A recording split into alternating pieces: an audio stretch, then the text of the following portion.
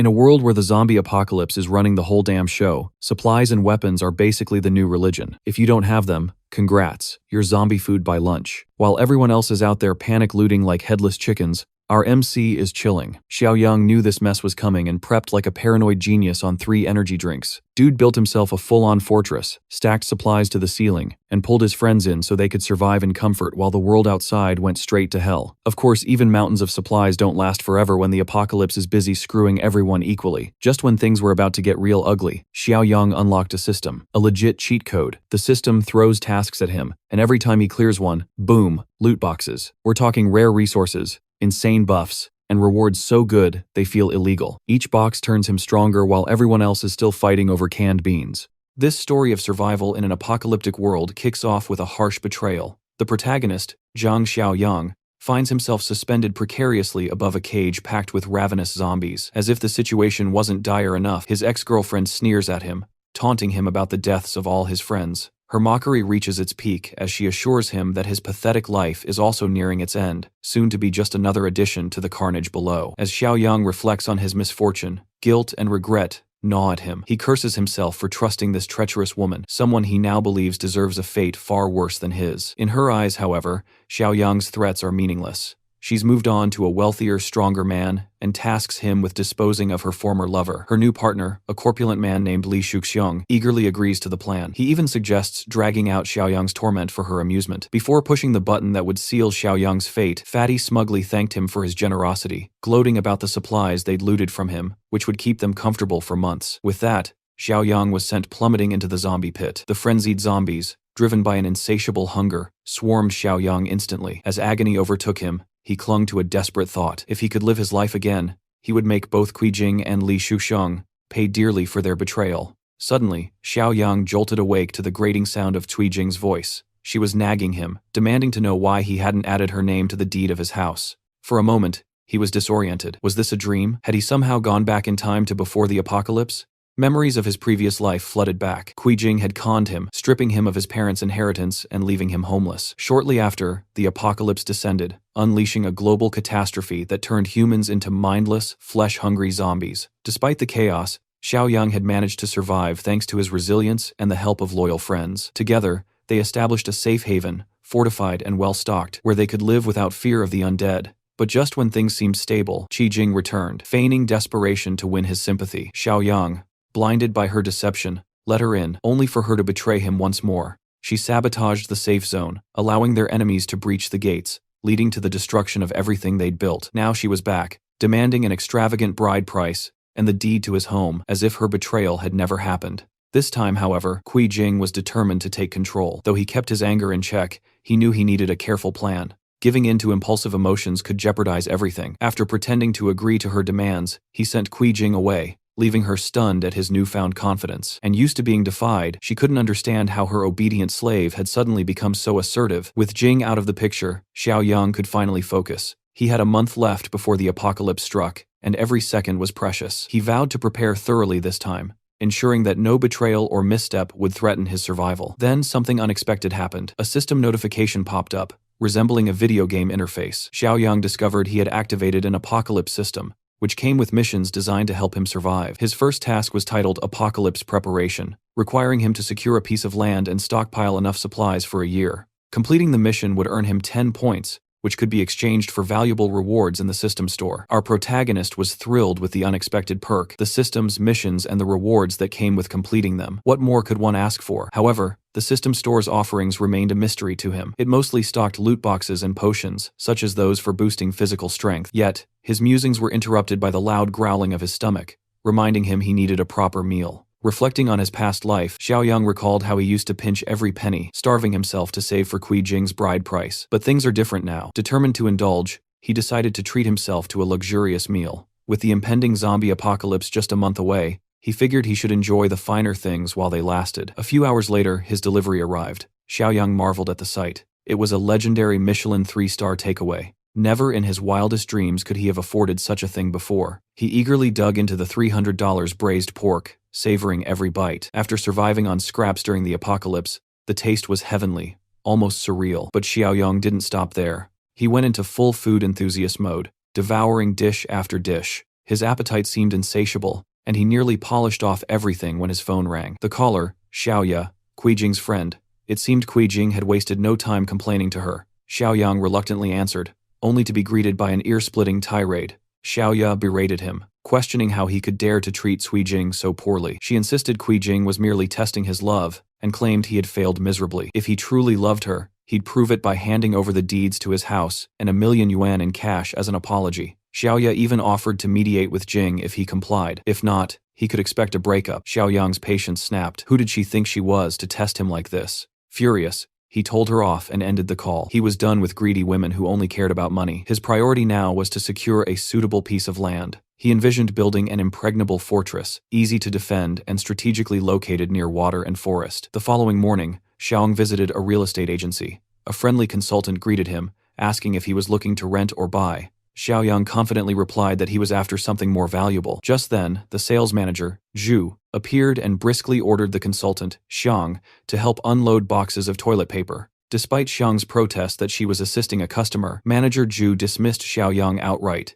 deeming him a broke nobody in shabby clothes who wasn't worth their time. The manager's arrogance irked Xiaoyang, who decided to put him in his place. He asked Zhu to repeat his words and explain his audacity in belittling others. Zhu, unfazed, doubled down, mocking Xiaoyang further. He even declared he'd eat a toilet on a live stream if Xiaoyang could afford to buy one. It was clear the manager was about to regret his words. Unbothered, Xiaoyang smirked and advised Zhu to prepare for a feast of porcelain. He clarified he wasn't here for a house, but to buy land. The announcement stunned everyone present. It wasn't every day someone came to buy land outright. Xiang quickly invited Xiang to sit, while she outlined the available options. Meanwhile, manager Zhu glared in disbelief, convinced Xiaoyang was bluffing. Xiang presented detailed listings, but Xiaoyang wasn't interested in browsing. He outlined his requirements instead. Land near mountains and running water, preferably with existing factories or large buildings. Xiang promised to check for suitable options. Manager Zhu, unable to resist butting in again, suggested a property in the eastern district. Xiang hesitated, pointing out that the area known as T, City Land, was filled with unfinished projects and abandoned factories, making it unsuitable for most buyers. Zhu dismissed her concerns, claiming no real customers had shown up anyway, and he suspected Xiaoyang was just wasting their time. Xiaoyang didn't care about the location as long as the land met his needs. He didn't mind the unfinished factories. Actually, they were a bonus, since they would save him time and money. After reviewing the details, Xiaoyang confirmed that the land was exactly what he wanted. Without hesitation, he agreed to buy it. He was ready to sign the contract and make the payment. Xiang was shocked. No one in their right mind would buy land with incomplete factories, but Xiaoyang stood firm. He even urged her to hurry up because, as he put it, someone here is eager to eat some fresh poop. Manager Zhu stood there holding the check, unable to wrap his head around what he was seeing. How is it even possible for this scrappy guy to pay 300,000 for land with old rundown factories? It made no sense to him. Before leaving, Xiaoyang had reminded him of the payment. Now, it was time for Zhu to fulfill his part of the deal. Meanwhile, other customers in the store were urging the manager to hurry up as the stream had already started. One guy whose stomach wasn't feeling too great promised to at least make it fresh for the stream. Xiaoyang had completed the first task. The next step was to figure out how to turn the land purchase into a real business by gathering supplies. As he was leaving the real estate office, an old acquaintance, Li Shuxiong, spotted him and couldn't help but wonder what Xiaoyang was up to. But all thoughts flew out of his head when he saw what was going on inside. Manager Zhu was now being pressured by the staff and customers to keep his word, all while begging for help and desperately explaining he didn't want to go through with it. Meanwhile, Jing was living carefree, painting her nails, and enjoying the quiet life. That's when she got a call from Fatty, who asked if she knew Xiaoyang had just bought land at the real estate company. Shocked, she wondered where he had gotten so much money from. Fatty speculated it was probably the money he'd saved for the bride price. Jing was furious. She couldn't believe Xiaoyang would use her money for something like that. Li Shuqiang urged her to stay calm and go talk to Xiaoyang about it. But Jing's anger was blinding. She wasn't going to ask him anything. She was going to confront him. Back at his home, Xiaoyang was deep in thought about how to fund the supplies he needed to start building. Just then, there was a loud knock on the door. It was Jing with her friend, still fuming over Xiaoyang's use of her money. Xiaoyang had no idea what she was talking about, and Jing, with fire in her eyes, accused him of spending the bride price money to buy land. She claimed that, since the money came from her, the land was hers too. Xiaoyang, stunned by her accusations, didn't know how to respond. Finally, he decided to give her a straightforward explanation. He had plenty of money, but none of it would go toward her. He also knew about her little fling with Li Shuxiang. Jing was baffled, not understanding how he knew. But her friend, sensing where the conversation was heading, suggested they calm down and resolve the misunderstanding. Xiaoyang, however, wasn't having it. "There's no misunderstanding here," he said. "Cuijing isn't my girlfriend. She's just a doormat for that old fat guy." He slammed the door in their faces, tired of the drama. Cuijing still couldn't understand how he knew about her and Li Shuxiong. Her friend was just as confused, wondering why Cuijing hadn't told her about her relationship with Li Shuxiong. Cuijing quickly assured her it was nothing serious, just a few room rentals here and there. With things escalating out of control, they decided to head home and figure out their next move. But now, Xiaoya was thinking of taking things into her own hands and winning Xiaoyang over. After all, they were good friends. The following day, Xiaoyang arrived at his new property with a construction crew. He was ready to rebuild one of the factories, but wasn't sure how long it would take. Foreman Li quickly assessed the situation and explained that reinforcing the walls, setting up defensive towers, installing barbed wire, thickening the steel doors, and adding bulletproof glass would take some time. He couldn't help but wonder what kind of enemy Xiaoyang had made to need such heavy fortifications. Xiaoyang just waved him off, telling him that some things were better left unknown. He wanted to know how much it would cost to finish the project in a month. The foreman shook his head, stating that it couldn't be done that quickly. Xiaoyang wasn't fazed, saying he had connections who could get the job done faster. The foreman, standing his ground, said that the safety of the workers was more important. This took Xiaoyang by surprise. He had never met a foreman with a conscience. It turned out, though, that the cost would just be higher. Xiaoyang asked him to give him the price without further delays. After some quick calculations, Foreman Li estimated that if they were to finish in a month, the workers would need to work non-stop, and the cost would come to 20 million yuan. They'd also require a 5 million yuan deposit to start immediately. Xiaoyang didn't find this ideal. He told them to get started right away, and he'd transfer the rest of the payment within a week. The construction company had nothing to fear. If he failed to pay, the land would be theirs. Out of nowhere, Xiaoya appeared at the construction site. She confidently walked up to him, wrapped her arm around his, and asked, "What are you doing here?" Xiaoyang was already tired of this woman. In his past life, she, along with Cuijing, had driven him out of his parents' inheritance, and now he was ready to make her pay twice as much for everything she had done. No matter how much she pretended to be a good girl, he could see through her rotten nature.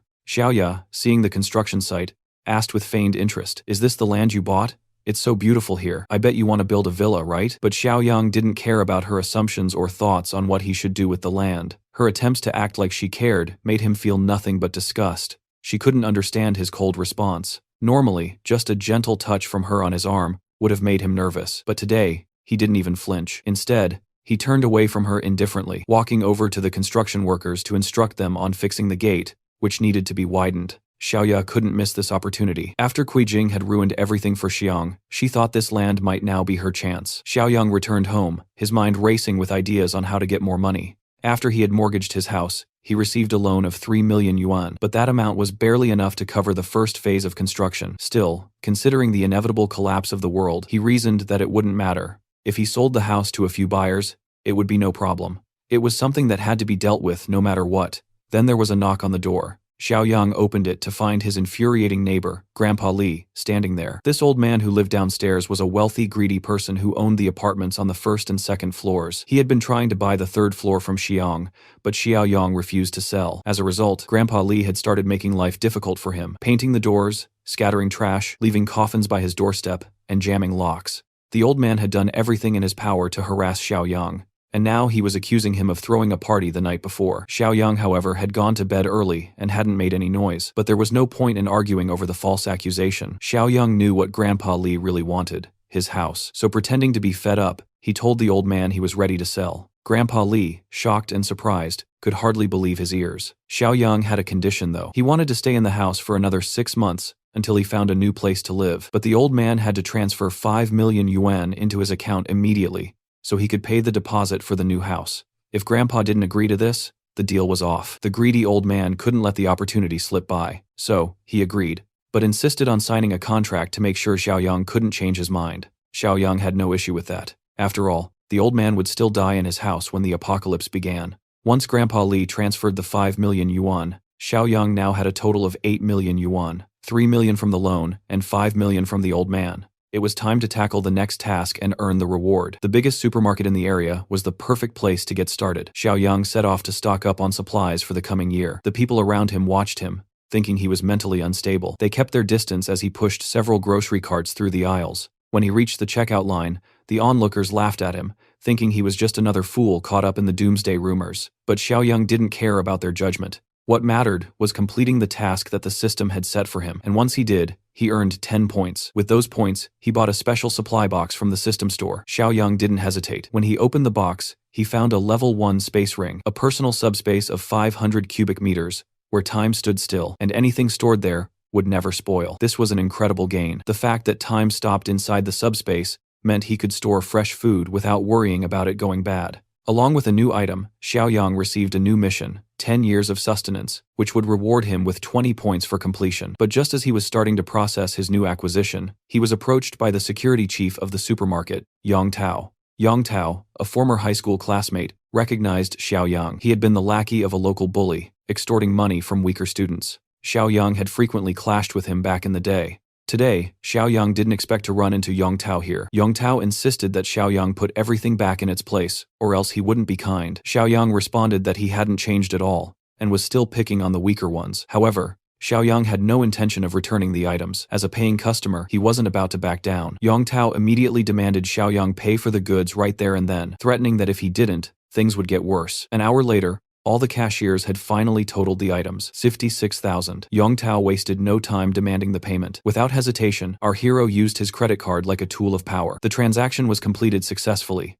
leaving the security chief stunned. Just as Yang Tao was about to leave, ready to let the matter go, Xiaoyang called him to wait. Xiaoyang wasn't about to let it slide. He wanted an apology for Yang Tao's rude behavior, or he'd return everything. The security chief thought it was unnecessary, but with so many witnesses around, he knew better than to ignore it. Everyone had seen everything unfold, and was fully on Xiaoyang's side. They filmed the incident, threatening to make Yang Tao infamous on the internet unless he apologized. Xiaoyang even promised that if the apology was genuine, he'd buy 10 times the amount of goods. If Yang Tao didn't believe him, he could bring over the POS machine, and Xiaoyang would show him his account balance. When Yang Tao saw 7 million, his disbelief was evident. Xiaoyang only wanted an apology before he continued his shopping spree. Although the security chief struggled with his pride, the pressure was overwhelming, and he gave in, apologizing. As Xiaoyang walked past, he gave a piece of advice. Think before you act next time. You never know how things will turn out. Yang Tao, now trying to act friendly, asked why Xiaoyang was buying so much. Xiaoyang dismissed him, saying it was none of his business, and that he had big plans ahead.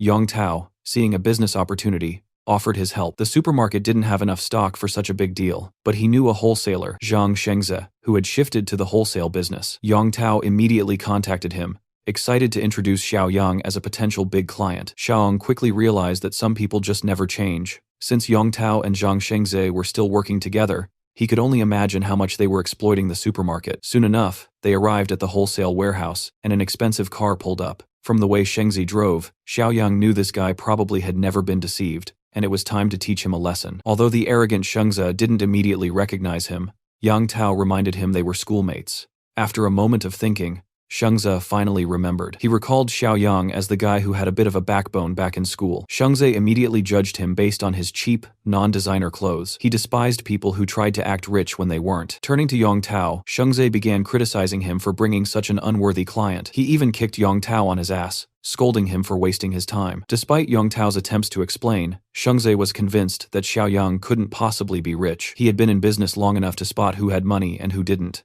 Xiaoyang, tired of the arrogance, called Shengze an ignorant person who looked down on others. Enraged, Shengze grabbed him and demanded he take back what he said. Xiaoyang wasn't scared at all, and repeated his words, calling him ignorant. To his surprise, it wasn't the insult about being looked down on that upset Shengze, but the accusation of being illiterate. It turned out that this arrogant man was far too sensitive about his lack of education. Yang Tao, seeing things escalating, stepped in quickly, warning Xiaoyang to be careful not to provoke Shengze further. Don't push him. He's really sensitive about being called illiterate. But for his trouble, Yang Tao received another kick and more insults from Shengze, who was furious that he couldn't do as he pleased. Shengze faced our protagonist with an ultimatum. Either Xiaoyang would purchase a massive shipment of goods, or he'd be forced to leave crawling on all fours. Xiaoyang didn't seem fazed by the threat. He calmly instructed Shengze to release his grip and requested the account details. Moments later, Shengze's furious expression turned into shock as he realized Xiaoyang had deposited 1 million into his account. Xiaoyang explained that this was just an initial payment. He intended to purchase 5 million worth of goods. Shengze asked about the specific items Xiaoyang needed. Xiaoyang listed basics like oil, rice, salt, snacks, and beverages, goods that had long shelf lives. A sly smile appeared on Zhang Shengze's face. He had just received a batch of near-expired products, and this was the perfect chance to unload them onto Xiaoyang. When they arrived at the warehouse, Shengzi offered the entire stock at a 10% discount off the original price. The deal seemed too good to be true, and Xiaoyang immediately suspected something was off. Before agreeing, he decided to inspect the quality of the goods. True to his suspicions, it was a setup. Although the packaging looked fresh, the products were nearing their expiration dates. Zhang Shengzi hadn't expected Xiaoyang to catch on so quickly, so he immediately offered a 50% discount, but Xiaoyang wasn't satisfied. He was willing to spend his 5 million, but he expected top-quality goods. However, he had a different plan for these near-expired items. Xiaoyang told Shengzi he'd take the expired goods off his hands for half the price with one condition: he would pay in a month. Shengzi was taken aback, but Xiaoyang quickly assured him that he'd use his house as collateral. Shengzi was confused, not understanding why Xiaoyang would want expired food. He didn't realize that in the near future, these items would become a highly valuable resource. Xiaoyang didn't explain further, and simply instructed Zhang Shengzi to deliver the goods to the designated address. Just then, Xiaoyang received a call about a house sale. He quickly bid farewell to Shengzi and Yong Tao, heading off. The buyer was an elderly man, who offered a 400,000 down payment, and 3 months for Xiaoyang to vacate. The deal seemed almost too smooth, making Xiaoyang a little suspicious. He asked the old man why he was in such a rush. The man explained that his granddaughter needed to move for school, and Xiaoyang was the only one selling a property in the area. The old man was so upfront, even providing all the details willingly. Xiaoyang asked if he wasn't worried about the price being raised. The old man, realizing his slip, started pleading with Xiaoyang not to take advantage of him, as this was all his life savings. Xiaoyang, not want to exploit a genuine person, assured the old man that their deal was set and signed a contract. The old man was overjoyed, grateful that his granddaughter had a home, and even apologized for distracting Xiaoyang from his work. As Xiaoyang observed the old man's kindness, he felt concerned. He didn't think the man and his granddaughter would survive the apocalypse for long. Before the man left, Xiaoyang asked for his address. Later, Xiaoyang visited his property, where construction was progressing steadily. He checked with a foreman who confirmed that nearly 80% of the work was done. The walls and doors were reinforced just as Xiaoyang had requested, and the warehouse was ready for use. Excited by the progress, Xiaoyang immediately contacted Zhang Shengzi to expedite the delivery of the supplies. The warehouse, which looked more like an underground bunker, began filling up quickly. By evening, everything was in place under Xiaoyang's meticulous supervision. Once the workers departed, Xiaoyang took a moment to inspect the work. Everything was on track, and he could finally relax. At that moment, the system sent a notification congratulating him for completing the task, earning him 20 system points. When he opened the system store, he found a new item available, abilities that could be awakened before the apocalypse. Without hesitation, Xiaoyang bought a box. Upon opening it, he unlocked a level 1 ability called Mind's Eye, which allowed him to detect hostility from others. Feeling satisfied with his new power, Xiaoyang knew this would be invaluable in the early days of the apocalypse. Just as he began to unwind, the system sent him another task: gather weapons, lots of them. Xiaoyang wasn't fazed. Arming himself was exactly what he had planned. It was time to get ready for the coming chaos. Sometime later, Xiaoyang found himself at the heart of the city's late-night black market, ready to procure the weapons he needed. As he wandered through the bustling market, the constant noise of bargaining and the relentless chatter of customers and sellers filled the air. Everywhere he looked, there were hustlers trying to make a quick bucks. Out of the corner of his eye, something caught his attention. Someone familiar. It was a man he had seen before during the first disaster, Li Shuxiang. He was aggressively negotiating the price of some fake jewelry, wearing down the seller until he agreed to a much lower price. Xiaoyang hadn't expected to run into this guy tonight, but it made sense that he would be here haggling over fake jewelry. It wasn't surprising that Cui Jing had been fooled by these worthless trinkets. After a few more steps, Xiaoyang finally came across a stall that piqued his interest. Lined up in front of him were various blades, each one sharper than the last. A grin slowly spread across his face as he examined the weapons. He had finally found what he was looking for. Squatting down in front of the stall, he asked boldly if they had anything tougher. The man behind the counter, dressed in military camouflage, didn't seem to get the hint. In response, he tossed Xiaoyang a knife sharpener, suggesting he sharpen the blades himself if he wanted something tougher. Unfazed,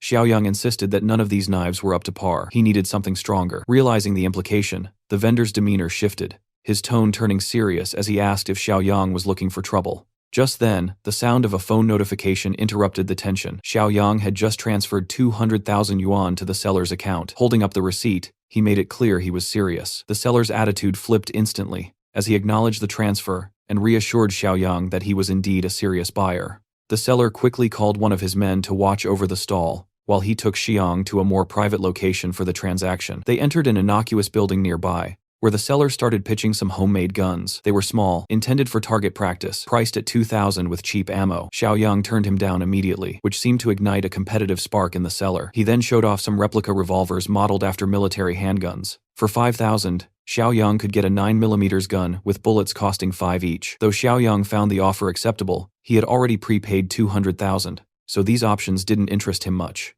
Curious about the prepayment, the seller asked what it meant. Xiaoyang explained that the earlier transfer was just a 10% deposit for a larger order worth 2 million. The seller, now a bit wary, questioned the young man's background. Xiaoyang quickly made up a story about how his subordinates usually handled these types of shady transactions, but he had come in person and didn't appreciate being questioned about his identity. Realizing that Xiaoyang must be involved in something serious, the seller urged him to wait. As he hurried off to a different room, he locked the door behind him and scanned the area through the window. Turning back to Xiaoyang, he assured him he had come to the right person, and that they would proceed with the deal at midnight, the day after tomorrow. He insisted on cash payment only. When Xiaoyang finally left the building, the seller treated him like a VIP. However, as fate would have it, he bumped into the same familiar face from earlier in the night market. Li Shuxiong couldn't help but comment on the coincidence. Now, it made sense why Xiaoyang had been spending so much. Li Shuxiong also suspected that Xiaoyang's involvement with Kui Jing had something to do with it. He figured the kid had recently picked up too many tips about finances and was now planning to sell everything and live a life of comfort. Zhang Xiaoyang paid no mind to the ramblings of the fatty, whose words were nothing more than empty noise. He figured it would be more practical to test out his newly unlocked ability. As he opened his mind's eye, a faint aura shimmered in his gaze.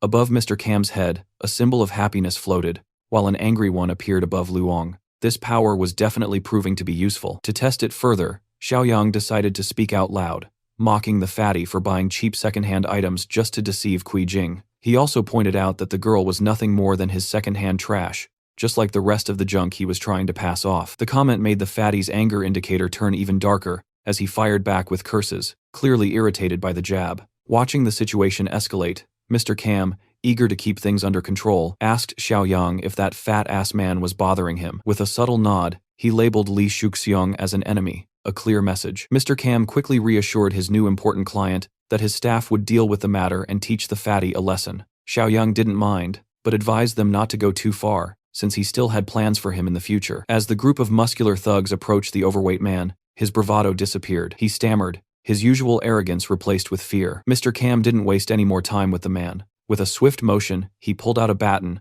and the men quickly took care of the fatty, leaving him bruised and battered on the dark road. His white suit was now covered in shoe prints, and his face showed the evidence of a hard beating. The incident only deepened the fatty's hatred for Xiaoyang. 2 days later, the agreed-upon meeting was set at a warehouse, and both parties were punctual. In front of Xiaoyang, a truck full of suspicious crates awaited, exactly what he was hoping for. When his firearm arrived, signaling the success of his task, the system rewarded him with 10 points, bringing his total to 20. He eagerly opened the crates, revealing an arsenal of weapons, heavy rifles, pistols, and all the necessary gear. Then, unexpectedly, the system added a bonus, a +2 physical enhancement potion. Xiaoyang was pleasantly surprised by this bonus, especially since it was double the strength of the potions in the system store. Not wasting a moment, he injected the potion into his veins. He had expected a brief pinch, but the surge of power was far more intense than he anticipated. The pain was sharp and immediate as the enhancement spread through his body. With his physical score now boosted by 2 points, Xiaoyang felt 40% stronger than before. Determined to make the most of this newfound strength, Xiaoyang checked out the system store once more and noticed another physical enhancement potion.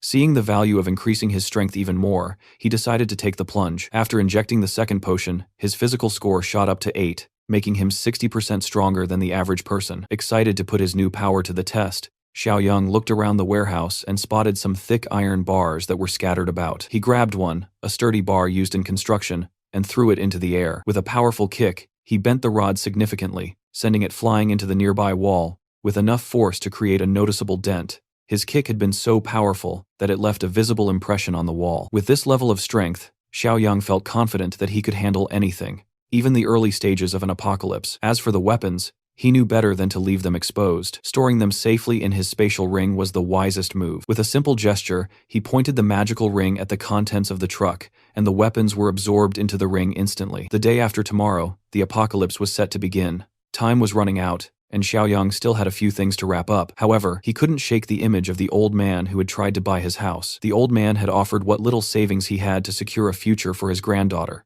Xiaoyang had been through countless battles and betrayals during the first apocalypse, but he'd never ignored the needs of the less fortunate. The least he could do was send some supplies to the old man and his granddaughter as a small token of repayment. The following day, Xiaoyang found himself at a shabby apartment building, located in a rundown area of another city. The building was in such bad condition that without a GPS, it would have been impossible to find. The old man had been renting in such a low-cost, dilapidated place, and without an elevator, it was clear he wasn't well off. His apartment was located on the top floor. Xiaoyang knocked on the door, but then quickly realized he should probably remove the supplies from his storage ring, or explaining them would be difficult. Activating the ring, he watched as box after box of essential supplies materialized, filling the hallway with provisions. At that moment, the old man reached the door and opened it, expecting it to be the landlord. He quickly assumed the young man was here to collect the rent, promising to pay next week. But when he took a closer look, he realized it was Mr. Zhang. Behind him, boxes were piled up, filling the hallway and stretching up the stairs,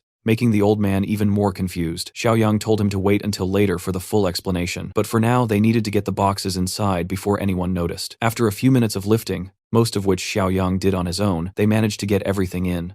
The old man couldn't believe how easily the young man handled it, not even looking tired. Meanwhile, Xiaoyang was checking the space, trying to figure out if it could serve as a safe shelter. He decided it would do, especially since the front door was sturdy enough. Once everything was inside, Xiaoyang turned to the old man, urging him to pay close attention. He explained that the supplies they brought needed to be rationed carefully because they were meant to last for about 6 months, starting tomorrow. Just as he was about to go into more detail, something caught his eye. A photo placed nearby. It was of the proud old man with a beautiful young woman, his granddaughter. To his surprise, the woman in the picture was none other than Li Shanshan, a close friend from his past during the first apocalypse. Xiaoyang immediately asked the old man if the girl in the picture was named Shanshan. This puzzled the old man further, as he hadn't mentioned her name to the young man before. Xiaoyang's expression grew serious, and he quickly asked where Shanshan was now. The old man explained that she was still at school while they were finishing up the house paperwork. Xiaoyang remembered how Shanshan had once regretted dragging her grandfather into the chaos during the early days of the first apocalypse. He recalled how her grandfather had risked everything to save her. In that doomed timeline, the old man had fought his way through a zombie-infested school to save Shanshan, only to die in the process. As someone who had been close to the old man in his past life, Xiaoyang promised himself he wouldn't let that happen again. Turning to the old man, he declared that the house was no longer for sale. The old man panicked, thinking Mr. Zhang was backing out of the deal. But Xiaoyang gave him a chilling piece of news. The world would soon descend into chaos, and the house along with Shanshan's school wouldn't matter. The only thing that mattered now was getting Shanshan to safety. This sudden declaration only confused the old man further. Xiaoyang realized he couldn't explain everything in detail right now,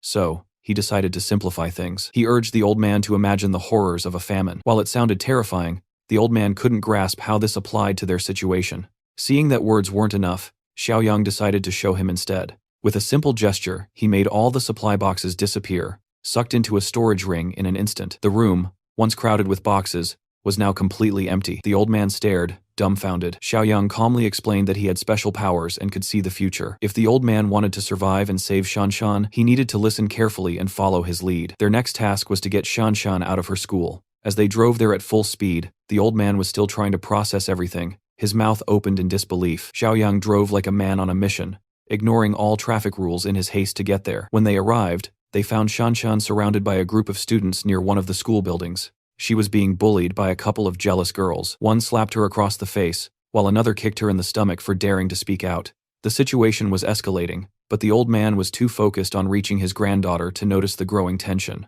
As he ran toward Shanshan, the bullies shifted their attention to him. He yelled at them to stop hurting his granddaughter, but their attitude only grew more aggressive. A group of thugs stood in his way, showing their weapons and telling him to back off and let the girls handle things. Without hesitation, the old man charged forward, yelling at the young men for being heartless bullies. One of the thugs raised a steel bat and aimed it at the old man's head. It would have been a serious blow if it hit, but Xiaoyang reacted quickly, stepping in to stop the attack. He glanced at the thug with disdain, realizing that the younger generation still had a lot to learn about bullying. The other two thugs thought Xiaoyang was Shanshan's older brother and tried to threaten him, but Xiaoyang was ready. With a swift movement, he delivered a powerful kick to one of the thugs, knocking the wind out of him. The thug was sent flying through the air as though he had been shot out of a cannon. Watching his comrade get tossed around like that, the remaining two thugs hesitated. Xiaoyang clearly knew his way around a fight. Maybe if they teamed up, they could land a blow. But judging by the cold, calculating look in his eyes, it seemed unlikely. One thug approached from the front, armed with a knife, while the other snuck up from behind with a bat. It wasn't the most brilliant plan, but it was all they had. The first move came from the one with the bat, swinging it wildly. Xiaoyang, sensing the attack, easily dodged by ducking low. His enhanced body was already proving its worth. Thanks to the potions he'd taken to boost his physical abilities, his reflexes were on another level. He grabbed the thug by the collar, and with a swift motion, he slammed the thug into the ground, the impact knocking him out cold. Seeing his partner go down, the remaining thug rushed at Xiaoyang, knife in hand. Xiaoyang didn't even flinch as he deflected the weapon, locking eyes with a blonde thug in a chilling stare. With no hesitation, Xiaoyang prepared for another strike. Kicking the thug on the side of his leg, the power behind the kick was enough to send him crumpling to the ground. In mere moments, the two wannabe tough guys were out of the picture. Now, Xiaoyang's focus shifted to the bitches assaulted Shanshan for no reason. After surviving the brutal first apocalypse, Xiaoyang had adopted a mantra of equal rights, equal fights. So, without warning, he slapped one of the girl across the face. The slap was forceful, sending a shiver through her and leaving her cheek red and stinging. As for the other bitch, who had been pulling Shanshan's hair, Xiaoyang decided she needed a taste of her own medicine. He didn't release his grip, no matter how much she begged. With a fierce glare, he drew the knife from the fallen thug and pressed it to her neck. Terrified, the girl's eyes widened with fear, and the next sound that rang out was a sharp slash, followed by a gut-wrenching scream. Xiaoyang didn't even flinch. During the first apocalypse, he had done whatever it took to survive, and those instincts still guided him. The girl, now trembling, watched in shock as her friend collapsed to the ground, seemingly defeated and powerless. Don't worry, our protagonist isn't all that brutal. Well, not yet, at least. When faced with a bully, he didn't resort to anything too extreme. Instead, he just gave her a little haircut. Yep, right there in front of everyone, humiliating her completely. Did she learn her lesson? Not a chance. The bully, furious and teary-eyed, screamed that she wouldn't let Xiaoyang get away with it. But he didn't even flinch at her empty threats. With an air of dominance, he glared at her crumpled figure on the ground, sprinkling the freshly cut locks over her head like confetti, a final touch of maximum disrespect. While everyone else stood around, baffled by his actions, Xiaoyang calmly told her he'd done her a favor. According to him, long hair would only become a burden soon enough. The crowd didn't get it, but he seemed to know exactly what he was talking about. Shifting his focus to Shanshan, Xiaoyang told her to get with them immediately. Inside the car, Grandpa Li told Shanshan that she is not going back to school anymore. The old man had a wild look in his eyes as he explained his reasoning. A massive famine is coming, and survival has to be our top priority. Shanshan understandably thought her grandpa had lost it. She was convinced he'd fallen for some scam call or hoax. As they bickered in the back seat, Xiaoyang just watched, amused but relieved to see Shanshan safe. Finally, though, he spoke up, revealing the real reason for the urgency. The famine story was a lie. He'd made it up to simplify things for the old man. What was really coming was something much worse, something catastrophic, the apocalypse. He wasn't sugarcoating it anymore. He explained that in just a few days, modern civilization, as they knew it, would come to an end. Shanshan was skeptical at first, but before she could argue, Xiaoyang suggested she check her phone, cause she'll see the first signs of it now, and sure enough, the news confirmed it. A video popped up on Shanshan's screen, showing absolute chaos at a crowded train station. A man was being restrained by authorities, screaming some eerily prophetic words about a strange toxic smog. What made it worse, he was biting people. Some thought it was rabies, but his lucidity suggested otherwise. Things spiraled out of control fast. The man broke free, attacking more people, and the scene turned into an outright nightmare. Xiaoyang's chilling words rang true. This was only the beginning. The first signs are already here, he said. Tomorrow will officially mark day 1 of the apocalypse. He explained that a mysterious toxic smog would begin spreading across several provinces, including Province B. The effects would be devastating. Mutations, madness, and worse. A significant portion of the population would turn into mindless zombies, driven only by a hunger for flesh. And for the lucky ones who survived the smog, their fate wouldn't be much kinder. For Shanshan, the idea of zombies wasn't new. She'd seen them in movies, TV shows, and pop culture, but this wasn't fiction anymore. Still, it was hard to grasp the reality of it all. Yet, when the chaos erupted, whether tomorrow, next week, or the week after, there'd be no room for disbelief. On their journey back to headquarters, time was everything, but luck wasn't on their side. Traffic was backed up for miles. Even the emergency lane, usually a safe bet for getting through quickly, was jammed. Cars weren't moving, and the group's frustration was growing. The old man, already nervous, couldn't stop thinking about what Mr. Zhang had mentioned earlier, the zombies. Now stuck in a sea of stationary vehicles, his anxiety spiked. Xiaoyang tried to reassure him, saying they were safe for now, but even he couldn't dismiss the possibility of a small outbreak nearby. The situation worsened when a luxury car came speeding down the emergency lane. The driver, reckless and arrogant, seemed determined to bypass the chaos. As traffic inched forward, the car swerved sharply, trying to cut into Xiaoyang's lane. The move was sudden, almost causing a collision. Xiaoyang slammed on the brakes just in time, narrowly avoiding a crash. Xiaoyang held his ground, refusing to let the car through. But the driver wasn't backing down. Pulling up beside Xiaoyang's window, he hurled insults and curses, acting as if he were the victim. The old man advised Xiaoyang to let it go, pointing out that the driver was likely wealthy and powerful. But Xiaoyang wasn't one to be intimidated. If this guy wanted trouble, Xiaoyang was ready to give it to him. For nearly an hour, they sat in that miserable traffic jam. When it finally cleared, they hoped the ordeal was over. It wasn't. The same luxury car was now behind them, tailgating aggressively. The driver wasn't just reckless, he was vengeful. This was no ordinary road rage. The car sped up, weaving dangerously close, attempting to provoke Xiaoyang. The old man pleaded with him to avoid escalating the situation. But Xiaoyang had had enough. The apocalypse was coming. Why tolerate scumbags anymore? Xiaoyang decided to play along, taunting the driver. He bet on the rich brat losing his nerve, and he was right. In a moment of recklessness, the luxury car swerved wildly, nearly crashing into a hill. Yet, even after almost wrecking, the driver refused to take responsibility. Instead, he called the traffic police, demanding surveillance footage to track Xiaoyang down. As the night deepened, the trio finally arrived at their destination. By now, the city was cloaked in darkness. Stepping out of the car, they were greeted by the fortress, an imposing structure that seemed to loom over them. The old man stared in awe, his mouth agape, overwhelmed by the sheer scale and detail of the compound.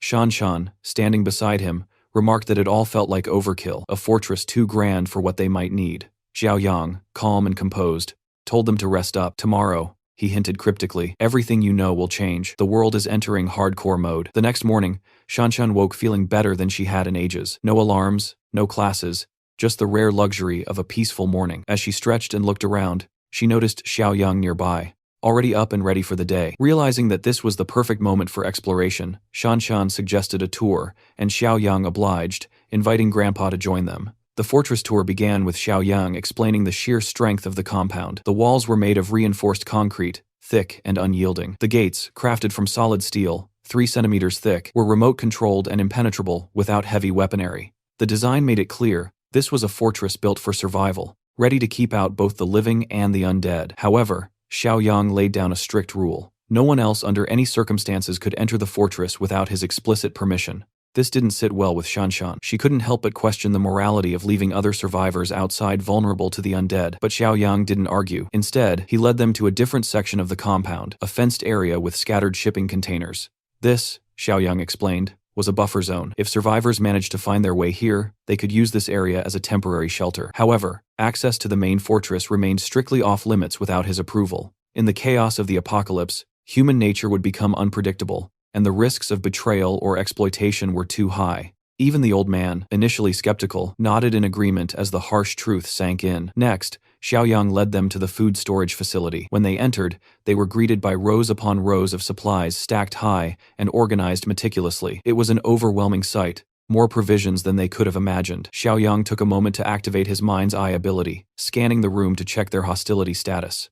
To his relief, both Grandpa and Shanshan displayed happy, trusting expressions, a clear indication that they could be relied upon. As the tour continued, Xiaoyang revealed the fortress's weapons cache. He handed Shanshan a sleek crossbow and gave Grandpa a sturdy shotgun, emphasizing the importance of keeping these weapons secure. In this new world, losing control of their weapons could lead to chaos. Never let these fall into the wrong hands, Xiaoyang warned, the seriousness in his voice leaving no room for doubt. Xiaoyang had just finished showing Shanshan and Grandpa around the fortress when a notification flashed before him, a new system task. It was another mission, and this one hit close to home. He was tasked with reuniting with an old comrade, Zhang Qi. The name brought back memories and a mix of emotions, but what surprised him most was the timing. Standing on the viewing deck, he noticed a glowing arrow pointing toward the city, marking Zhang Qi's location. This was a fortunate coincidence. Xiaoyang had already planned to track down his former allies, and now the system seemed to reward him for his intentions. Wasting no time, he turned to Shanshan and Grandpa, reinforcing the fortress rules one last time. They were to stay vigilant and not break any of the guidelines no matter what.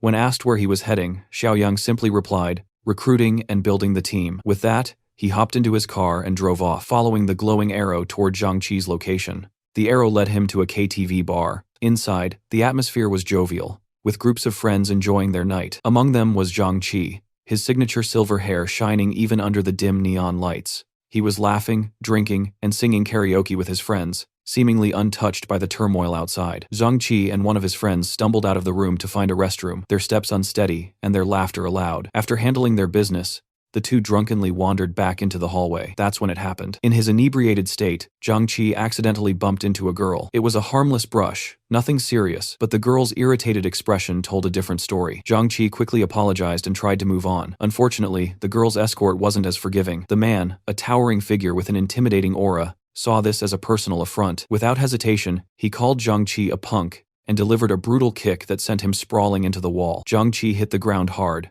the pain evident in his groans. His friend, though clearly scared, didn't hesitate to check on him, but seeing Zhang Qi in pain sparked something brave or perhaps reckless in a friend. Standing up, he yelled at the thug, calling out his aggression. This boldness only made things worse. The thug, unaccustomed to being challenged, became enraged. Grabbing Zhang Qi's friend by the collar, he effortlessly lifted him off the ground, showcasing his brute strength. Zhang Qi, despite his pain, tried to intervene. Struggling to his feet, he pleaded with a thug to let his friend go, admitting fault and apologizing profusely. Amid the chaos, a KTV staff member appeared, drawn by the noise. He wasn't in the best shape, recently recovering from stomach flu only to catch a cold, but his sense of duty prevailed. Bar fights were nothing new in his line of work, and he knew the drill. Approaching cautiously, he tried to mediate, asking both parties to calm down and de-escalate, but the thug wasn't having it. He turned his fury on the staff member, interpreting his interference as disrespect. To make matters worse, he loudly demanded that the bar's owner come out immediately, threatening to shut the place down if his demands weren't met. The staff member, though clearly nervous,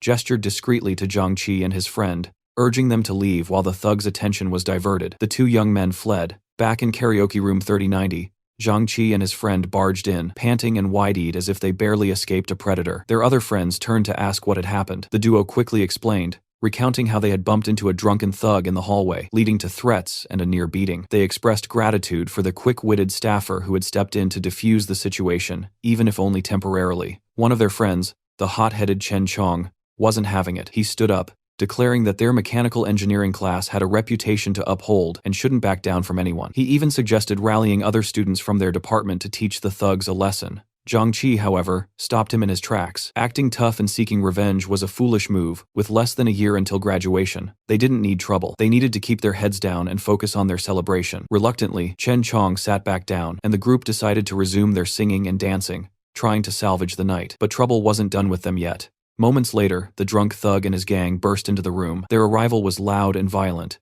with the thug dragging the battered KTV staffer by the collar before throwing him onto the floor like a rag doll. The sight of the injured staffer silenced the room, and a chill ran through the group of college boys. The thug, his eyes scanning the room, pointed directly at Zhang Qi and his friends, grabbed them. He barked at his crew. His henchmen moved swiftly, closing in on the group. Fear paralyzed the students, who didn't dare resist. They had seen what the thugs were capable of and didn't want to escalate things further. Chen Chong, however, wasn't about to go down quietly. He taunted the gang, daring them to let him make a single phone call, implying he had backup of his own. This only enraged the thug further. Grabbing a full whiskey bottle, the thug smashed it against Chen Chong's head. The impact was brutal, sending a mix of blood and whiskey streaming down Chen Chong's face as he collapsed to the floor. Zhang Qi watched in horror, his mind racing. Outside the KTV bar, help was arriving, but he didn't know it yet. Xiao Yang had just pulled up, stepping out of his car with a calm smile. The glowing system notification had guided him here, and the sight of the lively bar amused him. A KTV bar was exactly the kind of place he expected college-age Zhang Qi to frequent. Inside, chaos continued. Chen Chong, despite his injuries, showed remarkable resilience. Grabbing a nearby metal ashtray, he tried to fight back. His guts impressed even the thugs, but his defiance irritated them more. The gang quickly subdued him, and the head thug delivered another savage blow with a fresh bottle. Blood splattered as Chen Chong slumped to the floor, groaning in pain. But Zhang Qi wasn't one to back down. Ignoring the armed thugs surrounding them, he charged at the head thug, determined to stand up for his friend. Glasses, the ever-loyal companion, joined in to support him. Their bravery was admirable, but the odds were overwhelming. 2 college students against a gang of thugs was a recipe for disaster. The remaining friend in the group, the cowardly dude, was trembling in fear, unwilling to join the fray. Amidst the chaos, something even more terrifying began to unfold. The injured KTV staff member, lying in a heap on the floor, suddenly began to stir. His movements were jerky and unnatural, his groans becoming guttural snarls. His skin pad and his veins darkened. A horrifying transformation was taking place. In mere moments, he became a rabid zombie. With terrifying speed, he lunged at the nearest thug, sinking his teeth into the man's back like a predator attacking its prey. The bitten thug yelled in shock and pain, trying to shake the zombie off. At first, he thought it was just some deranged, dog-like behavior, but the creature's bite was unrelenting, and its strength was unnatural. Another thug rushed to pull the zombie off his friend, but the creature was too strong. In a swift motion, it let go of its first victim and latched onto the second thug's arm, biting down with alarming ferocity. The room erupted into screams as panic spread among the gangsters and students alike. Meanwhile, Zhang-Chi and Glasses tried to hold their ground. Even as fear gripped their classmates, the cowardly friend was now trembling uncontrollably, nearly fainting from terror. The situation looked bleak. The zombie's attacks were relentless, and its enhanced physical strength made it nearly impossible to overpower. If this continued, everyone in the room was at risk of falling victim to the infected staffer. At that moment, Zhang Xiaoyong had arrived. Without hesitation, he grabbed the rabid zombie by the back of its neck and effortlessly lifted it off the ground with a single arm.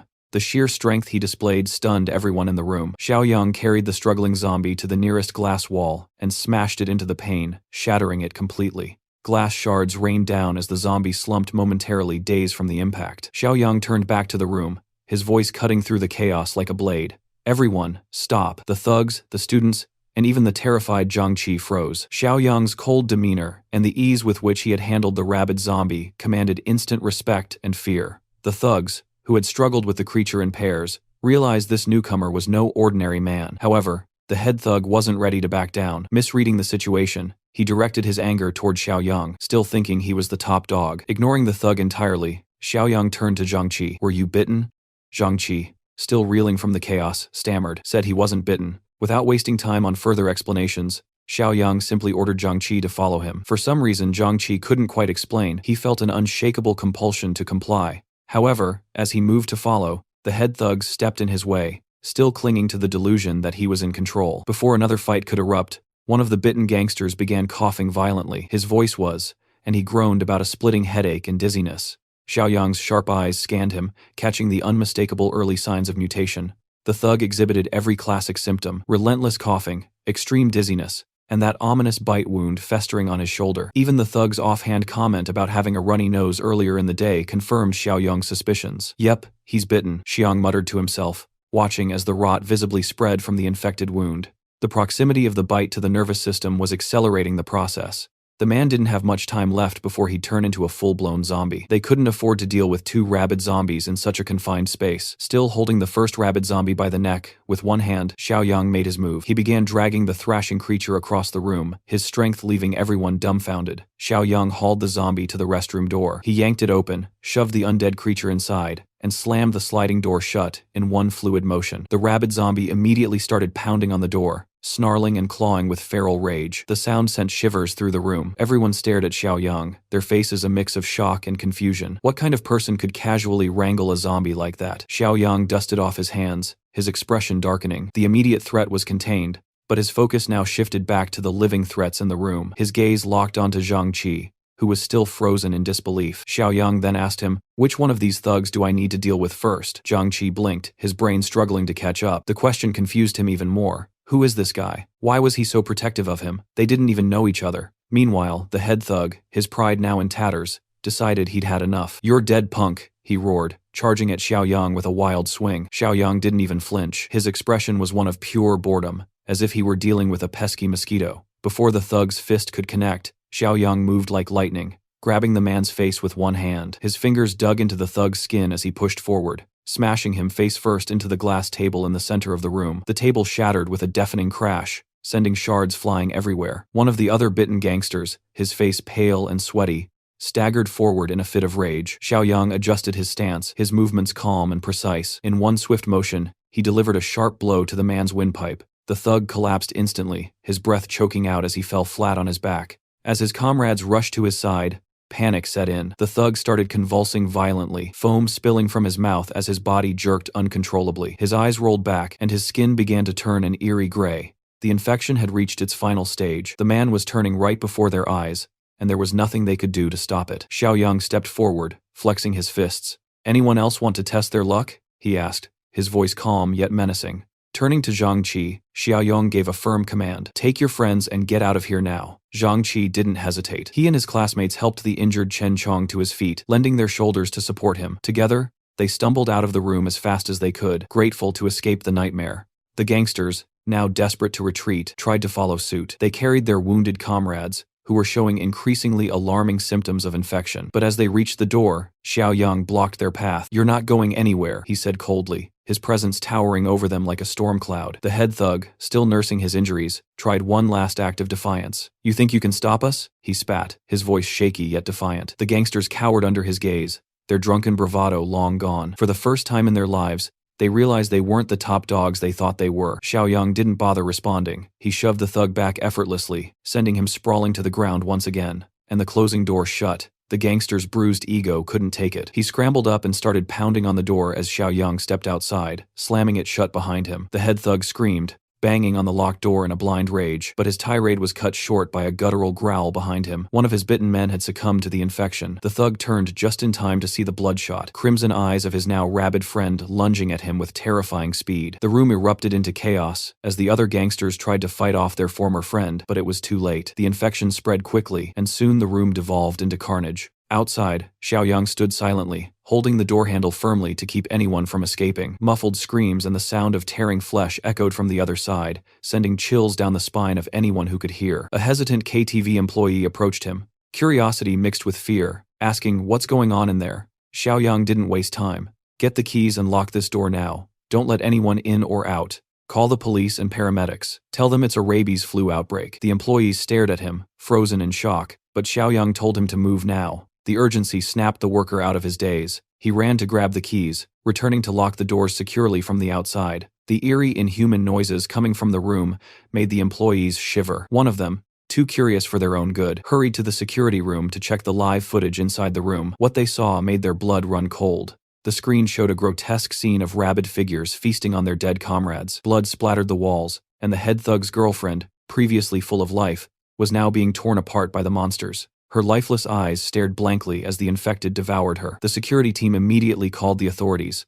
their hands trembling as they reported the horrors unfolding in their establishment. Meanwhile, Xiaoyang led Zhang Qi and his friends out of the building. "This area isn't safe anymore," Xiaoyang said, his tone firm. "You need to leave now." Still shaken, the college boys didn't argue. They followed him to his car, helping the injured Chen Chong inside. As Xiaoyang drove them away, Zhang Qi finally broke the silence. "Thanks for helping us back there," he said hesitantly. "But who are you? Why did you step in?" Xiaoyang glanced at him, said, "I was hired to protect you by someone who wants to stay anonymous." The explanation made sense, at least enough for the moment. The coward boy nervously asked, "That rabid flu, it's real, isn't it? I thought it was just a hoax." Xiaoyang's expression darkened. "What do you think you saw back there? Those weren't drunken fights or wild animals. It's real, and it's just the beginning." Glasses gulped, his voice trembling. Is there any cure? A vaccine?" "No," Xiaoyang said bluntly. "There's no cure, no medicine, and no way to stop it. It's already started, and it's only going to get worse. If you want to survive, you'll listen to everything I say from now on." As they drove through the streets, Xiaoyang's point was further proven when they saw an infected man chasing a terrified pedestrian on the side of the road. The chaos hadn't completely consumed the city yet, but the outbreak was spreading rapidly. Soon, there would be no safe place left. Looking at the back seat, Xiaoyang's mind wandered to a darker memory. In their past life, one of Zhang Qi's friend had betrayed him, leading to the deaths of countless people at the hands of zombies. Zhang Qi was the only one who barely survived, but the betrayal scarred him deeply. Xiaoyang's eyes flicked to the rearview mirror, scanning the faces of the college boys sitting behind him. One of them had been the traitor. The question was, which one? On the other side of town, Kui Jing was on a phone call with the man she affectionately called Honey. She had been feeling unusually anxious lately. The witch was promised some much-needed supplies, but things in her neighborhood had started to spiral out of control. Too scared to step out herself, she relied on his assurances that he'd deliver the goods as soon as he could. Just as she was about to press him for details, a sudden knock at the door startled her, nearly causing her heart to leap out of her chest. She hung up immediately, her breath shaky as she cautiously approached the door. Peeking through the peephole, she exhaled in relief. It was her friend, Xiaoya. Kui Jing quickly unlocked the door to let her in. Even as they exchanged greetings, a lingering unease hung in the air. Earlier that day, an elderly man named Lu, who lived on the building's first floor, had been taken away by both the police and an ambulance. Though the incident was hushed up, Kui Jing had heard the commotion from her apartment that morning. The two witches began to piece together what was happening around them. It was hard to dismiss the growing evidence that the rabies flu news wasn't just media fear-mongering. As for Li Shuxiong's promised delivery of supplies, it was still nowhere to be seen. Xiaoya had warned Ka Jing that greasy fatty couldn't be trusted, but they both knew he had his uses.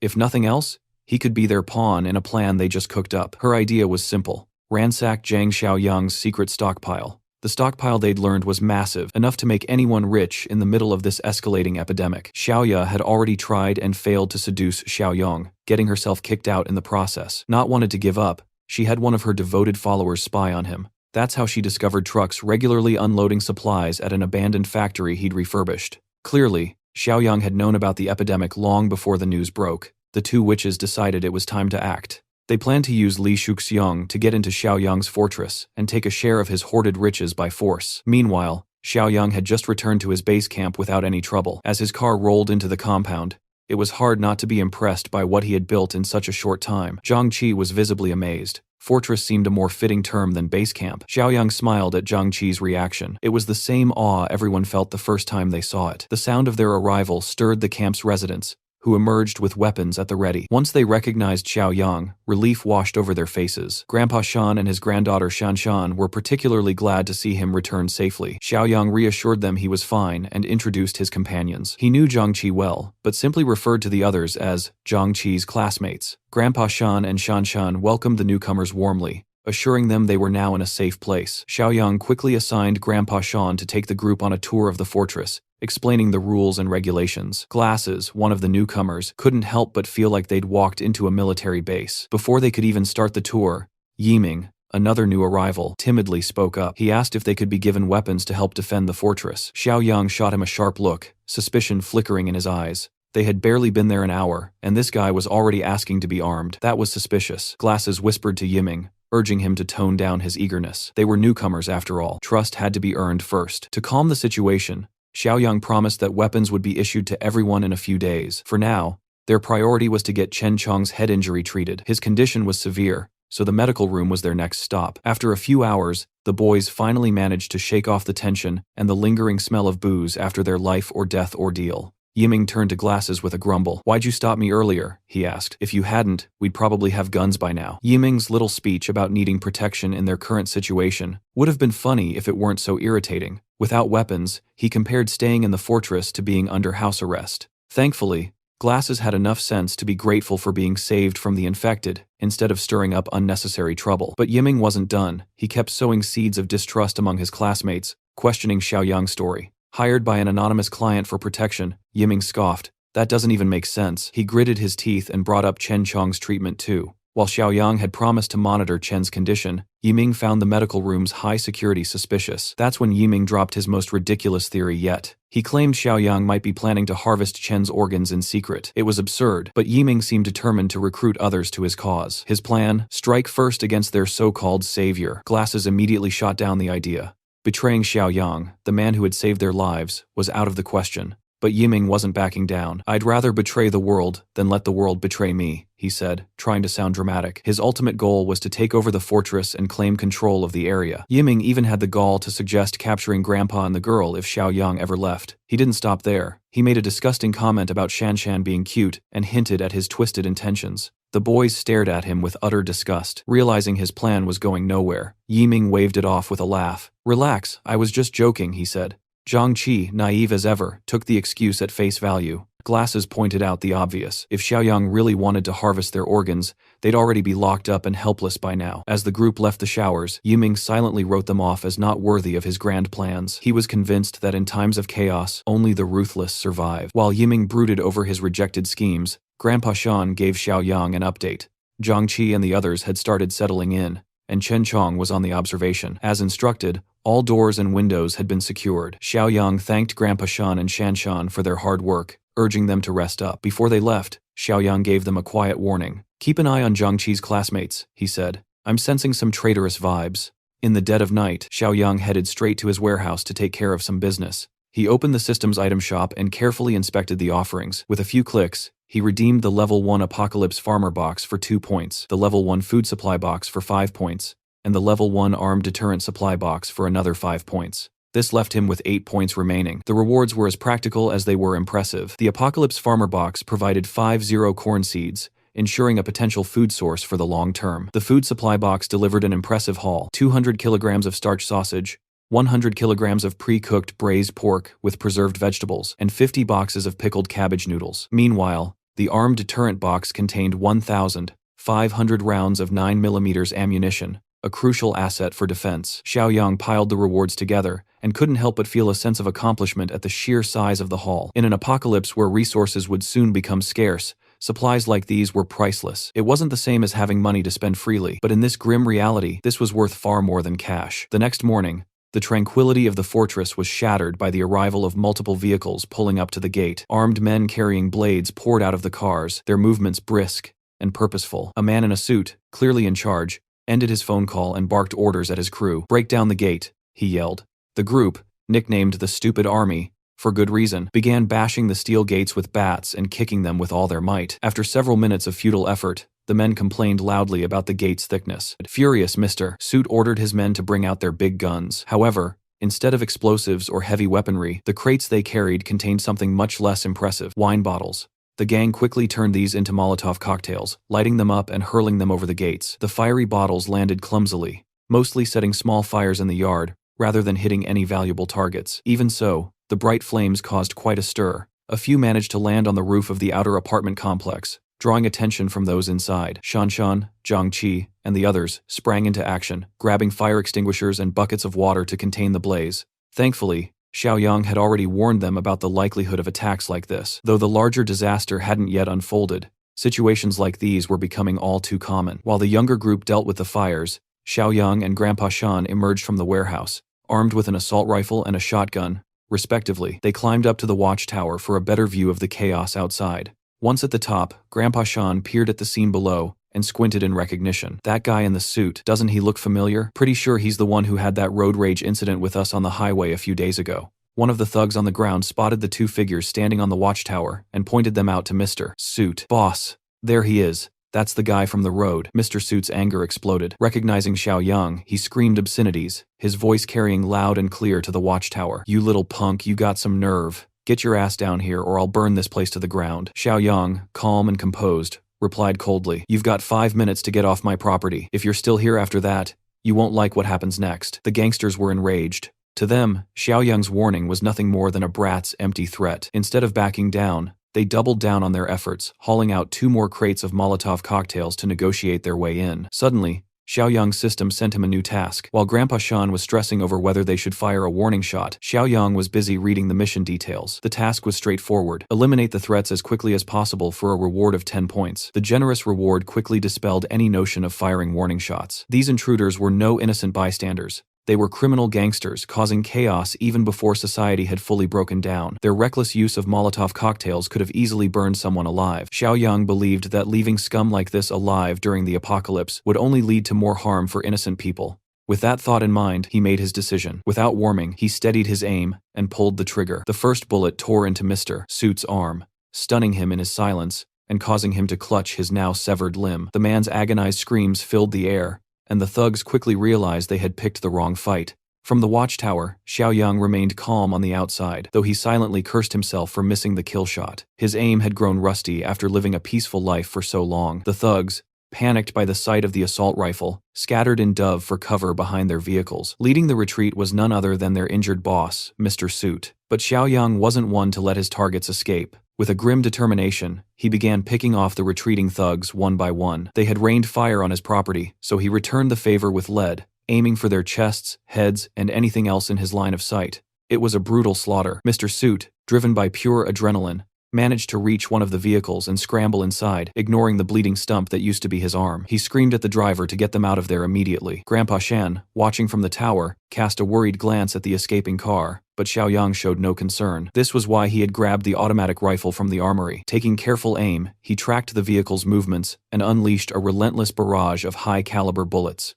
Magazine after magazine, Xiaoyang emptied his load, each shot finding its mark. Grandpa Shan observed in awe. The young man's fluid movements, aiming, firing, reloading, were a sight to behold.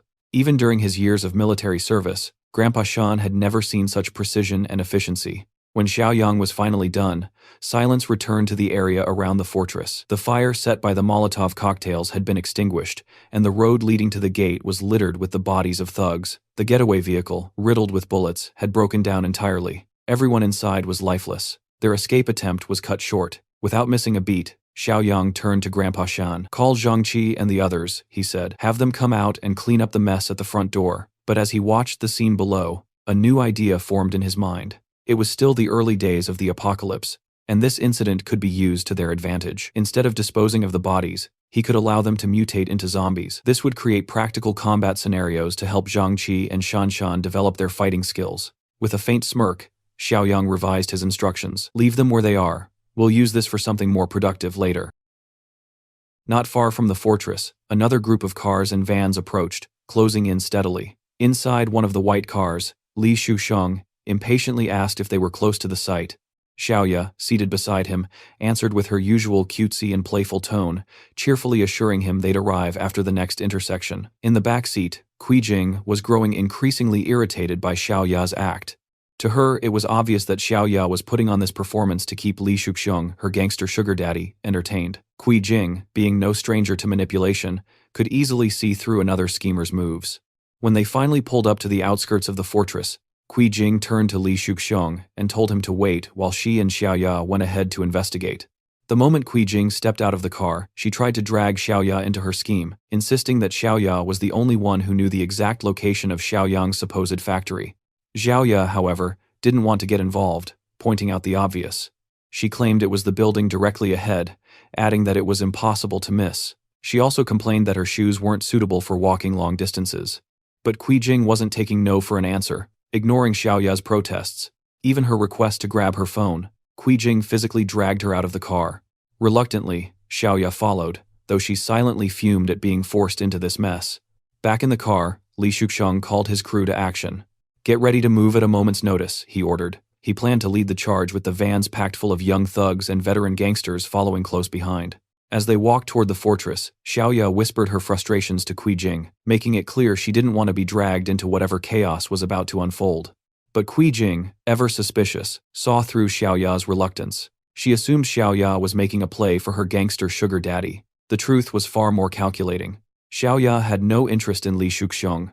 She had dressed up and played her part in hopes of catching the attention of Xiaoyang. After all, Jing's involvement with Fatty had already compromised her in Xiaoyang's eyes. As they approached the gate, the women finally noticed the grisly scene ahead. The road leading to the fortress was littered with corpses riddled with bullet wounds. Xiaoya froze in fear, urging Jing to turn back. Judging by the dried blood, it was clear the bodies had been there for some time. Jing, however, was undeterred. She guessed that the bodies belonged to two rival groups who had fought over Xiaoyang's supplies. With hardened criminals lying dead in the aftermath, she assumed that Xiaoyang, the supposed loser, must have been caught in the crossfire. But even if he hadn't survived, the supplies were all that mattered. Xiaoya tried to reason with her, suggesting they let Li Shuxiong and his boys handle the situation. But Jing insisted on sneaking closer to check if the factory gates were locked. What the women didn't know was that the gangster corpses had already begun mutating, the virus in their systems activating post-mortem. Oblivious to the danger, the two women pressed on toward the gates. Standing in front of the massive steel barrier, Xiaoya pointed out that there was no visible way to open it. The gates were sealed tight, and even the interior compound was obscured from view. That at least gave her some relief, as it suggested Xiaoyang might still be safe and secure. Their scheming was interrupted when a voice called out from the outpost near the entrance. Shan Shan, armed with a crossbow, stood guard. Putting on a tough front, she demanded to know who they were and how they'd found the fortress. Xiaoya quickly adopted a friendly tone, pretending to be an old acquaintance. She told Shan Shan that the two of them were friends of Xiaoyang. Jing, always bold, went a step further, claiming to be Xiaoyang's girlfriend. Shan Shan, unimpressed, turned back toward the compound to inform Xiaoyang of the two witches outside, one of whom was making wild claims about being his girlfriend. As soon as Shan Shan was out of earshot, Jing began venting her frustration. She accused Xiaoyang of ditching her for a younger woman, clearly referring to Shan Shan. Xiaoya, more pragmatic, warned Jing to keep her emotions in check. Shan Shan had a crossbow and wasn't afraid to use it. The women's confidence, however, lay in their belief that Li Shuxiong and his armed gang could pull off the heist. As far as they were concerned, all they needed to do was open the gates and let the chaos unfold. When Xiaoyang arrived at the watchtower and laid eyes on the two women, two of the most troublesome figures from his past, his anger was barely contained. Secretly activating his mind's eye, he appraised their status. Sure enough, their outward friendliness was nothing but a facade. Both women were seething with hidden negative emotions, each trying to manipulate the situation to their advantage. Xiaoya wasted no time putting on her performance, claiming they had come to check on Xiaoyang out of concern. She painted a picture of chaos and worry, trying to appeal to his pity. But Xiaoyang, Having learned his lesson from past experiences, wasn't falling for it. With a cold smirk, he called their bluff. So he asked, his voice dripping with sarcasm, "What kind of weapons did you bring with you this time?" The scheming duo, Kui Jing and Xiaoya, stood frozen in place. Their plans had been completely unraveled before they even stepped into the fortress. To make matters worse, Xiaoyang decided to teach them a lesson right then and there. From the watchtower, he opened fire, raining bullets onto the spot where they stood. Panicked, the two women screamed and danced around, dodging the shots. They shouted at him, calling him crazy for being so reckless. But Xiaoyang, standing tall and calm, emptied his magazine without hesitation. Xiaoya was terrified of the firearm and tried to appeal for a calmer, less hostile resolution. Kui Jing, however, doubled down, treating Xiaoyang as the weak, spineless fool she always thought he was. They couldn't have been more wrong. Killing them outright would have been too easy for Xiaoyang. Instead, he had something far darker and more gruesome in mind, a punishment that would match the malice in their hearts. That's when the groans started. From behind the women, the corpses of the gangster thugs began to stir. One by one, they reanimated, their bodies twisted and ravenous. Xiaoyang watched the scene from his perch, completely unfazed. The transformation of the gangsters into zombies wasn't just a terrifying spectacle, it was poetic justice.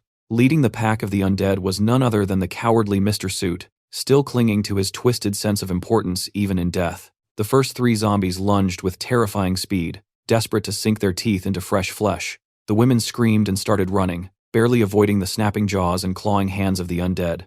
Frantic and breathless, they screamed for help, their cries reaching the ears of Li Shuxiong, still sitting in his car nearby. He glanced out the window and saw the horrifying sight of zombies chasing the women. Fear gripped him immediately. Without hesitation, Li Shuxiong barked orders at his men. "Turn around, get us out of here." His gang obeyed instantly, their vehicles screeching as they sped away, leaving the women behind to fend for themselves. Kui Jing, panicked and desperate, was slowing down. She wasn't fast, and the zombies were closing in. But she wasn't about to go down without trying something underhanded. With no hesitation, she threw her purse forward, aiming for Xiaoya, the faster runner. The purse's strap caught around Xiaoya's ankle, tripping her. Xiaoya fell face first onto the pavement, injuring herself badly. She barely had time to recover before the zombies pounced on her. Their teeth tore into her flesh as she screamed in agony. Blood splattered everywhere as they devoured her, their hunger insatiable. Xiaoya's cries turned into gurgles of rage and betrayal. In her final moments, her bloodshot eyes locked onto Kui Jing, who had deliberately sacrificed her. But Kui Jing didn't stop to look back. Instead, she kept running, muttering to herself that Xiaoya deserved it. Her callousness knew no bounds. From the watchtower, Xiaoyang observed the entire scene, his expression cold and detached. As Xiaoya met her grisly end, the system in his mind chimed, awarding him 10 more points for eliminating a threat. Meanwhile, Shanshan, standing nearby, was horrified. She had never seen zombies before, and the sight of the dead gangsters reanimating into flesh-hungry monsters was almost too much for her to handle. Xiaoyang, still calm, explained the situation to her. "This is the true beginning," he said. "The air is filled with infectious alien particles now. Anyone exposed to the outdoors for too long, especially the dead or weak, will mutate quickly." He wasn't interested in watching the chaos unfold any longer. Turning his focus inward, he decided it was time to regroup and prepare for what was coming. Summoning everyone in the fortress, Xiaoyang called an urgent meeting. Once everyone was gathered, he laid out his plan. For the next 2 days, they needed to stay indoors. Windows and doors were to be sealed. No one was to go outside for any reason. This would give their bodies time to gradually adapt to the infection, reducing the risk of mutation. Hearing this, Zhang Qi brought up a critical concern. What about Chen Chong? He was still unconscious in the urgent care room. The mention of Chen Chong shifted the mood. While his head wound had improved thanks to basic medical care, he still hadn't regained consciousness. Worse, his condition was deteriorating.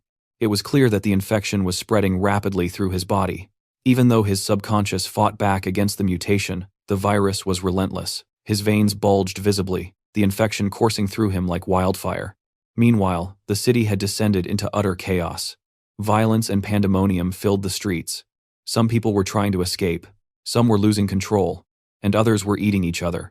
Zhang Shengzi, hiding in his home and peeking through the window, muttered to himself, "It's complete madness out there." He had a plan. As soon as night fell, he would head to a warehouse to gather supplies for his family. Until then, he warned his wife and child to never open the door for anyone except him. But just then, someone started banging on the door. The loud, successive knocks sent a wave of tension through the room. The family froze, wondering what or who could be on the other side. Shengzi gestured to his wife and child to stay silent. Grabbing a golf club from his kid, he cautiously approached the door to check the situation. A voice called out, "Brother Zhe." Hearing this, the old man sighed in relief. It was his old buddy, Yang Tao, or so he thought. Zhe began to pull the handle to let his friend in, but before he could, the visitors forced their way in with a powerful kick that sent Zhe flying across the room. His frail body hit the wall with a thud. What he believed to be a friend was far worse, far more dangerous than even the zombies outside. A gang of furious thugs surrounded him, their anger palpable. As his former colleagues loomed over him, he desperately tried to meet Yang Tao's eyes, hoping to appeal to whatever goodwill might be left. He reminded Yang Tao of how well he had been treated in the organization, but Yang Tao wasn't buying it. To him, Zhe had always been an arrogant boss who saw Yang Tao as nothing more than a disposable lackey. Sure, Yang Tao had made decent money, enough to put a down payment on a house, but Zhe earned enough to buy entire neighborhoods. But this wasn't about the past, it was about business. The thugs weren't here to chat, they wanted the warehouse keys and an address. Zhe's defiance was starting to test their patience. Seeing his stubbornness, Yang Tao made his way toward Zhe's wife and child. Without hesitation, he grabbed the wife by her hair, forcing Zhe to watch in horror. The little boy, driven by pure instinct, charged at Yang Tao to protect his mother. But the size difference was too great. All the child could do was sink his teeth into the thug's arm, his face soaked with tears of fear. It didn't work. Yang Tao retaliated with a sharp slap that sent the boy reeling. Watching his family suffer, Zhe's anger boiled over. He shouted at Yang Tao, demanding he come after him instead. Yang Tao, however, remained calm. He promised no further harm would come to the mother and child if Zhe cooperated and led them to the warehouse. Left with no choice, Zhe complied, and the group set off, dragging him along as their hostage. They soon arrived at the warehouse. The mechanical door creaked open, revealing only a few scattered supply boxes, a far cry from the treasure trove the thugs had expected. It turned out that most of the stock had already been sold, even the nearly expired food to a big client.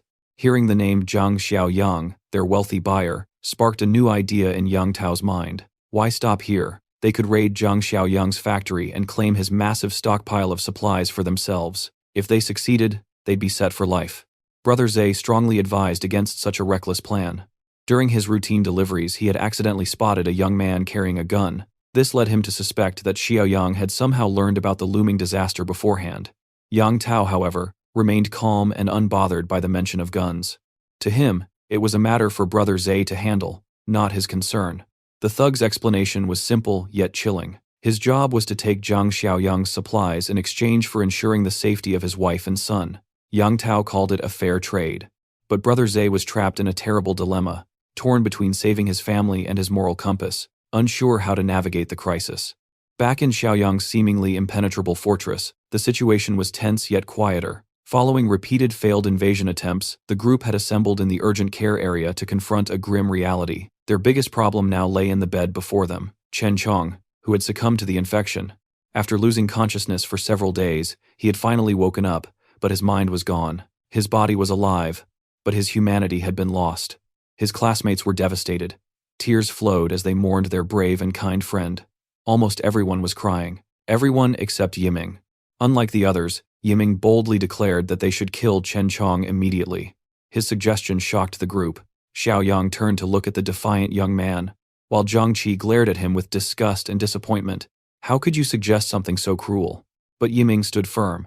He argued that Chen Chong was already gone. If they didn't put an end to his suffering now and he somehow broke free, everyone's lives would be at risk. Xiaoyang, known for his pragmatism, agreed with Yiming's cold logic. The chances of recovery were nearly zero. Slowly, he drew his combat knife and unsheathed the blade. But instead of handling the matter himself, Xiaoyang handed the knife to Yiming. "You want him gone? Then you do it," Xiaoyang said calmly. Yiming froze, fear spreading across his face. Every fiber of his being resisted the idea of carrying out the execution. Xiaoyang, unimpressed, reminded him of how he had been asking for a weapon since the beginning. "Here's your weapon," Xiaoyang said, pushing the knife closer. "Use it." But Yiming couldn't bring himself to move. His hands trembled, his courage failing him completely. After a tense moment, Zhangqi stepped forward. Swallowing his fear, he took the knife from Xiaoyang's hand. "I'll do it," Zhangqi said, with determination. He wasn't proud of the decision, but he knew it had to be done. If Yiming was too much of a coward to act, then he would. As he gripped the knife, Zhangqi hesitated. His mind wrestled with the reality of the situation. Could he really go through with it? Xiaoyang, observing his hesitation, asked calmly, "Are you sure? Once you do this, there's no going back. If you're wrong, it makes you a murderer." Zhang Qi clenched his jaw. "I trust you," he said to Xiaoyang, his voice firm despite the turmoil in his heart. Xiaoyang smiled faintly, almost as if he had expected this response. He gave Zhang Qi the green light. Zhang Qi approached Chen Chong's bedside, tears streaming down his face. He raised the knife high, aiming for his friend's throat. His hands shook as he prepared to strike. But just as the blade was about to pierce the flesh, Xiaoyang intervened. The knife stopped midair. Zhang Qi, startled and confused, turned to Xiaoyang, desperate for an answer. "Why did you stop me?" he asked with a shaky voice. The answer was straightforward. The system had given Xiaoyang an intriguing evaluation. For now, he instructed everyone to leave. They had something extraordinary in their possession, a zombie that still held value. Chen Chong had transformed into a rare mutated variant, a discovery of immense significance. The group left the urgent care unit and went about their tasks within the fortress, leaving only Xiaoyang and the mutated zombie behind. Chen Chong, now a grotesque creature, thrashed violently, desperate to sink his teeth into Xiaoyang's flesh. His bulging veins, dark and foreboding, were enough to haunt anyone's dreams. But not Xiaoyang. Standing face to face with the aggressive mutant, Xiaoyang remained calm, even exhilarated. With a hint of excitement in his voice, he told the creature it had an important mission to fulfill. Outside, near the fortress on the town's outskirts, a car was swerving uncontrollably, struggling to stay on course. With no other vehicles on the road, the poorly driven car eventually crashed into a lamppost, rendering it useless. Brother Zhe stepped out, scratching his head in frustration. His bad luck had cost him a car before reaching his destination. Fortunately, the factory wasn't far, just a short walk away, so he was almost there. However, his calm demeanor quickly shifted to fear when a gang of zombie stragglers attacked. Drawn by the noise, Brother Zhe foolishly shielded himself with his arm, allowing the zombie to bite deep into his flesh. He pushed the mindless monster away, his left arm bleeding. As the zombie staggered to its feet, Brother Zhe ran back to the wrecked car, desperate to find the crowbar he had prepared as a weapon. It might help, but would it be enough? His anger and adrenaline fueled his strength as he swung the crowbar, striking the zombie across the face with a brutal hit. After knocking the eager zombie down, he continued bashing its skull until it stopped moving completely. Dealing with one of these creatures had drained him, and standing exposed while more zombies approached was not a good strategy. He couldn't afford to stay there, so Brother Zhe made his way toward the factory, his body shaking uncontrollably. He feared it was the virus spreading inside him from the bite. At the front gate of the fortress, a cluster of stationary zombies awaited their next prey, conserving energy. To avoid the trouble, Xiaoyang quietly opened the side door for the team's mission. Behind him, the rest of the crew, armed with their chosen weapons, followed. Most carried melee weapons, and Shanshan complained that all the gear strapped to their bodies made movement awkward. Xiaoyang explained that zombies were irrational but powerful, and with their current combat experience, they were likely to get hurt, so the protective gear was necessary. He promised they could remove it once they were more skilled. The team crept along the building, sticking close to the walls to avoid being noticed immediately. As they reached the front, Xiaoyang spotted the first zombie in their path and signaled the team to prepare. Entering the zombie's detection range, it turned toward them, revealing its decaying teeth. With the battle imminent, Xiaoyang reminded his team to remember their training. Always watch each other's backs and maintain a safe distance. As the zombie charged, Xiaoyang demonstrated his impressive evasion technique, dodging its attack effortlessly. He remained calm enough to provide a lesson in the middle of the fight. When a zombie misses its attack, he explained, survivors must take advantage of the moment, be quick, and aim for the temple or the back of the neck. Glasses, however, was the first to act on instinct, ignoring Xiaoyang's advice about targeting the right spots. As he raised his blade, his attack struck with precision. The machete's edge lodged between the zombie's partially split skull. It might have stunned the creature, but hitting the head directly caused the blade to vibrate, sending a sharp pain through his hand. The skull is the hardest part of the head, and using a melee weapon on it only makes the hands go numb, as Glasses had experienced. After a brief stun, the zombie snapped back with renewed aggression, desperately trying to bite into the student's flesh. Thankfully, Glasses had the presence of mind to use his blade defensively, trapping the zombie's teeth on its edge while calling out for help. Xiaoyang commended him for his excellent defense and instructed Zhang Qi to snap out of it and assist his teammate. Zhang Qi, with a calm and determined expression, moved behind the zombie, positioning his bat at the back of its neck. When his wooden bat hit the neck, a sharp cracking sound followed. Xiaoyang was pleased with their first real training results and reminded them that one strike wouldn't be enough. So, everyone joined in to finish off the zombie. Once it was down, Jiang Qi eagerly turned to Xiaoyang, seeking validation for their successful hit. Xiaoyang only smirked as another aggressive zombie appeared, snarling and charging, hungry for human flesh. Jiang Qi's face turned worried, fearing Xiaoyang might be sneak attacked by the mindless corpse. But instead of a bite, the group watched as Xiaoyang turned around, grabbing the zombie by the head like a toy. He pushed its mouth away from his body while the zombie struggled helplessly. Xiaoyang reminded everyone to follow his example, always observing their surroundings and never letting their guard down. Jiang Qi took this lesson to heart, while the others were simply amazed by Xiaoyang's proficiency with just his bare hands. Meanwhile, Brother Zhe, still fighting through his bite wound, inched closer to the factory gate. From his hiding spot, he could see more mutants wandering the area.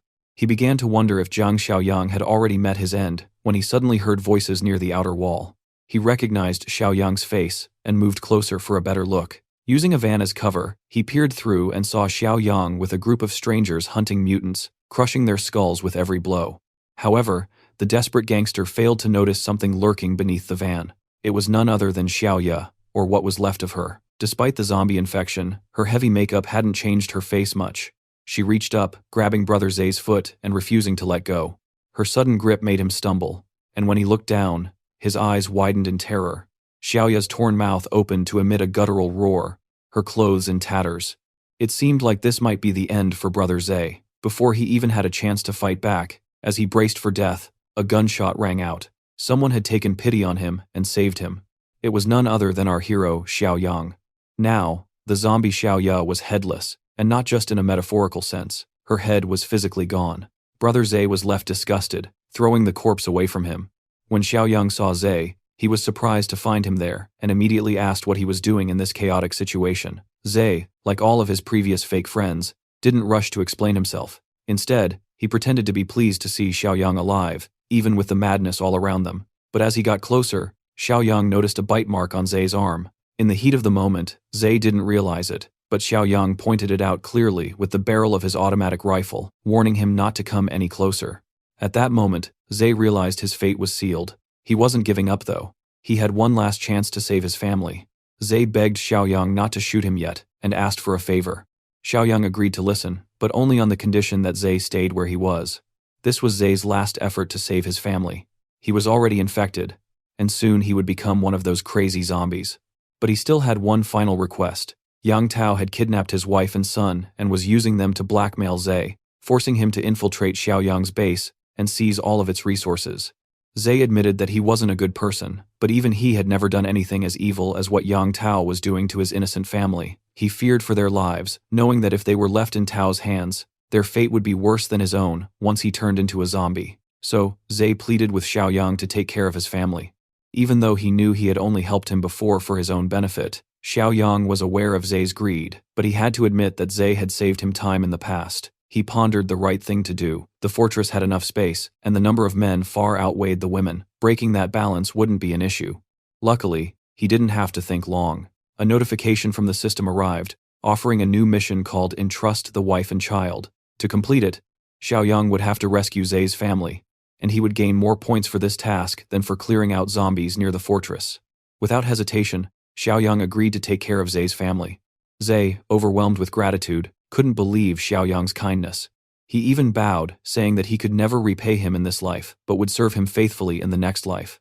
But Zhe had one final request. Xiaoyang pretended not to understand. But it was clear Zhe didn't want to turn into one of those monstrous zombies and put his family at risk. He asked Xiaoyang to end his life now. Xiaoyang, however, wasn't in a hurry to act. Unlike Zhe, he understood how the apocalyptic world worked. Instead, he told Shashan to bring a bicycle from the warehouse for Zhe. He advised him to go as far from people as possible to a completely isolated place. Zhe didn't understand why Xiaoyang was doing this, but he didn't question it. He didn't have much time left and had no choice but to follow Xiaoyang's instructions, driven by thoughts of his wife and son. Zhe took off on the bicycle, determined to escape the inevitable zombie transformation that was already spreading through his body. Meanwhile, Xiaoyang and his team finished clearing out the zombies near the fortress. They piled them up, drenched them with fuel, and set them on fire. It was a tough day, and they were exhausted, but at least now the zombies would never rise again. Xiaoyang's team was now experienced enough to defeat a zombie in close combat without taking damage. However, when dealing with larger groups, they were still unprepared. Xiaoyang quickly advised his team to head back to the fortress, where he entrusted Grandpa Shen with a critical task: guarding the weapons warehouse. The safety of the fortress would be in the old man's hands while Xiaoyang went into the city that night. Grandpa was curious about Xiaoyang's plans.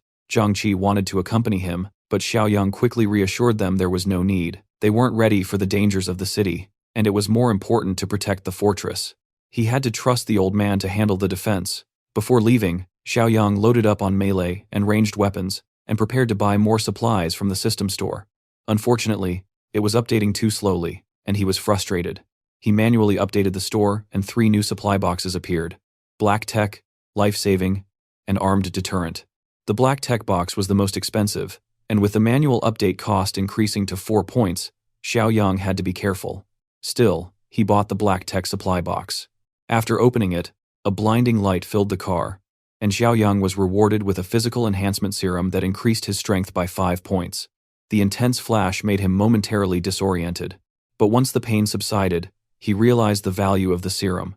With his strength now at 13 points, about 2.6 times stronger than an average person, he was ready for the mission ahead. Back at Brother Zay's home, things were tense. His wife was trying to reassure their son, telling him that his father would take care of everything. But Yang Tao's thugs had grown impatient. They broke into the room, and the terrified wife asked what they were going to do. The answer was clear. Yang Tao was going to have his fun. Sadly, in this apocalyptic world, no one would come to her rescue. That was exactly what Yang Tao was counting on. Xiaoli's clothes were being torn apart by a group of thugs, their faces showing not even a hint of shame. Her desperate son struggled, pushing one of them with all his might, trying to protect his mother. Just then, Li, the guy with the ponytail, walked in, his eyes scanning the room as he asked what all the noise was about. One of the goons smirked, saying they were just about to have some fun, and even invited Li to join them. But Li wasn't interested. He told them the job wasn't finished yet, and they had no time for distractions. They needed to focus and get it done. Annoyed, one of the thugs grumbled, asking what the big deal was. They'd done this sort of thing plenty of times before. That's when Li's patience wore thin. He shot the thug a sharp look and reminded him exactly who they were dealing with. This wasn't just anyone. It was Zhang Shengzai's wife and kid. If she couldn't take it and ended her life, Zai would have nothing left to lose. And when that happened, he'd come after every single one of them. None of them would make it out alive. Still, Li didn't completely shut him down.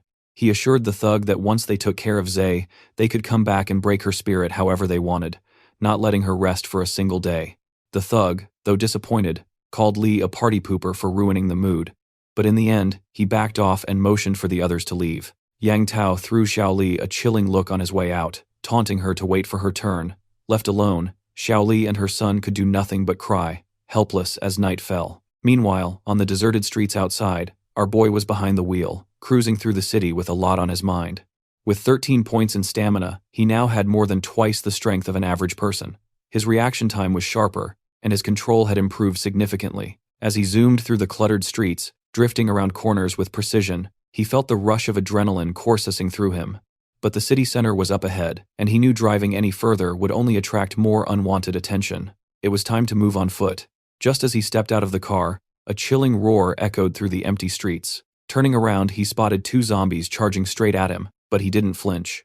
In a swift move, he dodged their attack and slammed his shoulder into one of them with such force that it knocked the other down as well. Without hesitation, he summoned his sword and charged at the zombies, going full throttle. With a single swing, both of their heads flew off in an instant. These zombies were nothing more than punching bags, now a perfect way for him to test his newfound strength and reflexes. He couldn't help but marvel at how effortlessly he was overpowering them.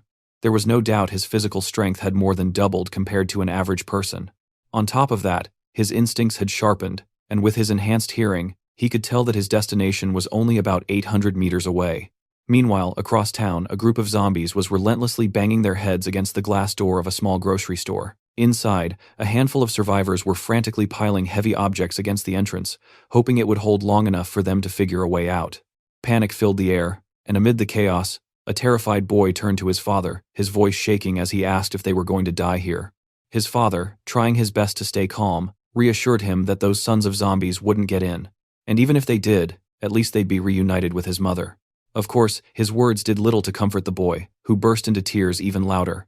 The officer standing nearby rolled his eyes in frustration. He couldn't believe the nonsense coming out of the father's mouth. What kind of brainless talk was that to give a scared kid? But the father wasn't one to back down. He snapped back, saying if he had enough brains to think things through before speaking, he'd be managing properties by now instead of hiding from zombies. Despite the father's humor, even the big guy was beginning to worry. The constant pounding on the door wasn't stopping, and for a moment, it seemed like they really might not make it out alive. Just as the tension reached its peak, a sudden gunshot echoed through the air. One of the zombies clinging to the door had its head blown apart, sending a shockwave through the group. The boy collapsed to the ground in fear, while his father stood frozen, clueless about what just happened. The officers snapped into action, telling them to move the barricade aside and check outside, but not to make any noise. Slowly and carefully, they peeked through the narrow gap, only to realize that all the nearby zombies had already been taken care of. Relieved, but still cautious, they stepped outside. The boy's eyes widened in shock as he suddenly blurted out something about a mutant. His father, confused, quickly asked what he meant. In a hushed, shaky voice, the boy explained. It wasn't just an ordinary zombie out there. It was stronger, faster, and deadlier, just like in the comics, novels, and games. The father was getting more and more annoyed with his son, who couldn't stop talking about games, even in the face of danger. Frustrated, he snapped at him, wondering how his son could still be so obsessed with entertainment at a time like this. No wonder his grades were always the worst, the father thought bitterly. Don't forget that this father's name is Old Song, so we will be calling him that from now on. The officer, growing impatient, turned to him and told him to cut it out. How were grades even relevant right now? They had bigger things to worry about. He urged them to stay focused and keep an eye on their surroundings. After all, they didn't want that mutant zombie ambushing them out of nowhere. As they moved forward, the officer repeated his warning, reminding them to stay alert. Step by step, they carefully made their way toward the base. Eventually, they reached a fork in the path and came to a stop. That's when Old Song's eyes landed across the street. There stood a young man, clearly focused on something. It was none other than our boy, deep in thought, busy adding points to his system and fine-tuning his stats. Before anyone could think, Old Song's son suddenly screamed in panic, pointing at him and shouting that it was a mutant zombie. But the officer, being the only one with some common sense, quickly assessed the situation. This guy didn't look like a zombie at all. He looked like a survivor. Our boy couldn't help but chuckle at the boy's wild imagination and casually told him to stop jumping to conclusions. The officer, now relieved, stepped forward cautiously and warned our boy that it was too dangerous to be wandering around alone. He suggested that they should stick together if they wanted to survive and invited him to join their group. Curious but cautious, Zhang Xiaoyang Shang asked them who they were and why only a few of them were out here. As he scanned the area, the officer explained that they were searching for supplies and mentioned that many civilians were still gathered at Rancian Garden. The mention of the place triggered a memory in Xiaoyang's mind. He recalled that Jinyu Mansion was nearby, not far from where they stood. Old Song immediately agreed, pointing out that it was just across the street. He then urged Xiaoyang to join them, emphasizing that there was strength in numbers. With Officer Li carrying a gun and their experience dealing with mad zombies, they were confident in their ability to protect him. Of course, they had no clue about our boy's true capabilities, but instead of showing off or bragging about his strength, he simply nodded and agreed to go with them. And with that, they cautiously continued their journey forward, each step taken with care and vigilance. Old Song looked at Zhang Xiaoyang with a curious expression, asking why he wanted to go to Jinyu Mansion. He wondered if there was someone important he was trying to find. Xiaoyang simply replied with a yes, offering no further details. But Old Song wasn't done yet. He pressed on, asking if it was a relative or perhaps a girlfriend. Then, with a somber tone, he reminded Xiaoyang that it was the end of the world, and whoever he was looking for was probably already dead. He advised Xiaoyang to prepare himself mentally for that harsh reality. The officer gritted his teeth and nodded.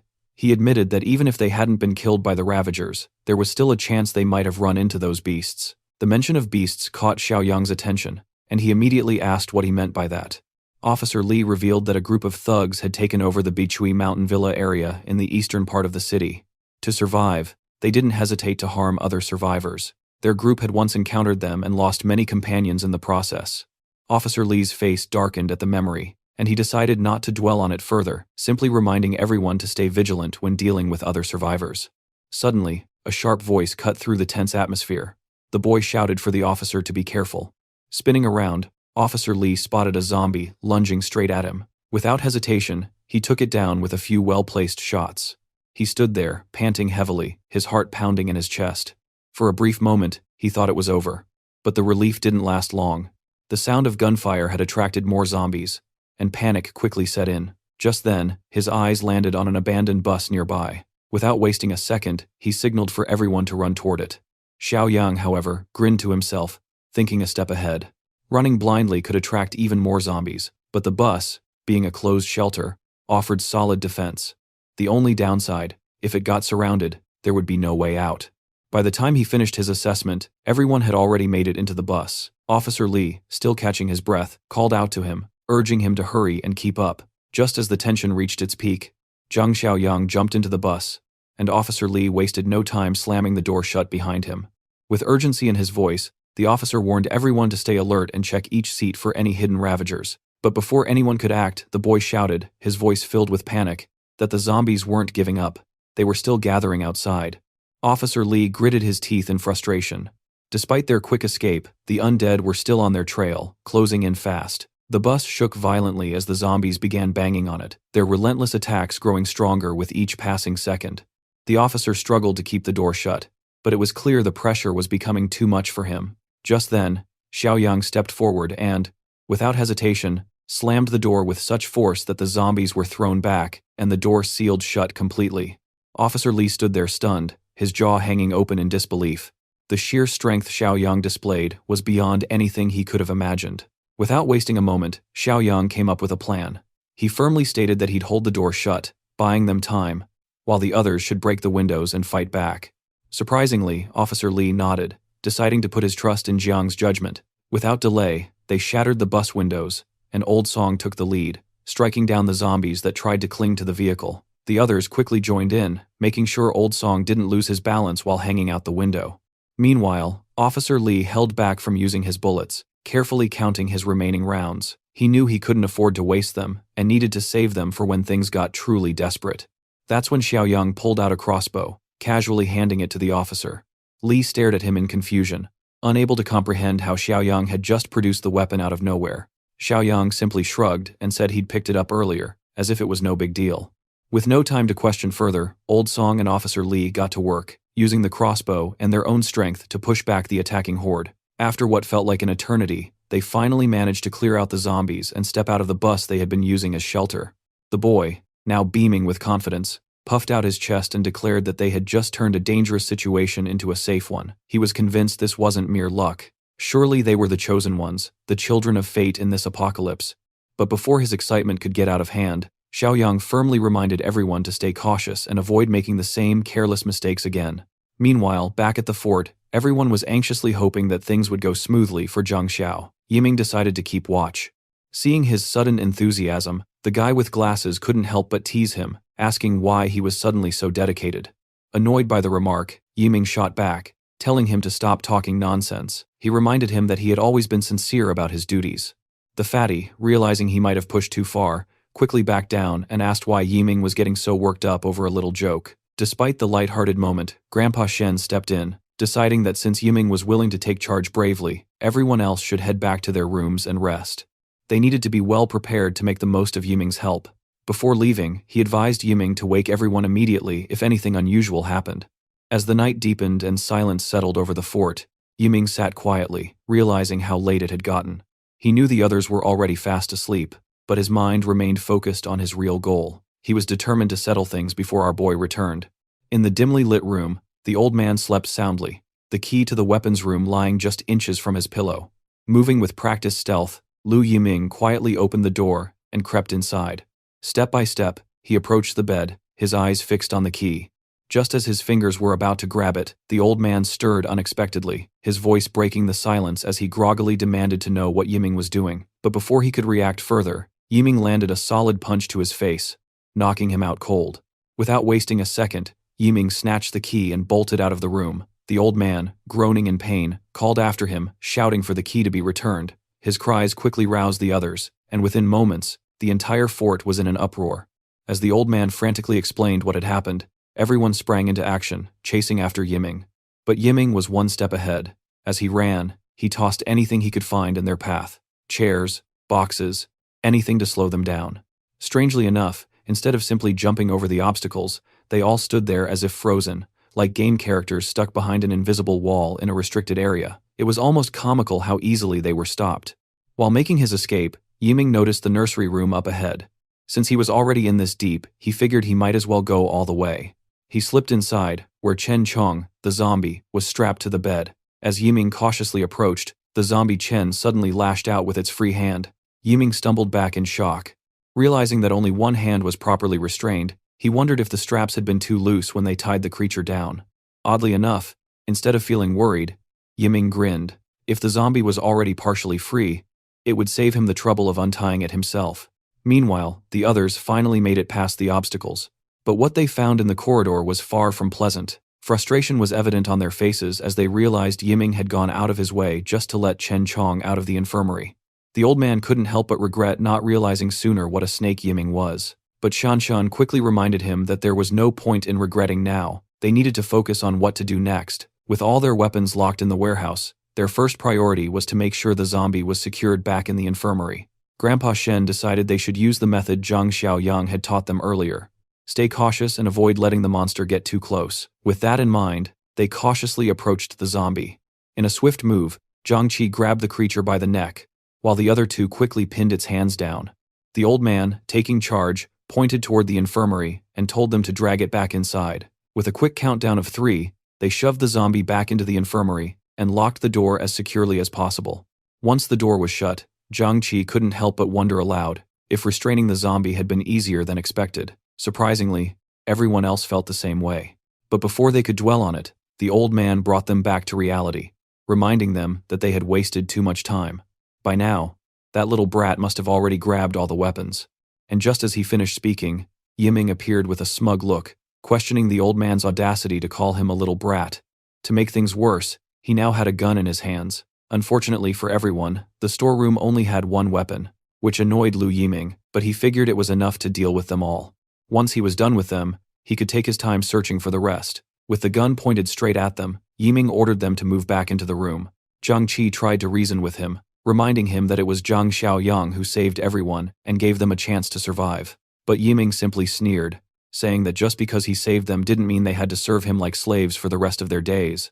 The old man, furious, called him an ungrateful fool, but there wasn't much they could do now. Meanwhile, inside the infirmary, Chen Chong seemed to have his own plans. Watching the heated argument unfold outside, it looked like he was about to make his move. But before anything could happen, the scene shifted to Rancian Garden. There, Officer Li was giving precise directions to Zhang Xiaoyang, explaining how to reach Jinyu Mansion. He warned that the layout of the residential area was complex, making it an easy hiding spot for zombies. Xiaoyang needed to be extra careful. Officer Li advised him to use the side gate of the community instead of the main gate. It would be safer that way. Xiaoyang nodded, taking the advice to heart, and assured Officer Li that he'd keep it in mind. As he walked toward his next destination, Old Song suggested they should help him out. After all, he had saved their lives by fending off those zombies. But Officer Li wasn't convinced. He reminded Song that they had no idea what was waiting inside Jinyu Mansion. If they accidentally walked into a horde of zombies, it would all be over in an instant. Still concerned, Old Song asked why they were letting Xiaoyang walk straight into what seemed like certain death. Officer Li sighed, saying he had already warned the boy as much as he could. There was nothing more to do now but feel sorry for him. However, Li also pointed out that Xiaoyang shouldn't be underestimated. His skills were far beyond ordinary. Meanwhile, outside the mansion, zombies roamed everywhere, and inside, the goons holding Zhang Shengzi's family hostage were getting impatient. One of them grumbled, annoyed that Zhe hadn't returned yet, but another thug, less concerned, declared that he had held in his frustration long enough. Tonight, he was going to take it all out on Zhe's wife. Otherwise, he wouldn't be able to sleep. It was clear that these fools were simply waiting for a dead man to walk through the door. However, one of them, smarter than the rest, pointed out that Zhang might already be dead. After all, he had gone out alone. The disgusting thug shrugged and added that when they finally got their hands on the woman, they'd make sure to tie her up tight so she wouldn't even have the chance to take her own life. Hearing their vile plans, the woman trembled in fear, helpless against their cruelty. Finally, the man with the ponytail gave the signal, allowing his men to do as they pleased. But he made one thing clear. Nothing should happen to her, at least not while they were busy with their dirty games. Just then, something outside caught Ponytail's attention. His eyes narrowed as he noticed something unusual. The zombies, every single one of them, had mysteriously dropped dead. He had no idea what was going on, but we know who did this. Curious, Ponytail decided to check it out, wondering if a rescue team had arrived. But before he could take another step, his life came to an abrupt end. The moment he stepped outside, a dagger slashed through his throat, cutting it clean. His head hit the ground with a dull thud, rolling away lifelessly. Meanwhile, the other thugs in the room were ready to claim their prize. Their faces lit up with twisted excitement as they eagerly undid their belts, their eyes filled with sick anticipation. Xiaoli's son clung to her desperately, but they yanked him away without a second thought. A sharp slap landed across Xiaoli's face, silencing her cries. The kid, despite his fear, refused to back down, his tiny fist clenched, ready to fight with everything he had. But the thugs had no patience for his defiance. They kicked him out of the room, slamming the door shut behind him, leaving him alone outside. Just then, the headless body of the guy with the ponytail collapsed to the ground in front of him. The boy stood frozen, his eyes wide in shock. But what stunned him even more was the dark silhouette standing in the doorway. Zhang Xiaoyang glanced down at the trembling boy and calmly asked if Zhang Shengzi was his father. The kid stammered for a moment before nodding, his voice barely escaping his throat. Meanwhile, inside the room, the thugs were already tearing at Xiaoli's clothes as she desperately tried to cover herself. One of them, smug and arrogant, slapped her again, demanding that she scream. But Xiaoli remained silent, refusing to let her son hear her suffering. Frustrated by her resistance, the thug decided to take his turn first before letting the others have their way. Before he could act, the door suddenly slammed open. One of the thugs, thinking it was the brat trying to fight back, scoffed and turned toward the door. But before he could even react, his head was sliced clean off, and he fell silent. His friend, clueless to what had just happened, barked at him to stop standing around like an idiot and throw the kid out again. What he didn't realize was that his buddy was already dead, his lifeless body crashing to the floor with a heavy thud. The remaining thugs stood frozen in confusion, their minds struggling to comprehend what was happening. At that moment, Zhang Xiaoyang seized one of the thugs and slammed him hard against the wall. The thug, who had been happily undoing his belt just seconds ago, stuttered in shock, asking who he was. But Xiaoyang didn't bother to answer. He delivered a powerful kick straight to the thug's face, knocking him out cold and ending the fight in an instant. Meanwhile, back at the fort, tension filled the air. Lu Yiming stood with his gun, pointed at everyone, his voice cold and final, as he warned them one last time, "Move, or he would shoot." The old man, seeing no other choice, urged the others to do as the bastard said and step into the room, but Shanshan hesitated, unwilling to comply. The old man, however, insisted she follow orders for now, reminding her that Yiming had the gun and promising to figure something out later.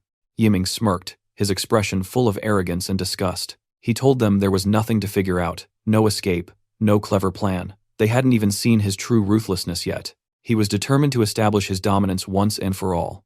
Without wasting another second, he decided to take down the old man first since he was the one talking the most. The two people standing behind the old man desperately tried to talk him out of it, but before they could finish, a sudden noise froze everyone in place. The infirmary door's lock began to rattle. In the next instant, with a loud swing, the door flew open, leaving everyone in shock. To their disbelief, it was Chen Chong.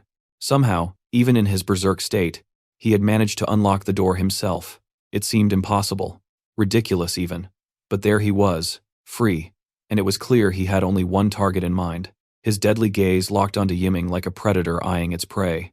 Panic washed over Yiming as he quickly raised his gun, determined not to let this monster, who could open locked doors at will, live a second longer. He pulled the trigger without hesitation. But to his horror, the gun jammed. His eyes widened in despair as he realized he was completely screwed. Before he could even react, Chen Chong lunged at him with terrifying speed. In a flash, he tore Yiming apart, ending the reign of the bastard who had kept everyone on edge for so long. But the horror didn't end there. Chen Chong, without a word, dragged Yiming's lifeless body toward the infirmary, leaving everyone speechless. They could only watch in stunned disbelief, unable to comprehend what they had just witnessed. Then, in a chilling move, Chen Chong picked up the key to the infirmary door, tossed it aside, and locked himself inside once again, leaving everyone outside standing in utter bewilderment. Meanwhile, Zhang Xiaoyang had finished dealing with the thugs and finally freed the terrified mother as she clung to her son protectively. Xiaoyang called the boy over to him, but the mother, holding him close, anxiously asked what he intended to do with her son. Without offering any explanation, Xiaoyang simply told the kid to come. After a moment of hesitation, the boy assured his mother that everything would be fine and slowly stepped forward. When he reached him, Xiaoyang handed him a dagger and, in a calm yet firm voice, told him to finish off the thugs. The remaining goons, realizing what was coming, dropped to their knees and started begging for their lives. Even the mother, desperate and afraid, pleaded with Xiaoyang, insisting that her son was just a child. But Xiaoyang's response was unwavering. He stated that the boy wasn't just a kid anymore. Everything changed from this moment on. From now on, he was the one responsible for protecting his mother, and if he wanted to keep her safe, he needed to gather his courage and eliminate the monsters who had hurt her. As the disgusting smirks of the thugs flashed through his mind, a wave of anger surged within the boy. Fueled by rage and newfound determination, he charged at them, striking them down one by one. The mother's horrified gaze never left her son, and though the thugs were finally gone, the boy's heart remained heavy. He knew that no matter how many enemies he defeated, his father was never coming back. Overwhelmed by grief and frustration, he turned to Xiaoyang and asked if his father was really gone. Pushing up daisies now, Xiaoyang, with a heavy heart, gave him a solemn yes. Unable to bear the weight of reality, the boy let the bloody knife slip from his hands and ran straight into his mother's embrace, holding her tightly, searching for comfort in her warmth. Desperate to keep her son safe, the mother turned to Xiaoyang and pleaded with him to take the boy with him, offering to do anything in return. But the boy wiped his tears and declared that he wanted to stay with his mother and protect her himself. Seeing his determination, Xiaoyang made an offer to both of them. He invited them to come with him. He revealed that he had promised Zhang Shengzi to keep them safe. With that assurance, the mother and son agreed to follow him, walking past the lifeless bodies of the thugs who had once tormented them. As they moved on, the boy Shuai glanced at the corpses scattered around, fear creeping into his eyes. What terrified him more, however, was the man who had taken them down so effortlessly. Noticing the unease in the boy's face, Xiaoyang, with his usual calm, simply stated that he was the one who had dealt with them all. Just then, Xiaoyang raised his hand, signaling them to stop. His sharp instincts picked up on something suspicious nearby. The scene shifts to Building 8, where a group of looters stands outside, demanding supplies from the terrified residents inside. They shout threats, assuring everyone that if they surrender their resources, they'll be spared. But deep down, everyone knows it's a lie. Inside the apartments, tension fills the air as our team debates whether they should give in. The fear is real, but Officer Lee quickly shuts down the idea, his voice firm. He reminds everyone that these looters are nothing more than animals. They won't keep their word. If they surrender, the men will be killed, and the women, well, they'll suffer a fate worse than death. The pressure is too much for one of the women, and she hesitantly suggests going outside to beg for mercy. But another woman immediately protests, refusing to become a plaything for those monsters. Before the argument can escalate, the gorilla stops them, silencing them both with a calm but commanding voice. There's no need to panic. Surrendering isn't an option. He assures them that they have a plan and instructs them to guard the hallway, confident that the looters won't be able to break through. Meanwhile, outside, the gang leader watches the building with a smirk. He knows they're well armed, but his lackey isn't so sure. The guy voices his doubts, pointing out that forcing their way in won't be easy, especially since the survivors inside are armed and staying hidden, making an ambush even more difficult. But the leader only chuckles, his eyes gleaming with cunning. There's no need for brute force. Instead, he orders his men to cut off the water supply to the first-floor apartments. Smirking, he decides to wait and see how long they can hold out without it. As the looters set their plan into motion, Zhang Xiaoyang stands nearby, watching them carefully. Beside him, little Shuai looks up and innocently asks if these men are bad people. Xiaoyang can't help but find the irony in the question, especially coming from Shuai, the same kid who just took down 3 grown men with nothing but a dagger. Xiaoyang reminds him that these are the same kind of people who bullied his mother, and that's exactly why they need to be dealt with. Back inside, Officer Lee takes charge, instructing everyone to guard the stairs and stay hidden. He plans to check things out himself. Moving cautiously, he creeps over to the window and sneaks a glance outside. 7 looters, all armed, 3 of them carrying guns. Just as he processes the situation, a sudden loud bang echoes through the air, catching him off guard. His heart pounds in his chest as the rest of the group freezes, confusion and fear spreading through them. No one knows what just happened. As the chaos unfolds, bullets tear through the air, ripping apart the thugs. One of their men goes down, and the rest are left clueless, frantically looking around to figure out who's attacking them. That's when Brother Lee spots Zhang Xiaoyang, gun in hand, steadily making his way forward. Without hesitation, Xiaoyang opens fire again. A single shot lands right between the eyes of one of the goons, dropping him instantly. As the remaining thugs spot him standing in the middle of their circle, they panic and start firing their pistols wildly. But the boy just keeps walking, completely unfazed. Not a single bullet even grazes him, and that only makes him smirk. Watching their sloppy aim, he can't help but find their attempts laughable. Raising his gun, Xiaoyang takes aim at the leader hiding behind a concrete block, but his bullets only manage to chip away at the surface. Frustrated, the boss barks at his lackey to stop messing around and fire back properly. One of the thugs, finally gathering his courage, stands up with determination, ready to take Xiaoyang down himself. But before he could do anything, Xiaoyang smoothly adjusts his aim, and, with just a couple of shots, blows the guy's head off. The leader, still crouched behind the block, sneers. In his mind, Xiaoyang must be out of bullets by now. Feeling smug, he decides it's his turn, raising his gun to fire. But Xiaoyang meets his gaze with a cold, unwavering stare, standing tall without a hint of fear. The moment the thug pulls the trigger, Zhang Xiaoyang moves with lightning speed, effortlessly dodging the shot. Before the thug can react, Xiaoyang grabs his arm, the one holding the gun, and, in a swift motion, turns it upward, pressing the barrel right under his neck. Without a second thought, he pulls the trigger, sending a bullet straight through the thug's skull. Just like that, the entire squad of criminals is taken care of. Without wasting a moment, Xiaoyang rummages through the leader's dead body, searching for anything useful. Once he's done, he steps into the building, only to be greeted by the last remaining goons of the squad. Desperation fuels them as they charge at him. But Zhang Xiaoyang doesn't even flinch. He stays rooted in place, calm and collected. The silence is shattered by 3 crisp gunshots, each perfectly placed, dropping the thugs one after another. Watching all of this, Shuai is over the moon, his excitement barely contained. He's beyond impressed with how effortlessly Xiaoyang handled the fight, and can't help but admire him even more. Just then, a system notification appears in front of Xiaoyang, revealing his next objective: recruit survivors from Rangxian Garden. Completing this task promises a valuable reward. Curious, Xiaoyang asks about these people, and Officer Li responds, explaining that they're from the Bichui villas, located to the south of the city. Officer Li quickly called over the 2 men in yellow jackets, Lu Chao and Xinji, instructing them to brief Xiaoyang about Bichui since they had just come from the south. Without hesitation, the 2 men shared what they knew. The people in Bichui weren't just survivors, they were an organized gang, well-armed and well-supplied, holed up in Bichui villas. They had taken in nearly all the survivors from the southern regions. Hearing this, Zhang Xiaoyang paused for a moment, memories from his past life flooding back. He couldn't help but wonder if Bichui was where Li Shuxiong and Kui Jing settlements had been. Could it be them who had taken over? He turned to Lu Chao and Xinji, asking if they meant that Bichui was the only settlement left in the south. One of the men nodded, explaining that it hadn't always been this way. The gang, armed to the teeth, had crushed smaller settlements one by one. Wherever they went, they slaughtered half the population, abducted young women, and recruited anyone willing to submit. Zhang Xiaoyang was sure now. He knew exactly who was behind this. Officer Li, noticing his certainty, asked what he meant. Without hesitation, Xiaoyang pointed out that the 3 guys they had just taken down were carrying handguns, which meant there were likely more of them out there. He told the men to hold onto the guns and check for extra magazines. There was no doubt they'd need them. Handing over his rifle to Officer Li, Xiaoyang told him to keep it, adding that he'd leave them with 5 magazines. He warned that the Bichui crew wouldn't let this go easily, but with these weapons, 10 or so men should be able to hold their ground.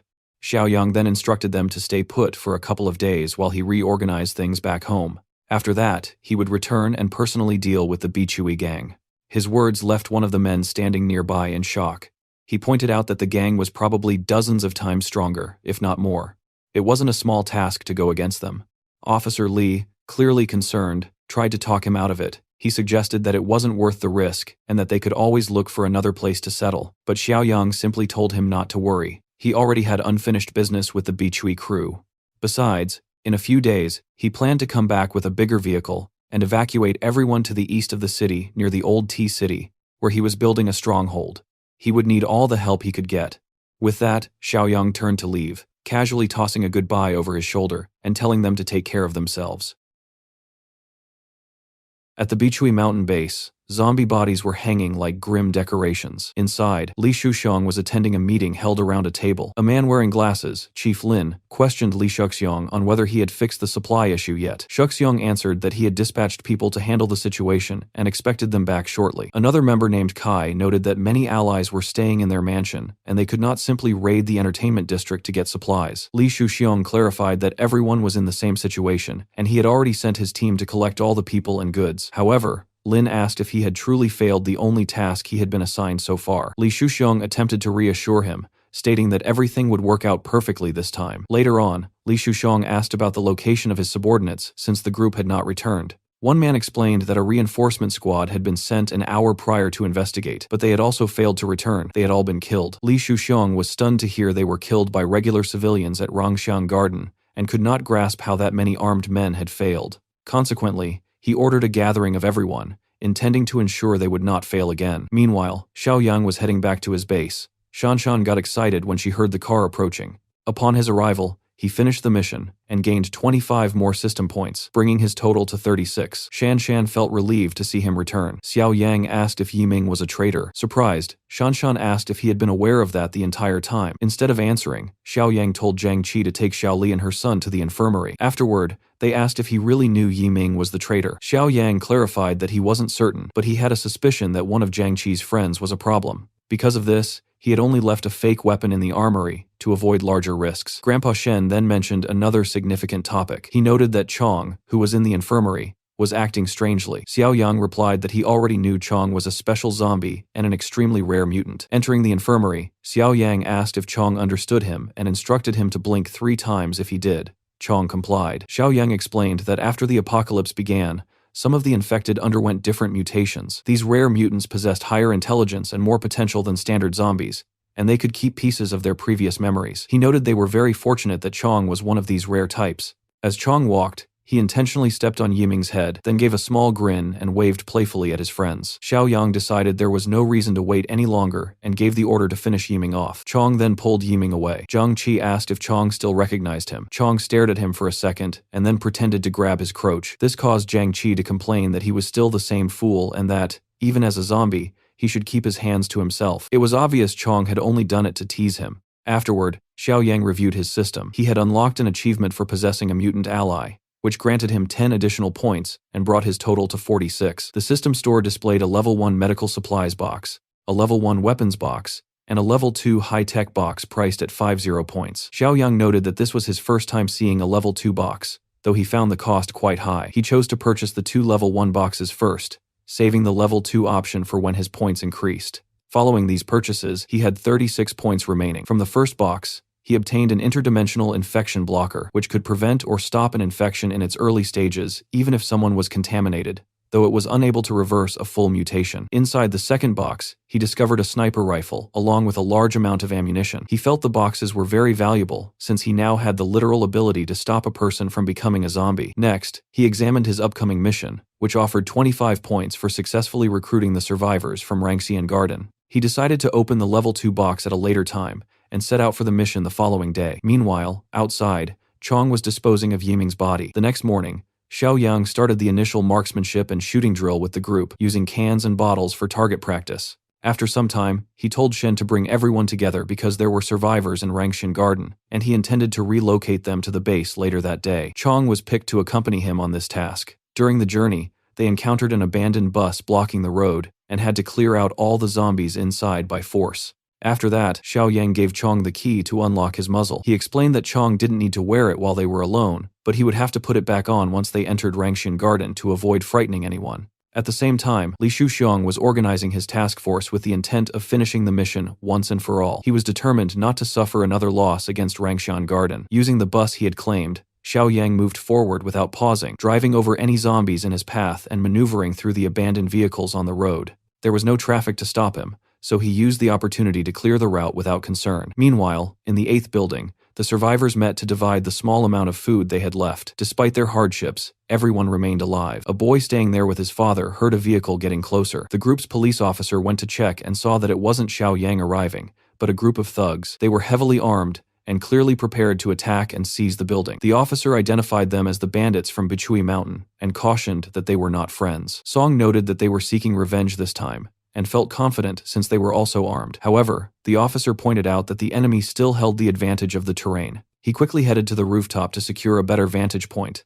telling the rest of the group to stick to the agreed-upon plan. Meanwhile, Li Shuxiong and his men repositioned themselves slightly to find a suitable vantage point to fire at the building. They readied their submachine guns and unleashed a coordinated volley of gunfire. Li Shuxiong then picked up a loudspeaker to threaten the occupants and issue a warning. Before he could speak, however, one of his allies was killed by a shot to the head, and another was brought down by a shot to the leg. The shooter was the police officer, who was well positioned on the rooftop with his AK-47. This caught the enemy group off guard, as they had been misinformed that the residents only possessed a pistol. A surprised Li Shuxiong remarked that he didn't know how they had obtained an automatic rifle. Under the circumstances, he stated they needed to retreat, but commanded everyone to wait for his signal. One impatient man tried to run too early and was killed by headshots. It was only after the signal that they began a disciplined withdrawal. Even so, they were picked off one by one. Realizing the battle was lost, Li Shuxiong used his own subordinates as bait to distract the marksman. He managed to reach the car, abandoning a wounded comrade who was promptly killed by the officer's fire. Meanwhile, Xiao Yang remained on the road. During his drive, he encountered Li Shuxiong's car but decided to let them pass, as he had a more pressing objective to complete.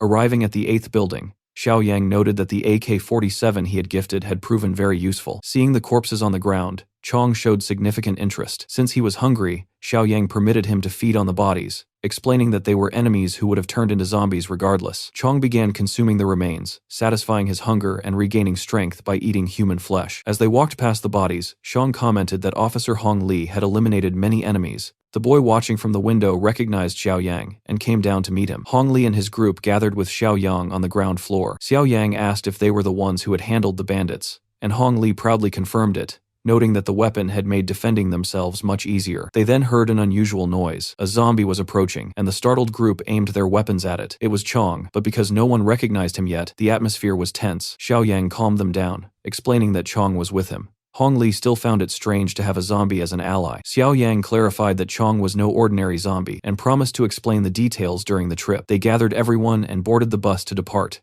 Before leaving, Xiao Yang told Chong to eat as quickly as possible. Later, Chong put on his muzzle, which also served as a mask to avoid frightening the others. The boy asked if Chong had put the mask on himself, and Xiao Yang warned him to be careful speaking that way around Chong, as he was easily offended and might react poorly. When Chong stepped onto the bus, his weight caused the vehicle to rock, impressing Hong Li with his strength. After Chong finished eating, he tried to return the bus key to Xiao Yang and mumbled a few words. It was evident that consuming human flesh had caused him to evolve. He was now able to speak basic words, similar to a child learning to talk. This suggested he would grow even stronger and more intelligent in the future. Despite him not being a normal zombie, they continued their trek back to the base.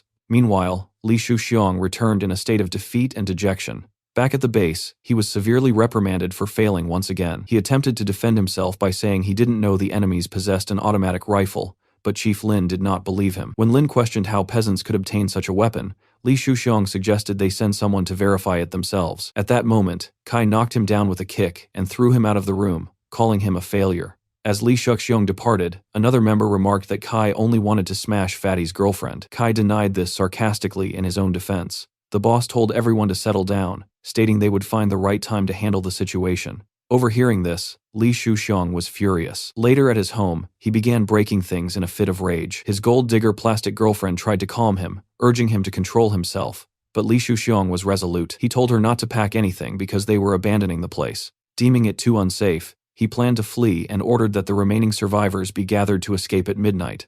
Meanwhile, the bus carrying the survivors from Rangxian Garden pulled into Xiao Yang's base. By recruiting the 5 individuals from the garden, Xiao Yang fulfilled his mission, but since he brought a total of 8 survivors, he secured 5 bonus points. This brought his system total to 66 points. He then informed Chong that they would be heading to the southern part of the city the following night. Hong Li questioned why they would venture into such a perilous area, and Xiao Yang clarified that he had unresolved matters to settle with the people from Beechway Mountain Villa. Later, while in his room, Xiao Yang consulted his system once more, prepared to purchase the final level 2 high-tech crate. He spent 50 points on the crate, leaving him with 16 points remaining, and hoped the investment would be worthwhile. Upon opening it, he discovered a physical enhancement serum plus 20. He was struck by how valuable such an item was for a level 2 crate. After applying the serum, his physical attribute climbed to 33 points, making him more than 6 times stronger than a typical human. His reflexes improved so significantly that he was able to catch an insect out of the air without effort. Afterward,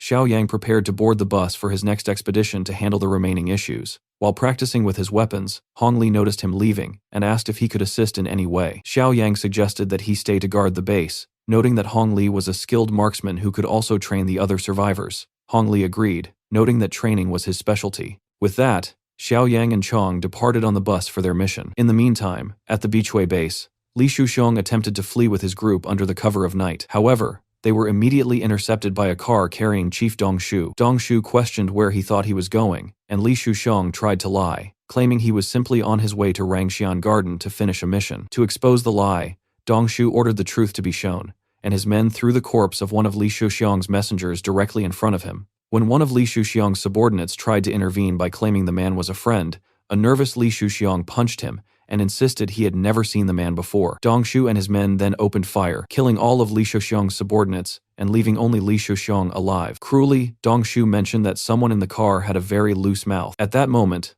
Li Shuxiong realized that Kui Jing had betrayed him by telling them everything. He became enraged, questioning how she could do such a thing. Kai wanted to know what to do with Li Shuxiong, and Boss Lin ordered his immediate execution. With no way to defend himself, Li Shuxiong was hanged and left in front of the base as a grim warning to any other potential traitors. After some time, Xiaoyang arrived with the bus, and that was the first thing he saw. He recognized Li Shuxiong's cruel fate and told himself it was deserved. Even so, he saw a use for him. He freed the now zombified body and remarked that despite such a tragic end, Li Shuxiong could still help him get revenge. Meanwhile, inside the Beichui base, there was a disgraceful scene that does not deserve a detailed description. Kui Jing was wearing extremely revealing clothes and was clearly involved in an intimate situation with Lin. While they were distracted, Kai heard a strange noise coming from outside. He peeked out and saw the guards were dead as someone knocked on the door to draw their attention. Xiaoyang approached stealthily from behind without giving them a chance to react. He slit Kai's throat, killing him silently, and then threw another knife with precision into Lin's head,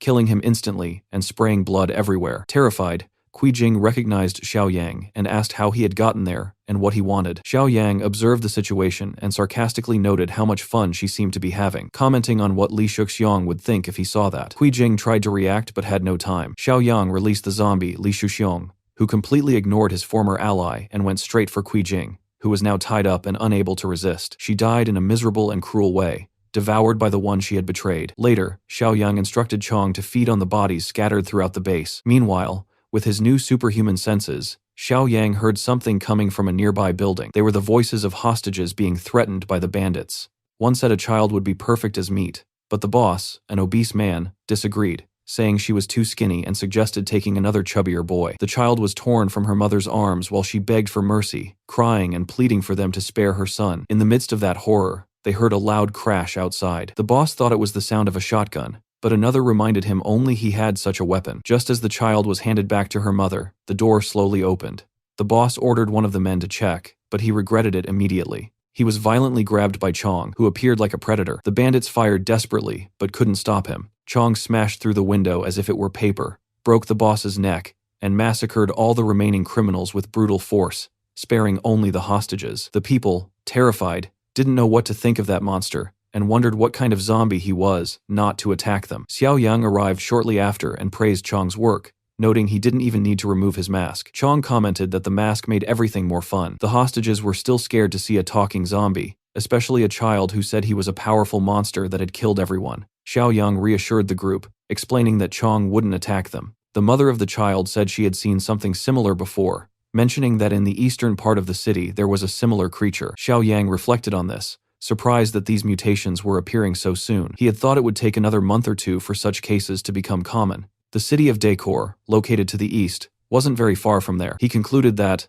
like Chong, there were other rare mutants. Some zombies, depending on the individual, could retain part of their sanity and memory, turning into extremely efficient killers, but there were also unstable mutations that were far more violent and dangerous to everyone. Chong asked Xiaoyang if he was like those dangerous mutants. Xiaoyang explained that he didn't need to worry because he wasn't like that. In fact, he told Chong that he was one of the luckiest, and with Xiaoyang around, he would never lose his sanity. Then Xiaoyang asked if there were any other survivors in that place. The people replied that there were still several locked rooms and mentioned that there were people alive in the basement. When they went down there, they found a terrible scene. It looked like a human slaughterhouse full of human remains. Xiaoyang thought that might explain why there were no other survivor groups in that area. They must have killed so many people on purpose. He considered that either the meat had been wasted because there weren't enough people to eat it, or it was being used to feed zombies. Xiaoyang asked about the situation in an office they had mentioned earlier. One of the men explained it was about a kilometer away near the south gate, where several people had been locked up and would probably suffer the same fate.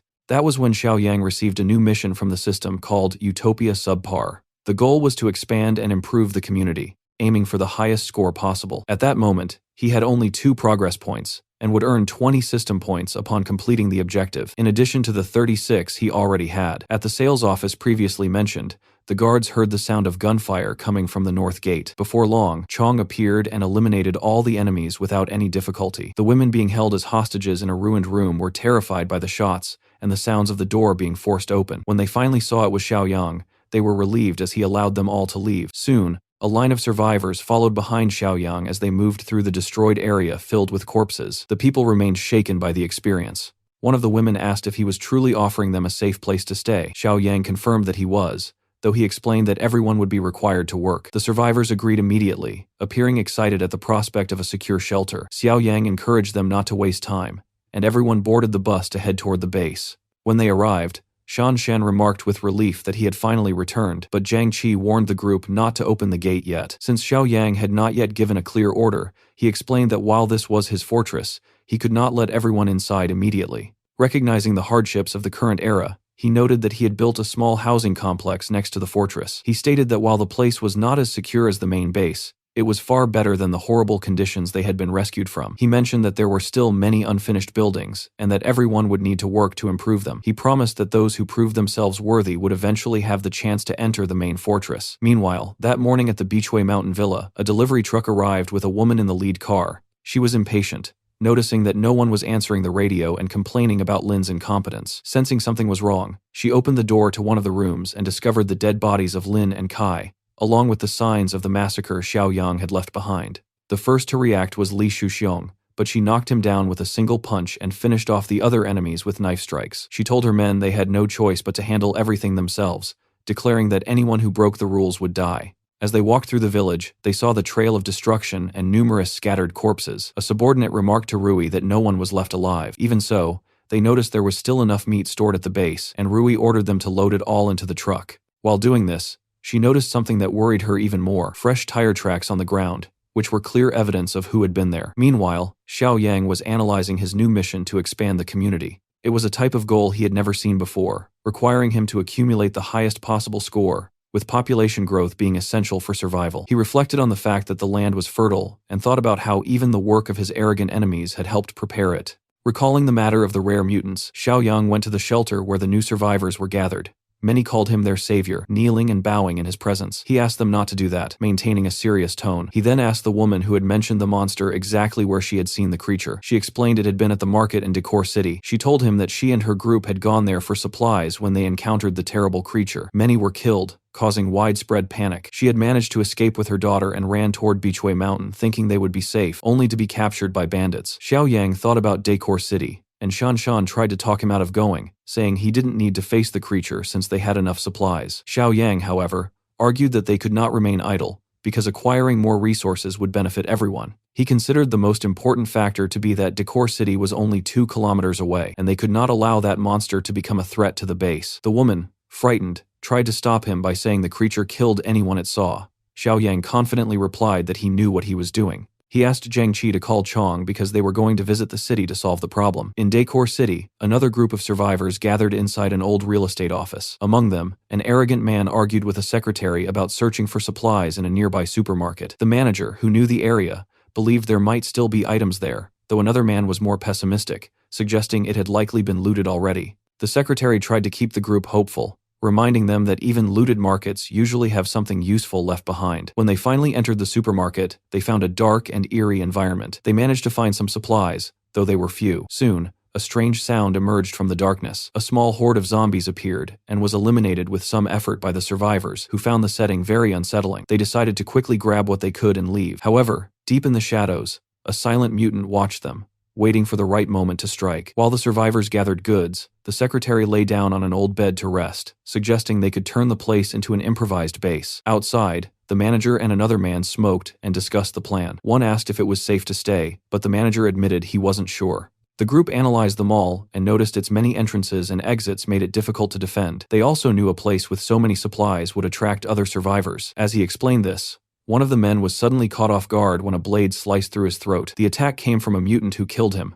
remarking that fresh meat was the best. One survivor tried to flee, screaming for help, but only managed a few steps before being cut in half. The others panicked and ran in fear, but the mutant warned that no one would escape. One by one, they were all killed brutally. The secretary got closest to the door, running with all her hope, but something reached her. It was Chong, who completely ignored her and kept going. Then Xiaoyang appeared and tried to calm her, telling her not to be afraid. The secretary recognized him as the boy who had bought that piece of land, and he remembered her as well. Her name was Ning Wan Wan, and she had sold him the land. She confirmed this, but warned that they needed to run because of a monster or ghost in the building. Xiao Yang, however, said everything was fine, and assured her the monster would soon be eliminated. When Ning Wanwan looked to the side, she was shocked to see Chong fighting the large mutant. Chong defended himself easily, even against heavy attacks. The mutant asked if he intended to handle the fight alone, and Chong replied that he would try. Holding his opponent firmly, Chong pushed him away with surprising force. The furious mutant remarked that there was another one like Chong, and that this would be fun. He showed he was faster and stronger,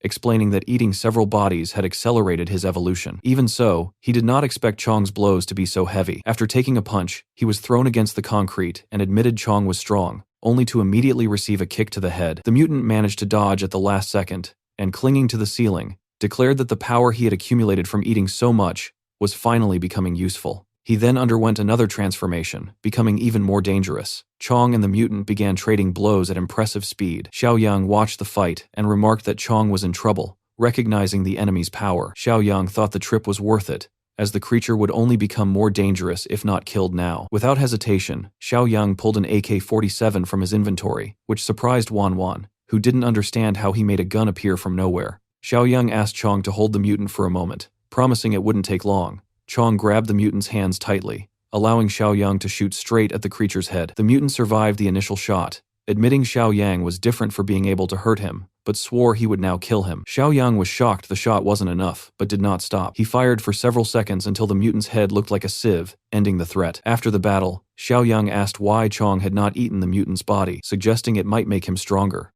The system quickly notified him that he had received another mission point for removing a danger to the community. Satisfied, Xiao Yang said that since they were there, they would not leave empty-handed. They decided to clear out all available supplies, and he used his spatial ring to store everything. Jiang Qi watched, always finding Xiao Yang impressive. Xiao Yang remarked that instead of letting the bodies turn into monsters, he wanted to know if Chong was still hungry. Meanwhile, not far away, Rui and her subordinate were carefully observing Xiao Yang's base. They studied the guards and the number of people inside, concluding that while the group was decent in size, they were poorly armed, a weakness they could exploit. The driver asked if this was the same man who had defeated the Bichui group. Rui confirmed it was, recalling that they had used stealthy tactics to take down the other faction. She mentioned she had already warned people from the district that the area was unsafe. To Rui, it looked like a divine gift, a new location to turn into her own base. Her companion even joked that he almost felt guilty. When the driver asked if the plan was to attack immediately, Rui was clear that they would not. They would return to plan better, regroup,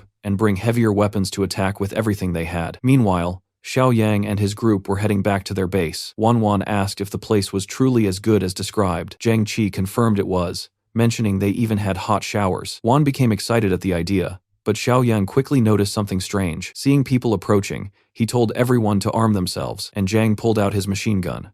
As one car passed the other, Xiao Yang stared at Rui and received a new mission from the system called Nemesis Villain Volume 1. He needed to resist the enemy invasion to earn 50 system points. Xiong wondered if that woman was planning to invade his base. Later, Xiao Yang spoke with Shan Shan, asking if she had seen anything suspicious that day. She mentioned seeing a car in the distance without knowing its direction, and asked if he had noticed anything strange. Xiao Yang suggested they ask Grandpa Shen to call everyone for a meeting, because they had an important announcement. Meanwhile, at a coal mine in the southern suburbs, some survivors were walking around using communicators. They had been lured there by a message promising a base. They were searching for the exact location when Rui's car and her team approached. She asked if they had come because of the message, and if they wanted to see the base. The survivors confirmed they had, impressed by Rui's appearance, and she replied they had arrived at the right time, asking them to follow her. The men showed suspicious intentions. Later, at the base built in the coal mine, the group was very impressed by the scale of the place, saying they had finally found a good home. One of them asked for a bathroom, and Rui smiled, telling him to follow her. While the two of them were in the bathroom, Rui followed the man inside. He seemed to pick up on what he thought were her intentions and told her not to be shy. However, Rui did not hesitate and pressed a knife to his neck. She explained coldly that she thought they would be good survivors, but they turned out to be a disappointment. When she finished, Rui calmly returned and saw that her subordinates had already completed the rest of the work. All the survivors were dead. She stated they would soon call for transport to take the bodies away. Back at Xiaoyang's base, everyone had gathered. Hongli asked if someone really wanted to attack and who they were. Xiaoyang explained they lacked clear information on the enemy, but needed to prepare for an attack at any moment. He said that Chong and Zhang would go with him to finish the construction of the unfinished structures, and that they planned to temporarily move the refugees there. Many people, including little Xiao Yu, volunteered to help, showing a willingness to cooperate. Wanwan, noticing the tension, decided she would go as well. Hong Li and Grandpa Shang were left in charge of defending the base, while the rest of the group went to the abandoned buildings to salvage what they could. This task force reached the unfinished buildings and had to eliminate numerous zombies upon arrival. In the end, no one was hurt. Chong took the opportunity to eat, and Xiaoyang told everyone they would stay there for now, since an attack could happen in the coming days. Some refugees volunteered to fight and help with the defense. Xiaoyang said that was fair, but first asked them to clean the entire place. He explained that he would later send weapons and ammunition, and that everyone must follow orders and communicate via radio. Meanwhile, Rui was busy preparing all of her weaponry for the upcoming assault. During this time, it was revealed that she also had a mutant within her own forces. She informed her group that they needed to take the attack very seriously, because the people at that base had completely wiped out the village. One of the men questioned who exactly had performed that feat. Rui replied that it was a group located in the eastern suburbs, and announced that they would begin the attack the following morning. Throughout the night, Xiaoyang was checking his system. He had accumulated 46 points. He considered what he could buy and decided to purchase the Level 2 Awakened Powers box for 25 points, along with the Level 2 Post-Apocalyptic Farmers box and the Level 1 Supplies box. He bought them all at once since he had enough points. In the Awakened Powers box, Xiaoyang gained the Physical Strength Overload ability, which was capable of increasing all his stats by 25% for a limited time. However, once the effect wore off, he would be temporarily weakened. He calculated that with his current 33 strength points, using the overload would push him past 40, which was the equivalent of 8 times the strength of a normal human. He was excited to test this new ability. The next morning, Rui set out with all her people and weapons to attack Xiaoyang's base. She explained the strategy to everyone, saying that the first group should drive to the shelter and kill all the refugees. Meanwhile, the other group would try to open the metal gate. The mutant in their group showed enthusiasm, saying he was hungry. At Xiaoyang's base, Hong Li was analyzing the terrain and commented that he had found good spots for cover, even if the view was a little more limited than from the watchtower. Xiaoyang told him not to worry since that would not be a big problem. Hong Li asked why. That was when Xiaoyang remembered that Hong Li had worked as a sniper for years. Hong Li corrected him, saying he had only worked for a few months, but Xiaoyang asked if he could shoot accurately between 100 and 200 meters. Hong Li interrupted, saying there was no need to worry because he could shoot well up to 500 meters. Xiaoyang thought that was more than enough. Soon after, Zhang appeared carrying something very heavy. When he opened the crate, everyone saw it was a Barrett, which was an impressive elite weapon. Hong Li was surprised, saying he was not even sure he should be touching something of that level. Xiaoyang said he could use it, but warned they only had 2 magazines, meaning 10 bullets in total. Even so, Hong Li was thrilled with the weapon. Xiaoyang then asked Zhang if the rest of the people were ready. If they were, they should put everyone on alert since the enemy could arrive at any moment. Later, Shanshan noticed something different on the horizon. Hong Li said he saw it too, and thought it was probably the enemy. At the same time, one of Rui's subordinates noticed that the refugees who should have been in that area were gone. He suggested they might have been eaten by zombies. The driver asked if they should stop the car to check, but Rui was direct, saying no. She ordered them to go even faster, explaining that if the enemy saw them approaching at high speed,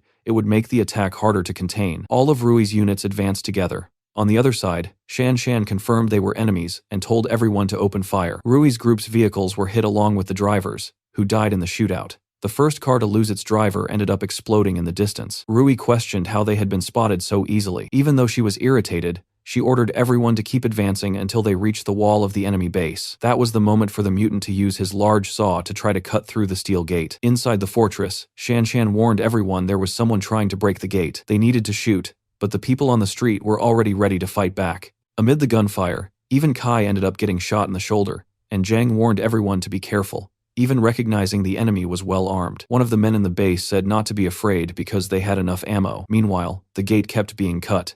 Xiaoyang told everyone to relax, saying he had a plan to deal with it, and ran to another part of the base. In the street, one of Rui's subordinates commented that they had already used up half their ammo. Then was when the mutant finally managed to open the gate with the saw. Everyone ran to provide cover, while Rui looked curious to see how they would handle the mutant. She ordered everyone to rush in at the same time, while the mutant pushed the gate open. Inside the base, Xiaoyang signaled to Hong Li to wait for his command, explaining that he wanted him to aim at the biggest enemy and that he needed to eliminate him with the next shot. The survivors were terrified when they saw the mutant enter. Normal bullets did not penetrate its flesh, which also regenerated quickly with each hit. Watching this, Rui sarcastically commented that they seemed shocked because it was the first time they had seen an evolved mutant. Xiaoyang explained to Hong Li that normal weapons would not work, but his would. With just one shot from the Barrett, he blew off not just the mutant's head, but also part of its neck and torso. Rui was completely shocked to see that, and wondered if they really had weapons of that caliber. At that moment, Xiaoyang appeared, firing his AK at the attackers and completely pinning them down. The enemies tried to flee to their vehicles. Rui, furious, cursed Xiaoyang as that damn kid, and even threw one of her own subordinates in front of the bullets to escape, tossing his body forcefully. Even so, Xiaoyang managed to dodge the attacks and told Hong Li she was trying to get away. Hong Li fired again and hit Rui's leg, causing her to fall to the ground. Although he considered the shot a mistake for not killing her, she was pulled into the car by her men and managed to escape even though she was badly wounded. Xiaoyang said it was fine because they would get their revenge later. The mission Nemesis Villain Volume 1 was completed successfully. He had repelled the invaders and received 50 reward points from the system. The mission to expand the community was also helped by the victory, as he gained morale among his members, earning 2 more points. In total, he now had 76 system points. Next, he received the new mission, Nemesis Villain Volume 2, which required attacking the enemy base and eliminating the cannibals to receive another 50 points. Even so, he reassured the group by saying he knew exactly where the enemies had gone. The people celebrated the victory, pleased that they had not lost anyone from the fortress,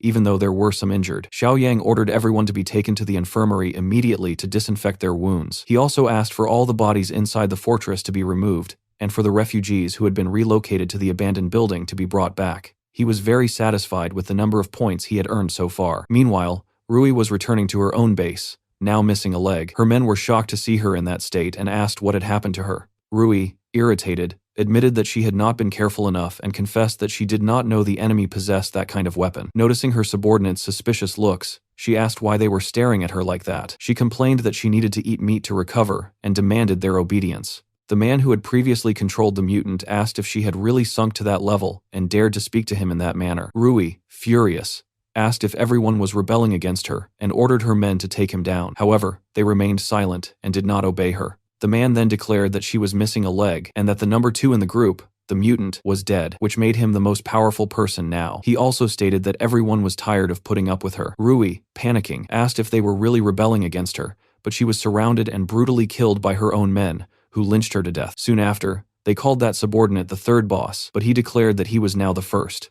Even so, one of the men warned him that their defenses were very weakened since Rui and the mutant were dead and many of them had been lost in the battle. They especially feared encountering that other man again. The new boss understood that he was talking about the guy known as the Tentacle Man, but he replied that they might think about looking for shelter later. Later on, Xiaoyang and Zhang arrived at the coal mine. They confirmed it really was the hideout of those cannibals. Xiaoyang told them to advance carefully and make noise to confuse anyone who might still be around. They passed by Rui's destroyed body along the way. Hong Li commented that they were monsters for having killed their own people. Xiaoyang replied that it was not surprising at all. Zhang, remembering the large mutant they had fought, remarked that it was quite different from Chong. Hong Li agreed, saying he had heard something about evolution, and asked what exactly an evolved being was and how someone reached that point. Xiaoyang explained that it was through consuming human flesh, which was the most direct way for zombies or mutants to gain abilities and evolve. Hong Li then asked if they would also have to eat human flesh to survive the apocalypse. Xiaoyang clarified that it was only the most direct method, but there was another, better way. He then showed them a type of glowing core. He explained that whether it was an evolved human or a zombie, everyone with special abilities was a mutant, and needed to absorb exotic energy to evolve. He said all kinds of meat and blood contained a bit of that energy, even if only in small amounts, which was still better than nothing. The rare mutants and evolved ones had that energy much more condensed in their bodies. He added that as the apocalypse intensified, more mutant zombies and exotic cores would appear. Hong Li asked if zombies also had that energy, and if they could just eat zombie meat. Zhang immediately rejected the idea, saying he would not eat that. Xiaoyang explained that normal people could not eat zombie meat because they would get infected. Only mutants like Chong could evolve that way. Then, suddenly, the system announced that the mission Nemesis Villain Volume 2 was complete, earning Xiaoyang another 50 points and bringing his total to 126. He thought to himself that since there were no more enemy survivors around, there was no immediate threat left. But at that moment, a zombie rushed to attack him, and Xiaoyang easily brought it down without giving it a chance. That zombie had approached without making any sound, showing it was special. Xiaoyang took a core from inside it and offered it to Zhang and Hong Li. Zhang refused, but Hong Li decided to consume both cores at once because he wanted to get stronger. Soon after, he really felt much more powerful. Xiaoyang remarked that Hong Li would become an evolved, but even so, his strength still would not be enough to dominate the apocalypse. Hong Li promised he would not get arrogant. With the immediate danger gone, Xiaoyang decided that everyone would return to the base. Meanwhile, at the steel mill to the east, The people stationed at the base noticed a group approaching. The man leading the group introduced himself as the third boss of the coal mine and asked if they remembered him. The first guard stated that he would report the situation to the leader. A bald man wanted to know what the third boss was doing there, while a woman beside him inquired about the whereabouts of Rui and the second boss. The third boss explained that they had been attacked and killed. Upon hearing this, the bald man authorized their entry and ordered his subordinates to take the group to a safe dormitory. Later, inside that dormitory within the steel mill, one of the subordinates from the coal mine confessed that he had a bad feeling about the situation. While the boss tried to dismiss it as mere paranoia, the subordinate insisted that the place looked more like a prison because it featured iron bars. Soon, a man appeared and ordered everyone to come out. They found themselves completely surrounded by the steel mill soldiers. The mine boss asked what they wanted from them. A woman wearing glasses asked what should happen to someone who betrayed their own leader. The third boss denied any betrayal, claiming that Rui had died in an attack and that the situation was all a misunderstanding. The woman demanded clarifications and asked a man named Li Chang to explain everything he knew. Li Chang stated that he had gone to the coal mine and seen Rui's body, while the second boss was completely missing. He noted that the entire area showed signs of a major battle. According to him, the only plausible explanation was that the subordinates had turned against Rui. The third boss retorted that there was no proof of that accusation. The bald man laughed at the idea of needing proof, reminding them that they lived in an apocalypse where such concepts no longer held any value. He admitted that, truthfully, if it weren't for the abilities of Rui and the second boss, they would have taken over the coal mine a long time ago. He also commented that they could simply kill them all right there, but one of the men present suggested sparing them because they possessed valuable information. The woman with glasses showed interest, and the man revealed that there was a base in the east with many people and supplies. He said Rui and the second boss had attempted to attack it, but had lost. He promised to guide the group there if they spared his life. The woman wanted to know how strong that base was compared to theirs. The man replied that it was probably about the same strength, but mentioned that he had not seen any evolved people there. The bald man asked how they had lost the battle. The man then explained that the other group possessed heavy, high-caliber weapons. The woman considered this to be excellent information, but still ordered all of them to be executed. They begged for mercy, but they were all killed. In that way, the coal mine was left with no survivors. The steel mill's boss asked what their next move would be. They concluded that they should eliminate that threat as soon as possible. The woman warned that attacking suddenly would be risky, since the enemy had heavy weapons. She decided the best course of action was to gather information first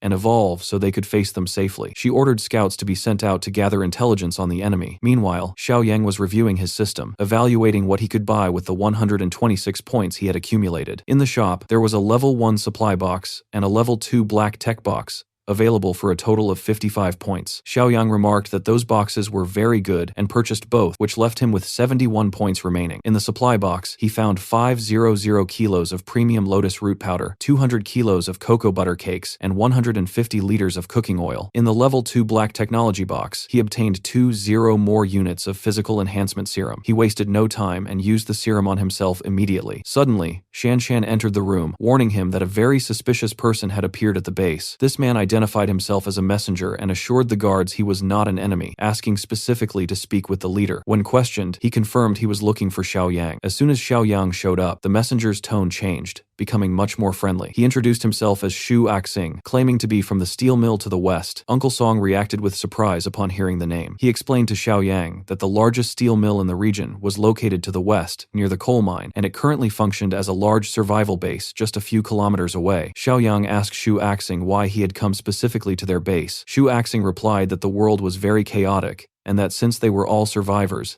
they should unite. He stated he had been sent by his leader to recruit new allies, but Kai warned Xiaoyang not to trust him, noting the man had been prowling the area with a map and inspecting everything. Xiaoyang analyzed the map and used his mind's eye to assess Shu Axing, concluding that he was not trustworthy at all. Without hesitation, he pointed his pistol at the man's head, making it clear he knew his true intentions. He demanded that Shu Axing tell the truth or die right there. Shu Axing justified his actions by saying they were just being cautious and did not want enemies. Xiaoyang then asked Zhang if they had any record of him, and Zhang said they did not. In the end, Xiaoyang ordered Shu Axing to leave. Everyone was a little surprised by the decision, but Xiaoyang had a plan. He handed the map back to the messenger and let him go, thinking to himself that the steel mill could be worth a lot of points in the system. The story then moves forward 5 months later. At the steel mill, there were rumors that people were disappearing again. Some men suspected that the known monster was active once more. When they approached the dump, they heard a strange noise and decided to wait for the guards to check it out. However, before they could do anything, one of them was struck in the neck with a knife. They immediately warned Li Chang that there was a monster in the dump. When Li Chang heard this, He asked if it was the tentacle man. They said it had to be him since the creature was behind a pile of trash. Even so, Li Chang found the sudden, unannounced attack suspicious and ordered everyone to hide. He instructed those with evolved abilities to follow him. He set off with the squad of evolved people, telling them to flee if they were caught off guard. After they searched the entire perimeter, they found nothing but footprints left behind. Li Chang reflected that since the coal mine had closed, many people had gone missing at the steel mill. Previously, there were 3 bases for the monster to attack, but now only their base remained. Still, he concluded that it wasn't the tentacle man. Meanwhile, at Xiaoyang's base, he reflected on the fact that he had survived much longer than in his previous life and realized that rebuilding civilization was not an impossible task. This was his mission, to establish a utopia and expand his community as much as possible. He noted that months had passed without any new system missions involving the steel mill. It was at this time that Shanshan returned to the base. Xiaoyang asked her and Zhang if they had noticed anything unusual during their hunting operation. They replied that they had not, noting that with their current strength, no one even realized they were the ones responsible for the killings. Xiaoyang also inquired about how Xiao Yu had performed on the mission, and they reported that he was adapting well, even reaching the point of killing a zombie on his own. His mother confirmed this with pride. Xiaoyang considered this excellent and reminded the group to save all the mutant cores they had collected. Finally, a new mission titled Nemesis Villain Volume 3 appeared for Xiaoyang, with the goal of eliminating all threats and assisting potential allies, offering a reward of 80 points. Xiaoyang wondered if the system was referring to the people at the steel mill, and whether he would truly have to help them. Later, during a meeting, Hongli remarked that it would be very dangerous for Xiaoyang to infiltrate that location alone. Uncle Song explained that over the last 5 months, the people from the steel mill had continued to send spies and scouts to probe their base. He warned that if Xiaoyang went in alone, he would be an easy target. Despite this, Xiaoyang stated that with his current strength, it would be difficult for anyone to hurt him. Furthermore, he explained that the purpose of the mission was to determine if there were any potential allies inside. He expressed trust in his team to defend the fortress in his absence, stating they would not allow the base to be invaded as long as they were alive. Back at the steel mill, Li Chang was outside the boss's door attempting to deliver an urgent report. The guard, however, stated that no one was permitted to enter except for the 2 leaders. Impatient, Li Chang lunged at the man and grabbed him by the neck. He then apologized, realizing he was losing control of his own body, something that had been occurring since he began evolving. The leader in the room, Ling, ordered them to let him in. She listened to Li Chang's report, in which he explained his theory that the disappearances were not the work of the tentacle man. He noted that he had found women's footprints at the crime scenes, even though none of the victims were women. Ling understood that this pointed to the possibility of another killer among them. She warned him not to spread this information, as the people were already terrified of the tentacle man, and a rumor of another killer would cause panic. She moved closer to ask if he had a plan, but an embarrassed Li Chang said no and left the room, realizing afterward that he had forgotten to ask something else. Inside the office, Ling spoke with another boss whom Li Chang had not noticed. This man asked if the presence of female footprints was confirmed. Ling noted they would have more work ahead, and the man agreed, remarking that he killed while she cleaned up his favorite arrangement since he liked to drain bodies. Meanwhile, Xiaoyang approached the steel mill, killing a horde of zombies along the way. Knowing he was close to his destination, he prepared a disguise. He cut his hair slightly, smeared dirt on his face, changed his clothes, and put on glasses. When he reached the entrance of the steel mill, a guard stopped him and asked who he was. Xiaoyang, in character, claimed he was alone and had finally found a base of survivors to ask for help. The guard asked how he had survived alone for so long, and Xiaoyang explained that his previous base of 10 people had been wiped out by a horde, leaving him as the sole survivor. The guard commented that he must be quite strong, to which Xiaoyang humbly replied that he had gained some strength from surviving many attacks. Even so, the guard made it clear that he would have to pass a test to enter. Xiaoyang thought the people there were not very friendly. At that moment, Li Chang appeared and asked about the newcomer. The guard explained he was a lone survivor and that he planned to take him to an evaluation area. Xiaoyang became suspicious, thinking they might want to kill him in an isolated spot. However, Li Chang surprised him by saying he could enter and even pick up more weapons if he wished. Xiaoyang asked if he could trust them, fearing he might be shot upon entry. Li Chang replied that being cautious was normal in the apocalypse,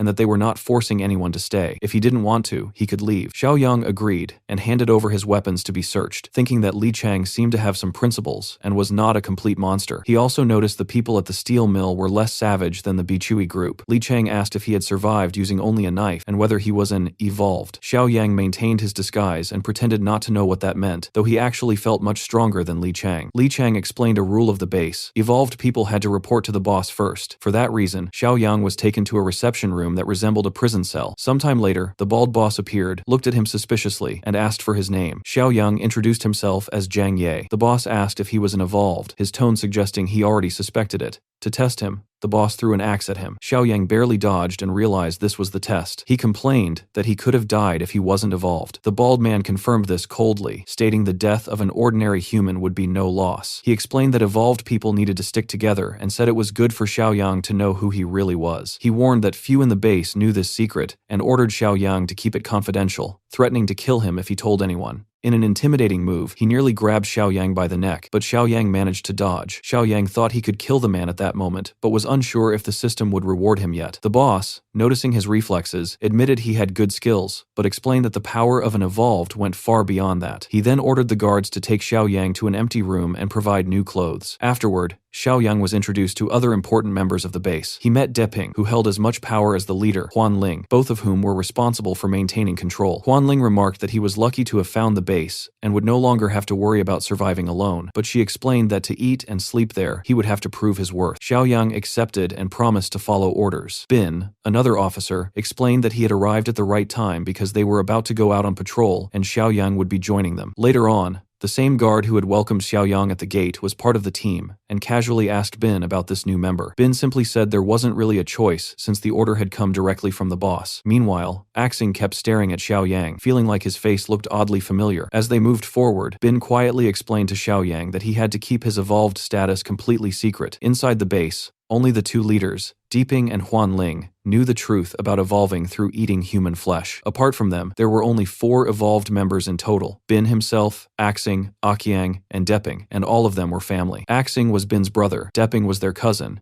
and both of them were nephews of Hongling, so the secret stayed within the family. Bin made it clear that if this secret ever leaked, everyone would immediately assume Xiaoyang was responsible. Hearing this, Xiaoyang recalled seeing Axing pass by his old base about 5 months ago. He then asked about another officer, and Bin explained that it was Li Chang, a highly talented and powerful foreigner, but someone who had no knowledge of their secret. Bin warned him again that if the truth ever got out, Xiaoyang would be killed without hesitation. Xiaoyang internally admitted that Chang did seem incredibly capable, and that with more resources or proper support, he could easily surpass the other leaders. Soon, the group arrived at a small survivor base. According to their intel, there were only 7 people inside, none of them evolved and barely armed. Xiaoyang couldn't help but wonder why they were targeting such weak people, but Bin clarified that they weren't planning to kill them outright, they intended to recruit them. Aqiang then added that since Xiaoyang was now evolved, he needed to start changing his mindset. In their eyes, they were no longer ordinary humans, but a superior species standing at the very top of the food chain. Xiaoyang questioned whether they planned to recruit people only to eventually send them to the slaughterhouse, but Bin explained that not everyone would be recruited. Some would be killed immediately, depending on how valuable they were. For now, he told Xiaoyang to just observe and learn. Meanwhile, the survivors at the small base were busy building a wall when they suddenly spotted a massive horde of zombies heading straight toward them. Panic kicked in, and they tried to defend themselves using their weak weapons, but it wasn't enough, and some of them were killed. Watching this, Xiaoyang quickly realized how cruel the plan was, and started wondering if the real intention was to lure zombies in and weaken these people. Bin didn't deny it, and admitted that their resources were limited, so they couldn't afford to accept everyone. Instead, they let the zombies wipe out the weaker ones, and only took in those who were actually valuable. Just as a woman was about to get caught by the zombies, Aqiang suddenly stepped in and saved her, killing all the enemies around her. Soon, the rest of the evolved squad joined in, finishing off the zombies and rescuing the remaining survivors. They introduced themselves as evolved humans from the steel mill, and claimed they had come to save them, which made the survivors feel relieved and grateful. Seeing their strength, Xiaoyang estimated that they were roughly at the level of 20 strength attribute points, similar to Zhang from his own group. Suddenly, Xiaoyang sensed a terrifying presence coming from a nearby building, but when he turned to look, there was nothing there, so he brushed it off as his imagination. Shortly after, he was called to help with the work, but in reality, something was indeed hiding inside that building, the infamous mutant known as the Tentacle Man. At the same time, the survivors mentioned they had some supplies stored inside. Bin then assigned Xiaoyang the task of collecting all the supplies, loading them onto a truck, and also gathering the bodies to take later, while Bin himself left with the rest of the survivors. Xiaoyang saw this as a perfect chance to be alone. Meanwhile, the rescued survivors felt relieved and happy, with one of the women even asking if there would be water to bathe, only to be told there would even be hot water available. Suddenly, Axing noticed something strange in the distance, and Bin immediately ordered everyone to stay alert. Aqiang stood protectively in front of the rescued woman, telling her to stay behind him, but Axing strongly felt that something dangerous was approaching, even though no one else could see anything. He insisted he wasn't wrong, but in the very next moment, a tentacle pierced straight through his neck, The hidden monster had revealed itself and was ready to slaughter everyone present. At that moment, Xiao Yang was some distance away, collecting zombie cores and thinking that getting 2 of them was already a decent result, when he suddenly heard distant screams. The tentacle man had begun attacking the group. Bin was instantly captured by the tentacles and brutally killed, his body crushed completely. The others were filled with fear, and even Akiang couldn't react in time, realizing he had no way to deal with such a creature. Instead of running away on his own, he cowardly pushed the woman forward, so she could escape first. Just as she was about to be killed by the tentacles, Xiaoyang suddenly appeared, slicing through all of them and saving her. Looking at the creature, Xiaoyang wondered if this was the famous tentacle monster everyone talked about. Akiang clarified that it wasn't the original, but one of its offspring. He explained that the real tentacle monster had the ability to transform normal humans into smaller tentacled creatures, continuously creating such offspring. Although these were weaker than the original, they were still extremely dangerous, and even Akiang admitted that facing the real monster would be very difficult. Even so, Akiang noticed that Xiaoyang alone was able to deal serious damage to the creature. Amid the chaos, Akiang decided to run away, claiming he would bring reinforcements, while the other survivors followed him. Deep down, he knew that getting reinforcements was just an excuse to leave Xiaoyang alone with the monster, but he didn't care. Soon after, he was grabbed by multiple tentacles at once, yet he remained calm and began analyzing the creature, finding its nature quite interesting. Using a clever move, Akiang turned the creature's own tentacles against it, and realized that despite its appearance, he had far greater weight and strength. Taking this opportunity, he decided to activate his physical overdrive ability, something he hadn't tested before. The moment he activated it, his strength increased massively, allowing him to drag the monster violently across the ground. Then, with a brutal pull, he tore off all its tentacles and completely decapitated it. The woman nearby was terrified, not of the dead monster, but of Akiang himself. Seeing her reaction, Akiang reminded himself that he was still human and not a monster. At that point, reinforcements finally arrived, with Deping and Huanling leading them. After assessing the situation, Akiang informed them that their comrades had been killed by the offspring of the tentacle monster. Chang then asked about the new guy, assuming Xiaoyang had also died, since even the 3 of them hadn't been able to defeat such a creature. Hearing this, Deping became furious, calling everyone useless, and even killing the first soldier he saw as an example. However, at that exact moment, Xiaoyang appeared, and threw the remains of the monster he had killed alone onto the ground. Chang and Hongling were clearly surprised to see that he was still alive. Hongling confirmed that those remains indeed belonged to the tentacle monster's offspring. Xiaoyang coldly stated that he had killed the creature and avenged their fallen companions. The leaders exchanged looks, questioning whether he was truly that strong. Xiaoyang then added that besides taking the creature's body, they should also prepare a truck to transport the supplies from the rescued group. Later, during a private meeting, Deping asked Akiang if he truly believed that the monster was stronger than Chang. Akiang confirmed it, explaining that his own brothers had been killed instantly, and admitting that even he and Chang would struggle to defeat such a creature. Deping reflected on this, and acknowledged that the newcomer did seem unusually capable, recalling that Xiaoyang had already shown exceptional reflexes in a previous private interaction. However, Huanling warned them not to exaggerate, suggesting that the others might have simply been caught off guard by an ambush. At that moment, Li Chang entered the room to offer condolences for the deaths. Deping accepted it coldly, stating that in the apocalypse, everyone must be prepared to lose loved ones, and then asked him to get straight to the point. Li Chang said that he believed Xiaoyang was as strong as him and suggested making him an officer. Deping immediately rejected the idea, saying they knew nothing about Xiaoyang's background and couldn't trust him. Hongling, however, tried to calm things down, admitting that Xiaoyang had the strength to qualify as an officer but still needed to prove his loyalty. Li Chang argued that killing the offspring alone should already be enough proof, but Huanling responded that while it was impressive, it didn't solve all their problems. She then proposed a plan they would gather the strongest members of the base and hunt down the original tentacle monster together. Later, Xiaoyang overheard the entire plan and thought about how he had just arrived, yet was already being assigned such a dangerous mission. He questioned whether this was really the right move. Hongling reassured him that there was no issue since he had the strength to handle it. Deping even added that if the mission succeeded, Xiaoyang could become the 3rd in command. He asked Chang if he had any problem with being outranked by the newcomer, but Chang showed no objection. Finally, Deping decided that everyone would set out for the mission in 2 days. However, Xiaoyang found the proposal suspiciously straightforward for people who didn't seem to fully understand the danger. Using his mind's eye, he looked into their true intentions and realized that deep down, the 2 leaders actually wanted him dead, while Chang remained completely indifferent,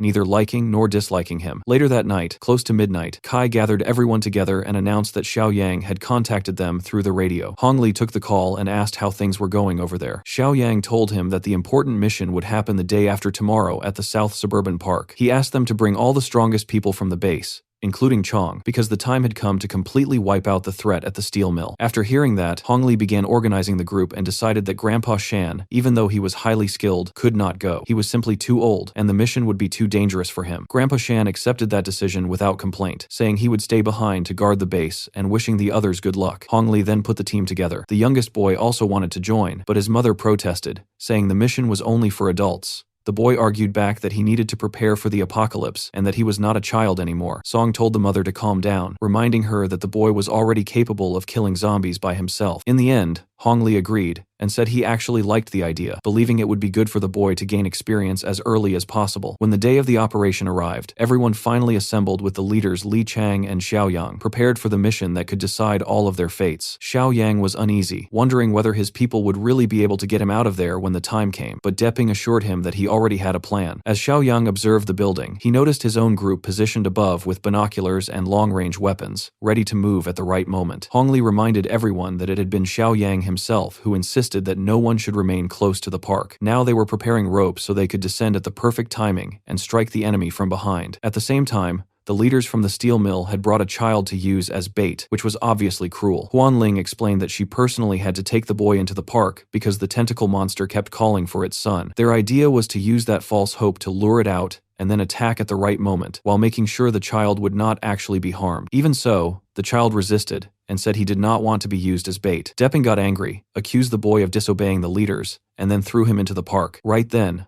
Hong Li gave the signal for everyone to descend. The child screamed for help, and soon the roar of the monster echoed through the area as it called for its son. Li Chang warned everyone that the monster had shown up and that it was time to rescue the child. He tried to move forward, but the leaders stopped him, saying it was not the right moment yet because they wanted Xiao Yang to handle it. Xiao Yang moved ahead without hesitation, reached the child, and threw him out of danger, but the tentacle monster immediately caught Xiao Yang and demanded that its son be returned. At that moment, Xiao Yang recognized the creature and fully understood how serious the situation had become. Li Chang kept shouting at him to hold on while trying to break free from the leaders who were restraining him. Li Chang questioned their plan, saying that if Xiao Yang was not helped, the newcomer would die. But Huan Ling coldly answered that this was part of the plan from the start. They wanted to test whether the boy was truly strong enough to handle one of the tentacle monster's offspring alone. If he died, then to them he had only been disposable. Li Chang was furious when he realized this had all been planned beforehand and demanded to know why. Xiao Yang then exposed their secret, revealing that they were cannibals who ate human flesh. Hearing that, Li Chang was completely shocked. Then the gunfire started, exposing the ambush. Hong Li and the others from the base opened fire with everything they had. At the same time, Xiao Yu and the rest of the team hurled Molotov cocktails at the tentacle monster. As the monster moved forward, it suddenly noticed the child and reacted with surprise. The creature was actually Shang Zi, someone Xiao Yang recognized. The frightened boy said that the monster was extremely strong, yet the creature still tried to calm him down. Zhang warned everyone to be careful, because this was no ordinary zombie. Then Chen Chong moved in and displayed incredible skill, dodging the tentacles with ease. Meanwhile, the evolved members from the steel mill scrambled to take cover from the barrage of gunfire. Huan Ling asked whether the enemy side also had a mutant, and wondered how a mutant could possibly be fighting alongside humans. Chong had entered an absurdly powerful state. Even when all the tentacles wrapped around him, he could simply break free, as though it meant nothing. Even though the fight was still difficult,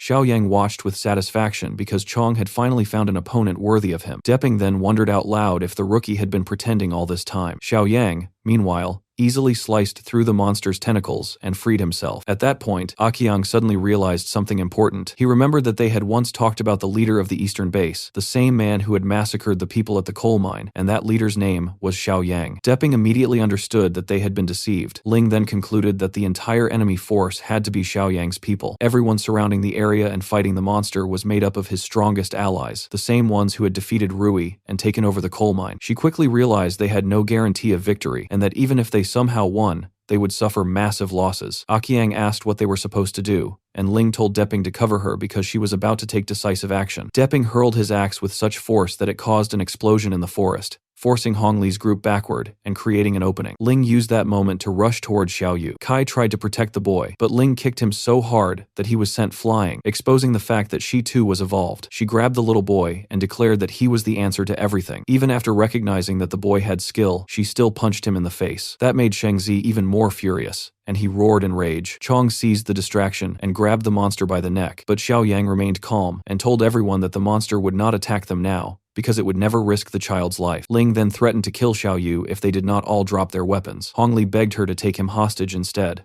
but Ling noticed their desperation and realized she had targeted the right weakness. Hong Li could only think about how he would explain it to the boy's mother if anything happened to him. Even so, Ling forced everyone to lay down their weapons, and Hong Li obeyed. She then ordered Xiaoyang to use the monster he had brought to kill the tentacle monster, but before anyone could predict it, the enemy launched a sudden attack so quickly that only Ling and Diping managed to dodge in time. Qiang and the others in their group died instantly. Ling had not expected that outcome at all. She had believed that once Xiao Yu was captured, the tentacle monster would become obedient, but Xiaoyang only smiled while he and Chong watched without showing even the slightest concern. Hong Li panicked as he saw the tentacle monster reaching for Xiao Yu, but Xiaoyang calmly assured him that the boy was not in danger, and when the creature finally reached him, it simply called him son. That was the moment Xiaoyang revealed the truth and said the creature's real name was Shengzi. He reminded the monster that he had kept his promise to protect its wife and child. The boy, completely confused, asked whether that creature was really his father, and Xiaoyang confirmed that it was. That meant his earlier suspicions had been right. Shengzi was not just some monster, but a mutant, just like Chong. The boy's very first reaction, after realizing this monster was truly his father, was to hug him tightly because he had missed him so deeply. Diping could not hide his shock at the bizarre scene unfolding in front of him, and he ordered the remaining people in his group to retreat, but Shengzi had no intention of letting them escape that easily. He grabbed the bald man and prepared to slaughter him. Meanwhile, Ling chose not to help and instead tried to flee as well. She had already decided that even if she fought together with Deping,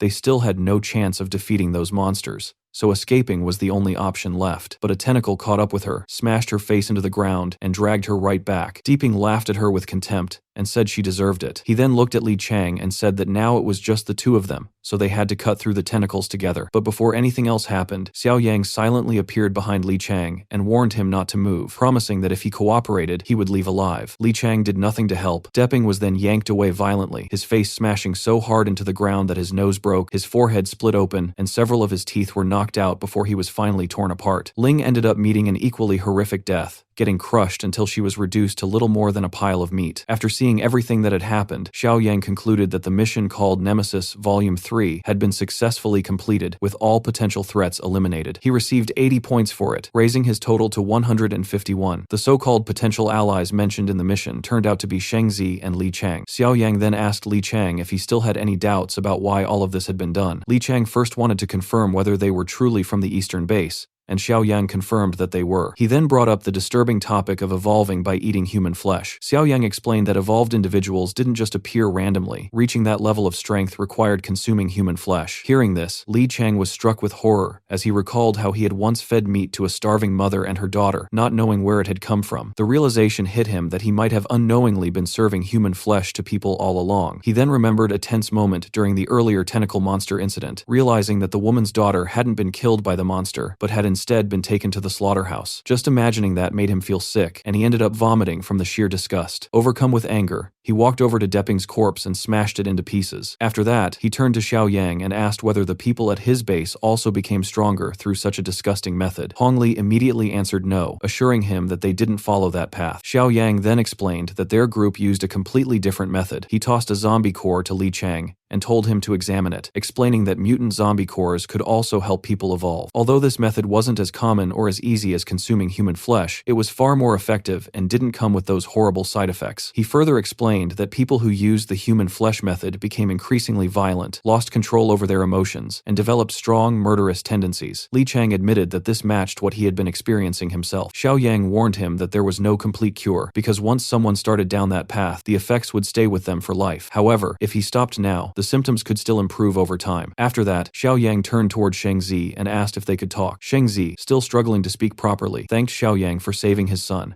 managing to express himself with great effort. Xiaoyang understood him without difficulty and explained to the others that Shengzi, much like Chong, could still communicate in a primitive way while retaining his memories, even though his physical form had become terrifying. Even so, Shengzi reassured him that he was fine and that there was no need to worry about his son anymore because he was safe. Xiaoyang then asked whether he wanted to stay there since he was already familiar with that place. Shengzi agreed and even praised Xiaoyang for being intelligent and quick to understand everything. Finally, Xiaoyang turned back to Li Chang and said that now that all the threats had been removed, the remaining survivors at the steel mill would need to be dealt with. However, Li Chang admitted that he no longer trusted himself since he had consumed human flesh and feared that he might lose control at any moment. Xiaoyang thought about this and said that they might consider recruiting those survivors in the future, but first, they would need to discuss it with the group. For now, he told Li Chang that he would return to the base with them, assuring him that he would keep a close watch on him in case anything went wrong, and told him not to worry. Meanwhile, at the border of City S, a massive horde of mutant zombies had created a thick and unusual fog that covered the entire area. A group of survivors was desperately trying to rescue the last companion they had left behind, but they soon realized there was no saving him. Not only had he been torn apart by the zombies, but he had also turned into one of them. One of the survivors, completely exhausted, admitted that she couldn't run anymore, while another insisted that if they stopped even for a moment, they would all die. After pushing themselves with great effort, they finally felt the wind on their faces and realized they had reached the border. Without wasting time,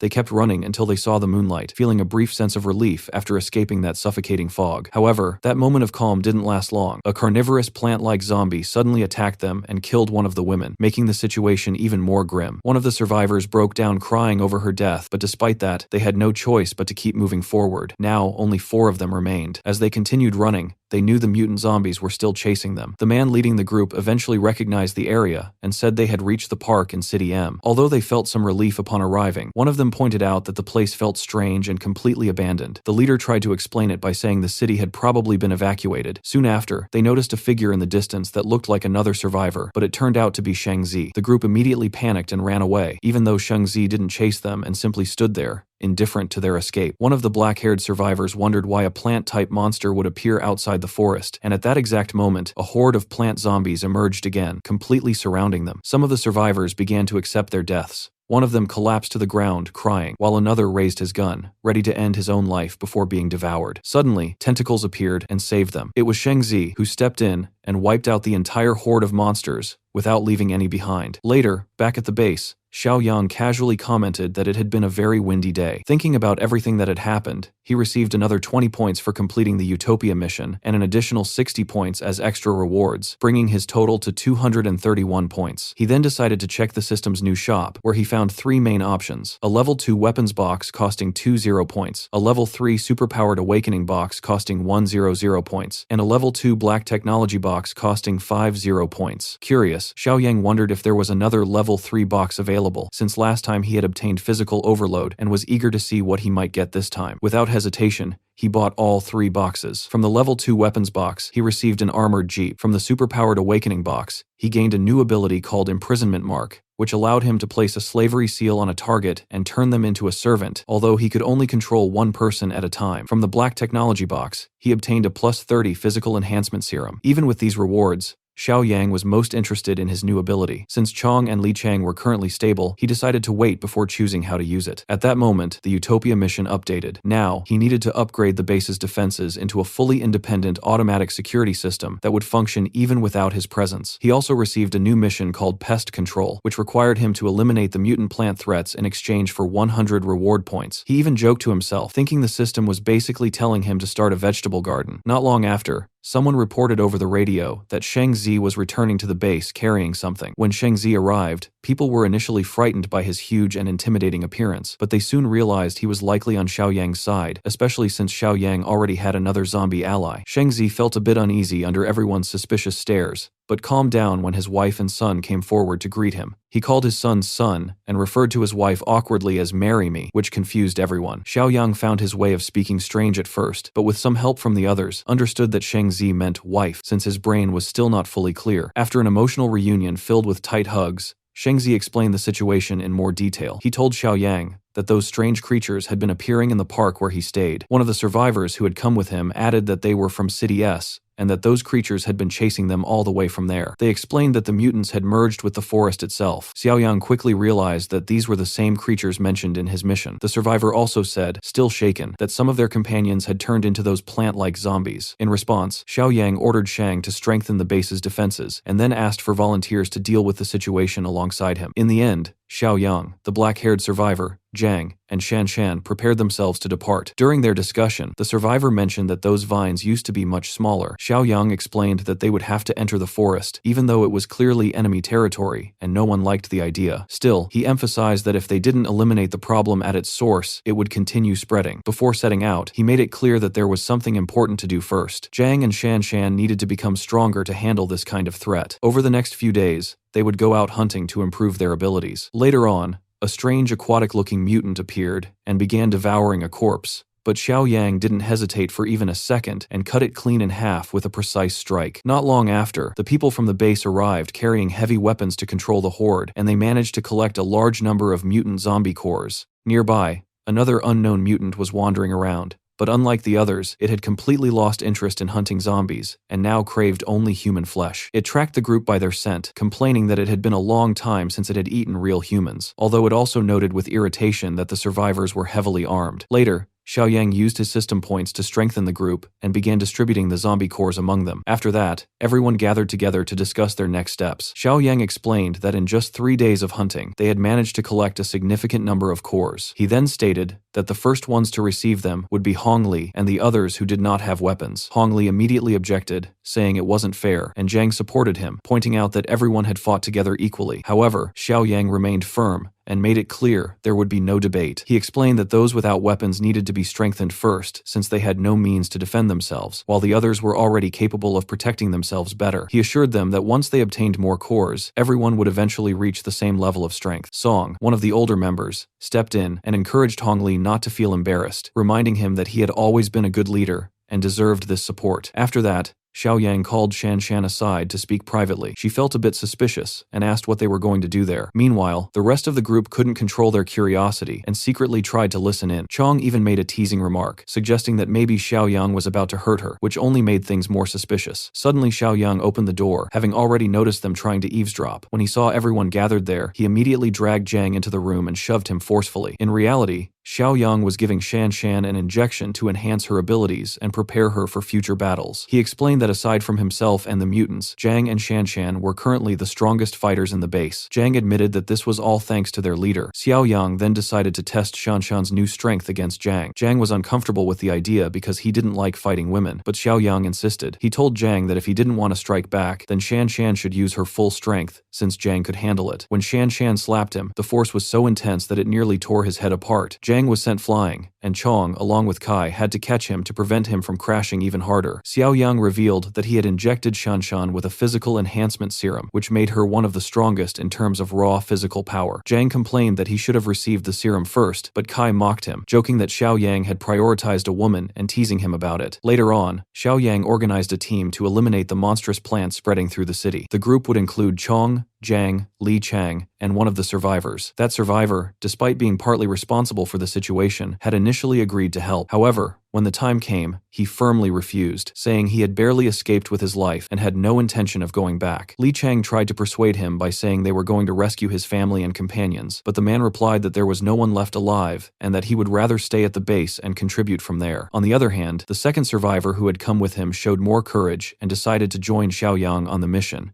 even fully aware of the risks involved. In western suburbs, buff evolvers are combing through buildings for someone. Day by day, his brain is functioning slower and slower. If he doesn't get fresh human meat soon, it will only get worse. The banging on his head was interrupted by the sound of banging in the distance. He quickly ran and followed the lustful sounds. Upon opening the metal door of an abandoned building, he was greeted by the sight of two couples going at it like animals in heat. Buffulver cleared his throat to catch their attention and stop the penetration. The foursome immediately recognized him, but they were not happy to see him again. Buffulver assured them that he did not come to this place to steal anything this time. In fact, he came over to share information. The women did not trust his worst at all. Everybody here had bitten the bullet and embraced being half monsters. There is no point in lying. Buff Evolver swore that he was not lying. He found a community of pure humans, saw that they were armed to the teeth, and now he's asking for help to hunt. The half-monsters crowded him with their equally buff bodies, evaluating his every word and action. In the end, the half-monsters agreed to trust the words of the thief this once. If the bastard lied, they could just eat him instead. Just like that, he was accepted into the group. With her kitty hanging out, the redhead half-monster welcomed the new addition to their group with something tight and warm. Buff Monster is not one to turn down such a generous offer. Meanwhile, Xiao Yang's expedition team moved deeper into the forest to confront the plant monsters. The survivor who had chosen to join them explained that his girlfriend had been killed by those creatures, and that he still believed other survivors might be alive and could be rescued. Xiao Yang quickly arranged their formation to ensure safety. Li Chang covered the rear, Chong and Zhang guarded both sides, the weaker survivor stayed protected in the center, and Xiao Yang led from the front. The man thanked them repeatedly for their help, but Xiao Yang clarified that their main goal was to eliminate the creatures and stop their spread. Suddenly, something wet and sticky landed on Xiao Yang's face,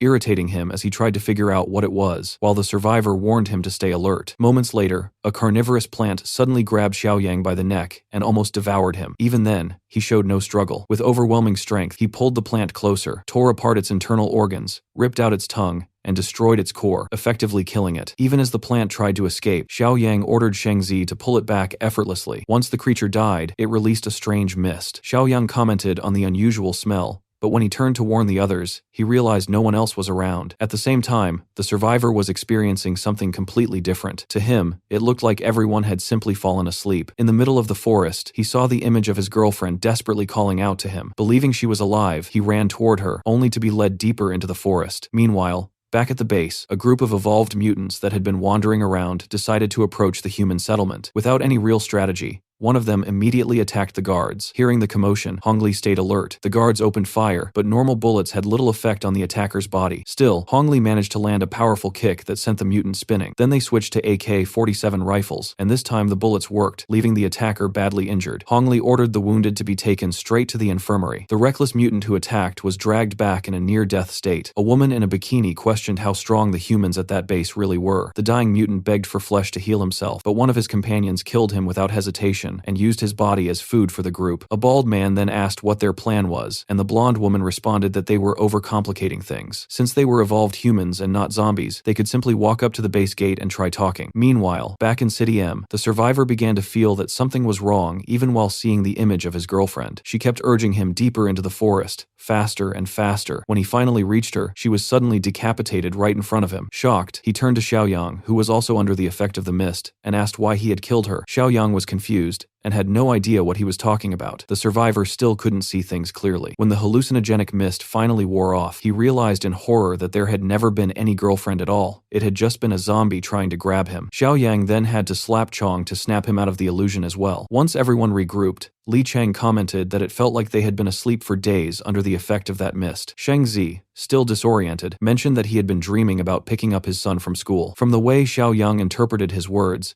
it was clear he was translating Sheng Zi's rough way of speaking. Xiao Yang concluded that the plant had released a kind of hallucinogenic gas that put them into a hypnotic state. To understand the creature better, Xiaoyang began dissecting it, examining its internal structure to locate a possible mutant core. During this process, he noticed a root growing out from the corpse. When he pulled it from the ground, he realized it was actually a core, an organ-like structure that stored the creature's energy and nutrients. Xiaoyang decided to store it in his inventory for later study. He then asked Jing Kai, the survivor, if he knew anything more about these plant monsters. Jing Kai admitted he didn't know much, only that they devoured any living thing. However, he mentioned that he knew a veteran who specialized in agriculture and forest research, someone who might understand these creatures better. Xiaoyang asked where that person was and whether he was still alive. Jing Kai explained that before fleeing, the veteran had been hiding in a nearby base, although he wasn't sure if he had survived. Even so, Xiaoyang decided it was worth checking and concluded that they would head there next.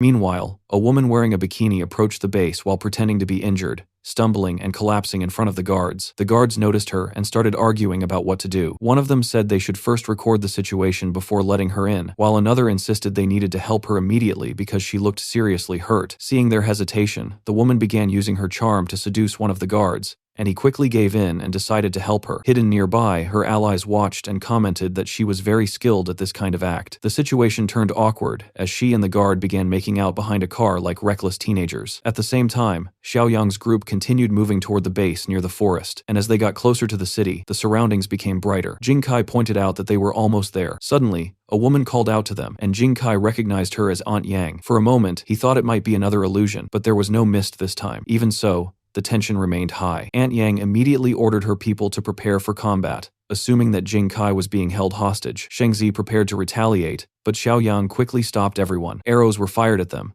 but they bounced harmlessly off Xiaoyang and Sheng Zi. Xiaoyang calmly told everyone to relax and assured them they weren't enemies as he stepped forward. Jing Kai then explained to Aunt Yang that they were outsiders who had helped him and had actually saved his life. She asked about the others and about Shang, but Jing Kai revealed that she had died along with most of their group, leaving only a few survivors. The survivors at that base felt intimidated by Chong and Sheng Zi because of their overwhelming presence. Xiaoyang tried to ease the tension and asked Chong and Sheng Zi to say something to make everyone feel more comfortable. Chong awkwardly said that he might look ugly but was actually kind, while Sheng Zi, showing off his physique, added that he was muscular even without clothes. Xiaoyang admitted that their attempts probably hadn't helped much. Jing Kai then stepped in to calm things down, explaining again that they were allies, and that there would be no trouble as long as no one acted aggressively. Aunt Yang finally accepted the explanation and said she believed them. Meanwhile, back at the main base, Shan Shan returned and asked Hong Li for permission to open the gate to the old steel works. The enemies were hiding nearby behind a car, but she managed to get inside before they could make a move. They had already realized that Shan Shan was an evolved human and were eager to capture her. Inside, Shan Shan went straight to the infirmary to check on the injured. She explained that Xiao Yang had given her an infection inhibitor that might help prevent people from turning into zombies. However, Hong Li pointed out that the injured weren't showing the usual symptoms of infection, leading him to suspect that the attackers weren't zombies, but evolved humans. The bikini-clad woman then confirmed this suspicion, saying she was familiar with those types. She explained that there was a terrifying group made up of evolved humans and mutants, far more dangerous than ordinary zombies. Hong Li asked her who she was, and she said she had just been rescued and had come from the west. She described those enemies as being far more frightening than any zombie. Hong Li then realized that she might have unknowingly led those enemies straight to their base. She kept apologizing, while the guard who had helped her tried to defend her, saying it wasn't her fault. Hong Li agreed that he wouldn't blame her, and added that she could still be useful by providing information about how to deal with those enemies. Even so, she warned them that fighting such opponents would not be easy. Later, when she was alone with Hong Li, Shan Shan mentioned that she felt something strange about that woman, although she couldn't clearly explain why. Hong Li responded that Shan Shan was probably just stressed from everything that had happened, and said that once Xiao Yang returned, he would be able to figure things out. Elsewhere, Xiao Yang and his group finally reached the base Jing Kai had mentioned,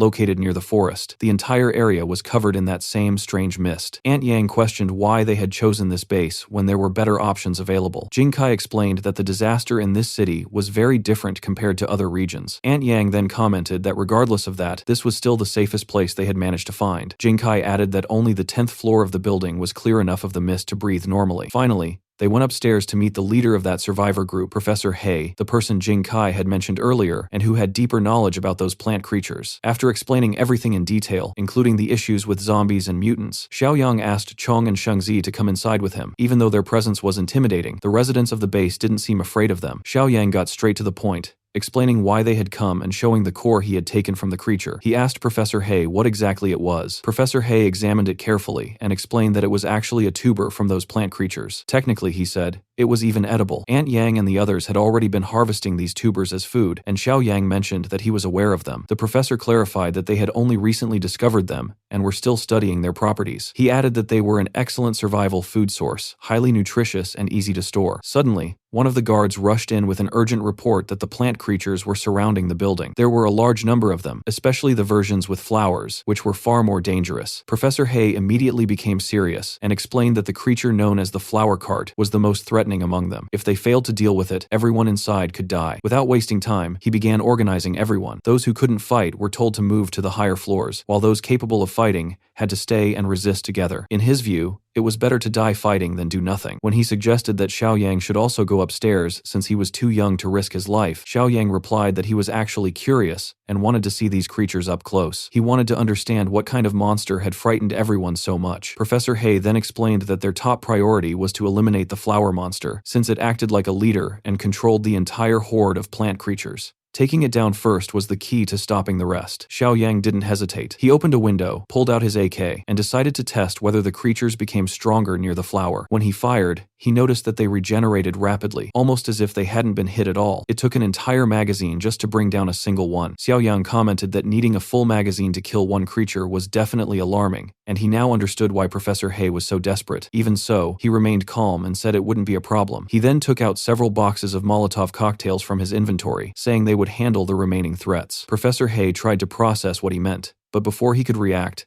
Xiao Yang had already jumped out of the window from the 16th floor, with Chong and Sheng Zi following right behind him. They landed without taking any damage, and as soon as they touched the ground, they began tearing apart the plant monsters effortlessly, ripping off their heads as if they were nothing. Xiao Yang and his allies attacked relentlessly. The survivors in the base, including Professor He and Li Chang, were left stunned by their overwhelming strength. Li Chang quickly snapped out of it and shouted at everyone to stop watching and start helping. He instructed those with good aim to keep throwing Molotov cocktails to burn the creatures. This motivated the others, and they joined the fight using firebombs. The flames proved extremely effective as the plant monsters burned easily. Thanks to the Molotovs, the battle had become much easier since fire was clearly the plant's biggest weakness. After completely wiping out the horde, Xiaoyang ordered Chong and Sheng Zi to check each fallen creature for mutant cores. Meanwhile, he went to investigate the so-called flower monster himself. Eventually, they located the flower creature, a grotesque mass made of roots, tubers, and human body parts, with a large flower growing on top. This being acted as the central core that controlled the entire forest and produced the dangerous mist. As soon as it sensed Xiaoyang approaching, it reacted by attacking him with its vines. Xiaoyang acknowledged that it was indeed powerful, but he trusted in his own strength. Even when the vines wrapped around him, he forcefully pulled them back toward himself. When the creature released poisonous mist or pollen, Xiaoyang held his breath and continued dragging it. He pulled with such force that the flower was forced to release him to avoid being destroyed. Taking advantage of that moment, Xiaoyang activated his imprisonment mark ability. He placed the mark directly on the flower, releasing a massive surge of dark energy that spread across not only the creature but the surrounding area as well. The survivors watched in complete disbelief as the enormous flower appeared in front of the building, now completely subdued and no longer showing any hostility. Xiaoyang returned and told everyone that there was no longer any need to worry. He then asked Zhang and Chong whether they had found any cores from the other monsters. Zhang replied that they hadn't found many, while Chong said they had collected a few,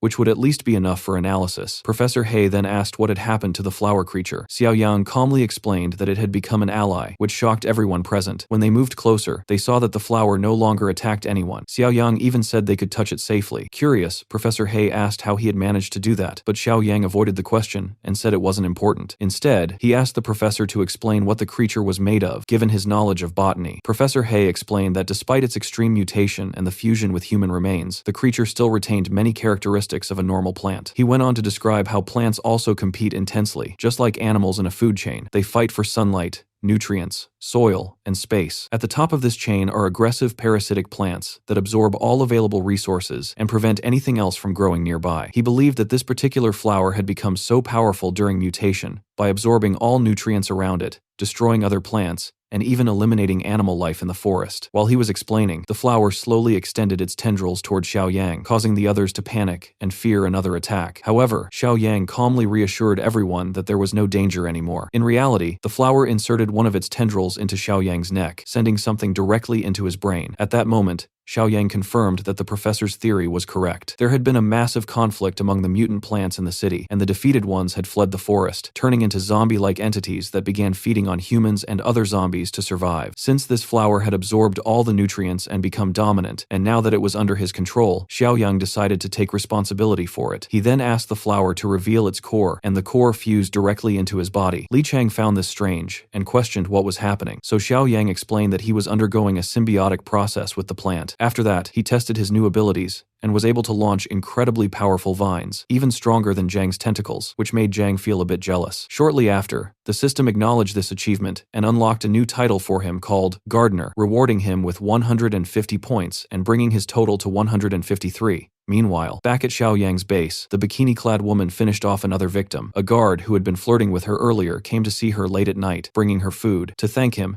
she acted affectionately, but made sure not to attract attention. She led him to a quiet and isolated area where no one else was around. There, the guard noticed something unsettling: the jacket of another missing guard, along with what remained of him. Before he could react, he became her next victim. Elsewhere in the base, the group of evolved individuals woke up the bearded man who had been sleeping in the middle of the mission. One of the women commented that it was understandable since the bald man had almost beaten him to death earlier. They then decided it was time to take action. When they went to the dumpster where the remains of the two guards killed by the infiltrating mutant had been dumped, they found nothing left worth eating. Because of that, the bald man pressured another woman in their group to attempt an infiltration. She acted like a helpless survivor, claiming she had seen the base and was just trying to survive, and the guards initially believed her and thought they were lucky. However, things quickly changed when her ally, the bikini-clad woman, exposed the act and revealed that she was actually a disguised mutant. The guards immediately opened fire, shooting the infiltrator multiple times. Wounded, she crawled back to her group and begged for help, just like another member who had previously been killed. But the bald man considered her useless and tried to crush her with a large rock. Before he could do that, he was killed instead. The bearded man then cut off the bald man's head, but demanded a reward in return. He asked for an arm and a leg so he could fully heal the injured infiltrator. The woman considered tricking him, knowing that he wasn't as innocent as he appeared. Meanwhile, back at the base, it was discovered that 2 more guards had gone missing. Hong Li questioned whether another guard had simply disappeared again,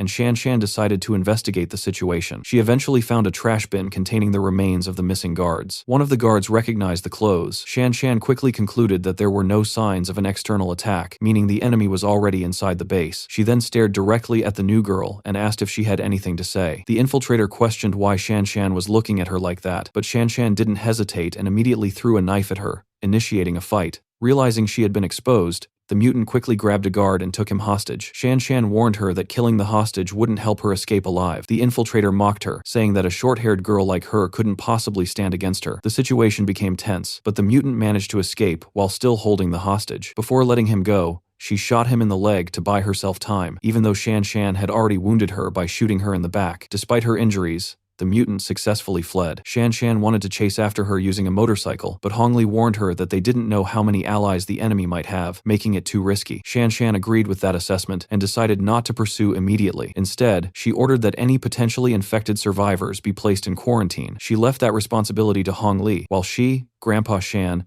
and Zhang would handle the situation themselves. Hong Li noticed that Shan Shan had become much more mature and decisive recently, which he considered a positive change. Meanwhile, the expedition group continued fighting against the army of plant monsters. Xiao Yang, now equipped with his new tentacle-like abilities, had become significantly stronger. To completely wipe out the threat, the group used gasoline and set everything ablaze. Professor He and the other survivors were deeply impressed by the strength of Xiao Yang's team. After the battle ended, Xiao Yang completed his mission and earned another 50 points, bringing his total to 193. Instead of returning to the steel mill base, they headed back to the main base. This was because Xiao Yang had recruited additional survivors from near the forest. As soon as they arrived, Grandpa Shan informed Xiao Yang about everything that had happened at the base. He explained that Shan Shan was currently handling the situation and then asked about the new people who had come along. Xiao Yang clarified that they were survivors from City S. Soon, the elders from both groups introduced themselves, creating a friendly atmosphere that suggested they would get along well. However, Xiao Yang made it clear that their stay would only be temporary. His plan was to take Professor He and the others back to the edge of the forest and establish a third base there, as he intended to expand his influence. At that moment, Shan Shan arrived on her motorcycle and asked whether Xiao Yang and the others had already returned. She then explained everything that had happened and warned them not to trust the new arrivals too much. Professor He asked whether that warning applied to them as well, but Xiao Yang reassured him that he already knew their group well and didn't truly consider them strangers. He also shared some good news. He had received a new system mission titled Villain Nemesis, Volume 4, which offered a reward of 120 points. He was determined to complete this mission with everything he had. Meanwhile, the bikini-clad woman who had been shot while escaping was struggling to regenerate her wounds. After some time, the other evolved members found her. A blonde woman asked whether she had faced any trouble with the new allies, but the redhead replied that it had all been a misunderstanding and that she actually had another plan in mind. The blonde became suspicious and questioned whether that plan involved killing them. She then made it clear that she saw everyone as the same, including the bald man they had already gotten rid of, and warned that she would soon eliminate all of them as well. However, she didn't realize that the bearded man was nearby. In the next moment, he stabbed her in the back. He mocked her for being so angry about betrayal, saying she had deserved it long ago. The blonde, now wounded, commented that since both of them were injured, he might as well kill her and take over leadership. But the bearded man replied that he was tired of people like them who always blamed others, saying they talked about unity but never meant it. He then said he had his own idea of unity using her flesh. Without hesitation, he cut off her head and ordered the redhead to take enough of the body to heal her own injuries, while he kept the rest for himself. Meanwhile, Xiao Yang sent a report to Li Chang, explaining everything that had happened. He told him that a red-haired infiltrator had entered the steel mill base and turned out to be a cannibal. Xiao Yang asked if Li Chang knew anything about such people. Li Chang replied that he didn't know that specific group, but he had lived among cannibals before. He explained that cannibalism gradually stripped away a person's mental restraints, making them more unstable, violent, and unable to control their emotions. Xiao Yang concluded that such individuals were extremely dangerous and needed to be dealt with before they became a bigger threat. He then instructed Li Chang to remain at the steel mill, guard the area, and immediately report anything suspicious over the radio. 2 months passed after that. In another part of the region, a group of survivors was trying to escape from City S. They were terrified of crossing the forest, but it was their only option. They gathered food, medicine, and other essentials before setting out. Despite their fear, they entered the forest, but soon encountered the worst possible situation. A horde of plant zombies began chasing them. They ran for a long time, until they finally reached a more open area. There, they were shocked to see trees being cut down, not by monsters,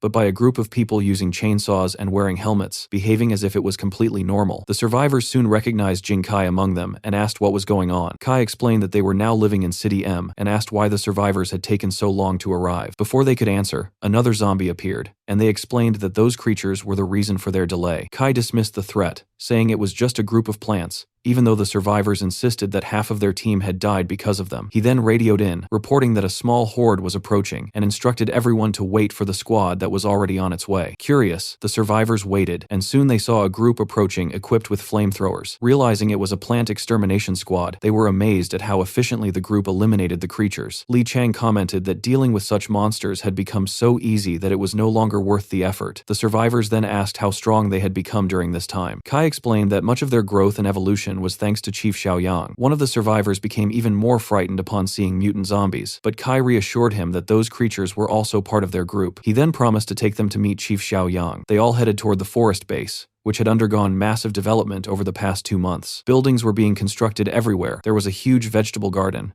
and the entire place was far more organized than the survivors had expected. When Kai showed them the tubers they used as food, one of the survivors was so disgusted that he immediately threw it away. Kai explained that, although those were parts of the plant creatures, they were actually edible organs and highly nutritious. These plant-based resources had become the foundation of their diet at the new survivor base in City M. Everything was so well managed that they eventually reached the point where they would finally meet the well-known leader, Chief Xiaoyang. At that moment, Professor He felt extremely proud of the results of his research. He had never imagined anything like this in his entire life, and was convinced it was perfect for building a large-scale farm by fully utilizing the nutritious organs of the mutant plants. Xiaoyang was pleased to hear that everything was progressing well. He noted that the base's defenses were strong, and that the plant creatures were no longer a serious threat now that the City M base was fully prepared and well supplied. With that settled, he said it was finally time to deal with the cannibals, and they headed toward the outskirts of the city. As they moved through the alleys in the suburbs, Chong suddenly sensed a powerful presence nearby. Xiaoyang noticed it as well, and realized it was strong enough to rival even Zhang's team. Chong understood immediately, and both of them agreed that the only option was to eliminate the threat. Meanwhile, 2 cannibals had been observing them the entire time. The red-haired woman wanted to attack right away, believing it was the perfect chance, but her partner stopped her, warning that it was already too late since they had become targets of another group. Suddenly, a large faction of cannibals appeared in front of Xiaoyang and Chong. They spoke in disturbing and grotesque ways, like people eager to devour them. Even Chong, who was used to horrors, felt uneasy hearing their threats. The red-haired woman again insisted on attacking to steal the prey, but her partner preferred to wait and observe for a better opportunity. However, when they looked back again, Xiaoyang and Chong had already begun slaughtering the entire faction. The few survivors fled in terror, unable to comprehend what kind of monsters they were facing. One cannibal tried to escape by climbing a building, but ended up running straight into them. Without effort, Xiaoyang picked up a massive metal beam and hurled it, slicing the man in half. The beam pierced through a wall, and blood splattered across the faces of the watching cannibals, leaving them completely terrified. After that, Xiaoyang told Chong that he could go ahead and consume the bodies since they likely contained strong cores. The bearded man who had been watching everything was horrified. The red-haired woman asked if Xiaoyang and Chong had already left, and her companion confirmed that they had, saying it was time for them to leave as well. Even so, they considered it fortunate that they had managed to obtain some meat. Meanwhile, as Xiaoyang walked beside Chong, he complained that he had recently lost his appetite and could only manage to eat 3 corpses. Chong replied that his stomach simply wasn't that large. While they were gathering everything, Xiaoyang noticed someone hiding behind a wall in the alley. He immediately drew his blade, and the frightened survivor threatened to shoot if he took another step. Xiaoyang tried to calm him down, but the man panicked and fired anyway. Xiaoyang casually caught the arrow mid-air, nearly causing the man to collapse from shock. He then took the crossbow from him and told the rest of the survivors hiding nearby to come out, making it clear that he was not one of the cannibals. After explaining the situation, the survivors decided to continue traveling with Xiaoyang and Chong. As they walked, Xiaoyang asked them where they were heading. One of the survivors, a man with glasses, said they were trying to reach a steel mill located south of the suburbs. He explained that they had received radio messages claiming it was a safe base, but due to the large number of cannibals in the city, moving around had become extremely dangerous. Xiaoyang then asked if he believed there was any place safer than that steel mill. The man replied that there was a community to the north that actively hunted cannibals, and he wanted to join them because their leader was strong enough to fight multiple cannibals alone. However, Xiaoyang pointed out that there were hundreds of cannibals in the city, and questioned whether that leader could truly handle such numbers. One of the survivors argued that cannibals usually acted alone, but another disagreed, saying there were organized factions. The first survivor responded that while they might group up, they still tended to act individually in practice. The discussion grew tense, with the group insisting they needed to find a safe place since they couldn't fight cannibals on their own. At that point, Xiao Yang gave them shocking news. He revealed that the leaders of the steel mill they were heading toward were actually cannibals. Everyone was stunned. Xiao Yang then reassured them by saying those leaders were already dead because he had eliminated them himself. He then asked one of the survivors, a man with a bowl haircut, if he was looking for his brother. The man confirmed it, saying his brother was Li Chang, an officer at the steel mill. Xiao Yang told him that Li Chang was alive, which brought relief to the group. He also remarked on the coincidence, mentioning that he had been working alongside Li Chang recently at the steel plant. The man was surprised and asked if Xiao Yang had really been involved in that kind of work already. Xiao Yang added that he had previously warned his people to head toward that direction. However, the man with glasses remained skeptical and questioned who Xiao Yang really was, saying such a convenient coincidence didn't make sense. He even suggested that Xiao Yang might be a cannibal trying to deceive them. Xiao Yang responded calmly that if he truly intended to eat them, he wouldn't need to lie. He would have already done it. At that moment,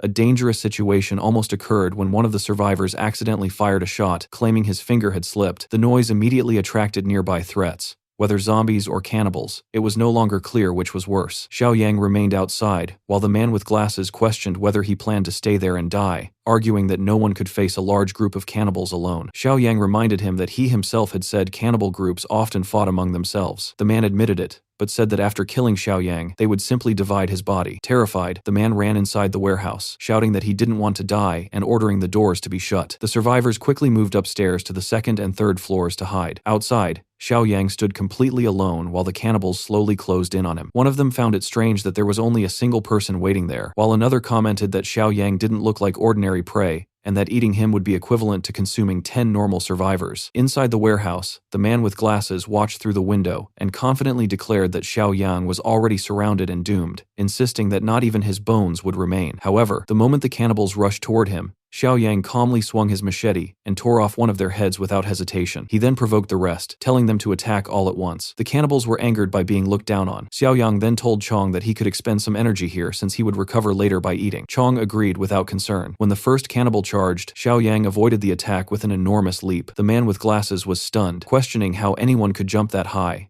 and wondering if Xiao Yang was even human. Realizing that Xiao Yang's physical abilities were far beyond normal, the cannibals began to panic and attempted to flee, but Xiao Yang immediately pulled out his rifle and started shooting them in the head, declaring that none of them would be allowed to escape alive. He then signaled Chong to join in. The cannibals launched a group attack, but it was useless. Chong alone tore through them, ripping off heads and guts effortlessly. Anyone who tried to run was instantly shot down by Xiao Yang. Watching all of this, the leader of the survivors was completely shocked, realizing that just the two of them were enough to wipe out the entire group of cannibals. After finishing the massacre, Xiao Yang called out to the survivors, telling them they could come down. When they exited the warehouse, they were greeted by a horrifying scene of carnage. The man with glasses admitted that they had no objections anymore and agreed to go to the steel plant with Xiao Yang. Xiao Yang said it was a wise decision, but clarified that before heading there, he would first take them to the northern border camp that had been mentioned earlier. When they asked for the reason, he explained that he needed to assess whether that group should be left alone or completely eliminated. Meanwhile, in another area, several disorganized groups of cannibals were attacking a certain base. A huge and extremely muscular man stepped out to help defend it. His daughter said that even for him, this might be too much to handle, but he told everyone to keep the gates tightly shut and said he would deal with everything himself. Then he jumped straight into the middle of the cannibals, who immediately became excited seeing such prey. At that moment, the man used the power of the zombie pearl and transformed into a massive flesh mutant. His body was covered in fat and spikes, and there were mouths spread across different parts of his body. Some cannibals felt fear when they saw him, while others became even more excited at the idea of eating him. When they attacked all at once, they couldn't handle his strength and were completely slaughtered by the giant mutant. After killing all the cannibals, the man became extremely weak. Although he was still alive, someone inside the base asked if they were really going to leave him lying there. A guard explained that they had no choice, because once he entered that state, he lost control until the effect wore off. Even so, some people insisted that they should open the gate, saying that if they didn't, he would die out there. His daughter thanked them for being willing to take the risk. The guard said that if they wanted to do it, then it was their decision. When they opened the gates and went out to help him, the mutant tried to tell everyone to go back, but the guard replied that they couldn't just leave him to die. They started removing the bodies of the cannibals around him, although one corpse was stuck inside his body, which made the scene extremely disturbing. Slowly, they They guided their leader back toward the base, keeping their distance as if they were controlling a dangerous animal. At that moment, more cannibals appeared and noticed that the mutant was badly wounded. They commented that this was a perfect opportunity. The people at the base were completely caught off guard because the mutant was too weak to fight again. They picked up whatever weapons they had, including axes, clubs, and a few old pistols. Meanwhile, Xiaoyang was approaching the area together with the group of survivors. As soon as he entered that part of the wasteland, he could already sense the presence of cannibals nearby. The man with glasses said that he recognized the place and that they were very close to the base. Shortly after, they heard gunshots in the distance. Paying close attention, Xiaoyang estimated that the shots came from less than a kilometer away, confirming they were nearby. At the base, the cannibals had already begun massacring the people.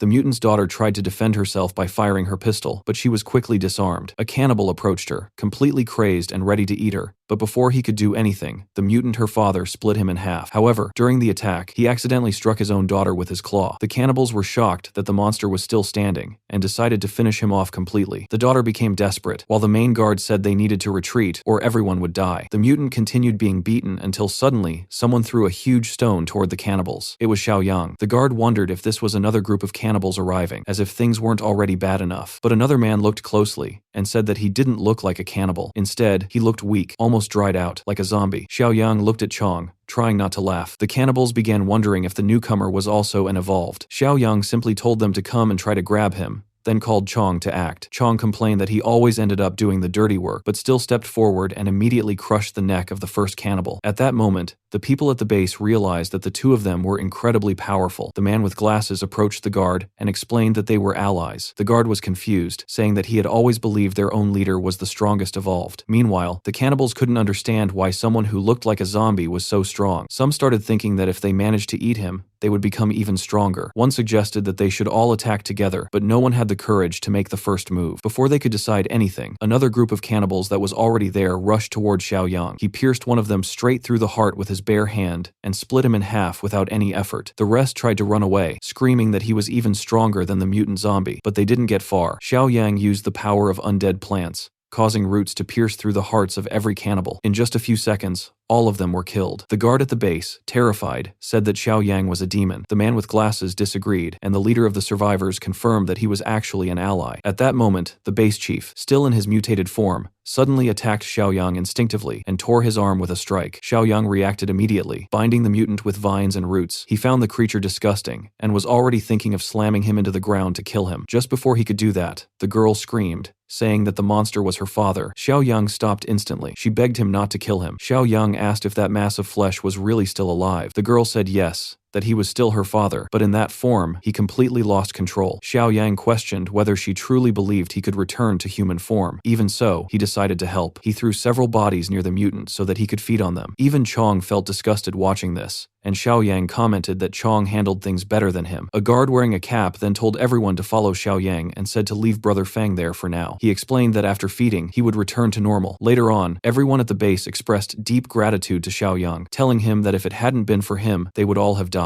Xiaoyang responded calmly, saying he had only helped a little, and then asked how long they had been staying at that base and who Fang actually was. Fang's daughter stepped forward and explained that Fang had been infected with something called a mimetic flesh mutation. Xiaoyang asked what that meant exactly, and she began explaining that the mimetic flesh virus was an extremely dangerous yet almost miraculous organism. She said that when it was first discovered in wild animals, doctors believed it was just another disease caused by protozoa. However, she was shocked to discover that this organism could transform into any type of tissue. It could imitate any cell in the body, but with enhanced performance and characteristics. Even though it was completely unethical, the doctor who had been her mentor ignored all regulations and secretly began testing it on humans. In less than a week, the cancer cells in a patient's body were almost completely eliminated. At that time, it seemed like a divine kind of cell. She then explained that by the time all of this was happening, the disaster had already begun. Cities had fallen into chaos, and refugees were arriving without protection from nearby regions. At that moment, people believed that this so-called divine cell might even cure the zombie virus. However, what no one expected was that it would actually become one of the main causes of the disaster itself. Xiaoyang understood from this that the mimetic tissue, which had once been stable, had completely gone out of control, and the doctor confirmed that this was true. It was explained that mimetic flesh never stopped consuming. It would continue devouring until it replaced every single cell in the host's body. Gradually, the infected person would lose their humanity, as their instincts were replaced by those of the mimetic flesh. Over time, the flesh would expand and develop an uncontrollable urge to infect and consume other living beings. Eventually, it would forget the original human structure and turn into a shapeless mass of flesh, like a disgusting jelly-like substance. At that stage, it would lose all motor coordination, become immobile, and eventually die due to lack of nutrients. Even so, while it still retained a somewhat human form, it would tend to gather with other infected individuals. With the addition of the zombie virus, this behavior became even worse. In the end, all mimetic flesh would reach the same fate, a massive sea of flesh. At that moment, Fang approached and commented that Xiao Yang was now one of them. He asked whether he had injured him during the earlier attack. Xiao Yang confirmed this and showed his wounded arm. Fang then said that Xiao Yang would likely become infected soon. Xiao Yang immediately responded that there was no need to worry because the mimetic virus had already left his body. Fang was confused and asked what he meant. Xiao Yang explained that his body had already surpassed normal human limits, and naturally, his immune system was also abnormal. He also revealed that he possessed plant-based power within his body, explaining that he already had a symbiotic organism inside him, something even more dangerous than mimetic flesh. This revelation shocked everyone. Even so, Xiao Yang asked that if mimetic flesh had such advanced mimicry abilities, why no one had tried to shape or control it intentionally. He then asked Fang to give him a small sample. Fang agreed and threw a piece of the flesh toward Xiao Yang. Xiao Yang tried to use the power of his symbiotic organism to control it, but it didn't work. He explained that the moment mimetic flesh fused with a body, it immediately began its invasion, leaving no choice but to destroy it as soon as it came into contact with his own organism. Xiao Yang then asked Fang how he was able to control such a thing. Fang replied that technically, he didn't control it at all. Every cell in his body had already been replaced by mimetic flesh, meaning that biologically, he was no longer human. Xiao Yang then questioned how he was still able to maintain his rationality and humanity. Fang explained that his humanity had already been lost a long time ago, and what kept him functioning now was only a sense of rational responsibility. The neural structure of his brain had not yet completely degraded, but he admitted that it might only be a matter of time. He continued resisting the instincts of the mimetic flesh through that remaining rationality,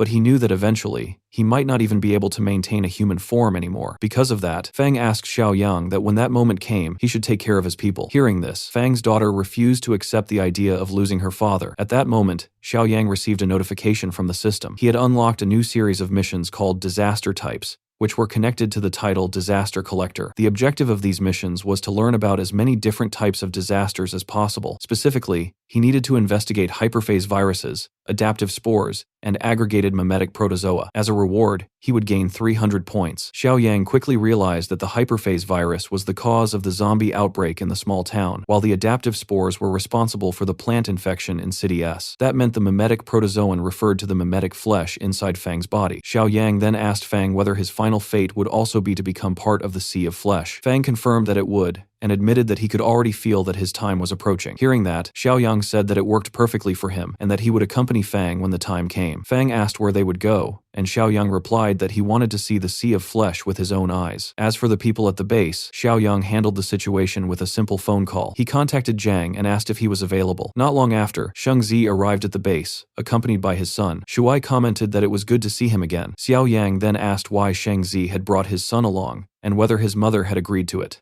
The boy replied confidently that he was no longer a child and was capable of being there. At that moment, Shuai decided to demonstrate his strength. He looked toward the city and warned that he had already noticed people following them since the beginning of the road. He told them to come out instead of hiding. After a few seconds of silence, the cannibals finally revealed themselves, confused about how they had been detected. One of them, who appeared to be the leader, asked whether this was really the famous base filled with resources. He then told his group that for the sake of everyone, this was the moment to unite and destroy the base, pointing directly at Sheng Zi and calling him a monster. The leader questioned whether Sheng Zi was the creature from the rumors, the one capable of killing multiple humans alone. Sheng Zi responded by pretending that he only spoke English, clearly mocking them. Fang commented that they might have mistaken Sheng Zi for him, but the cannibals said it didn't matter. They were already eager, imagining killing and eating them. At that point, Shuai asked if he could handle the situation himself. Sheng Zi told him to be careful. When the cannibals charged forward, Shuai immediately pulled out a pistol and began firing. The first shots missed because the cannibals also had enhanced bodies, but eventually one bullet hit its target, and the cannibal showed clear fear. Shuai explained that he wasn't an ordinary person, and continued shooting rapidly at the group. The cannibal leader managed to get close to him, but Shuai dodged with incredible speed and crushed his head with another shot. The people at the base began wondering who these individuals really were, terror. In the next moment, another cannibal lunged at Shuai and almost hit him, but Shengzi intervened, using a tentacle to grab the attacker and throw him far away. Everyone watching was shocked by this display of power. One of the cannibals commented that Shengzi was even stronger than the rumors suggested. Even so, they believed that if they attacked together, he wouldn't survive. They were completely wrong. Shengzi used his tentacles to tear apart all the cannibals without any difficulty. After the battle ended, Shuai asked Xiaoyang how he had performed. Xiaoyang replied that he had managed to take down 2 enemies by himself and praised his improvement in training. Shuai jokingly said that there must be something special about the vegetables from the farm Xiaoyang had built, because everyone who ate from it seemed to grow stronger. Xiaoyang reflected that the crops grown in those Hokchi fields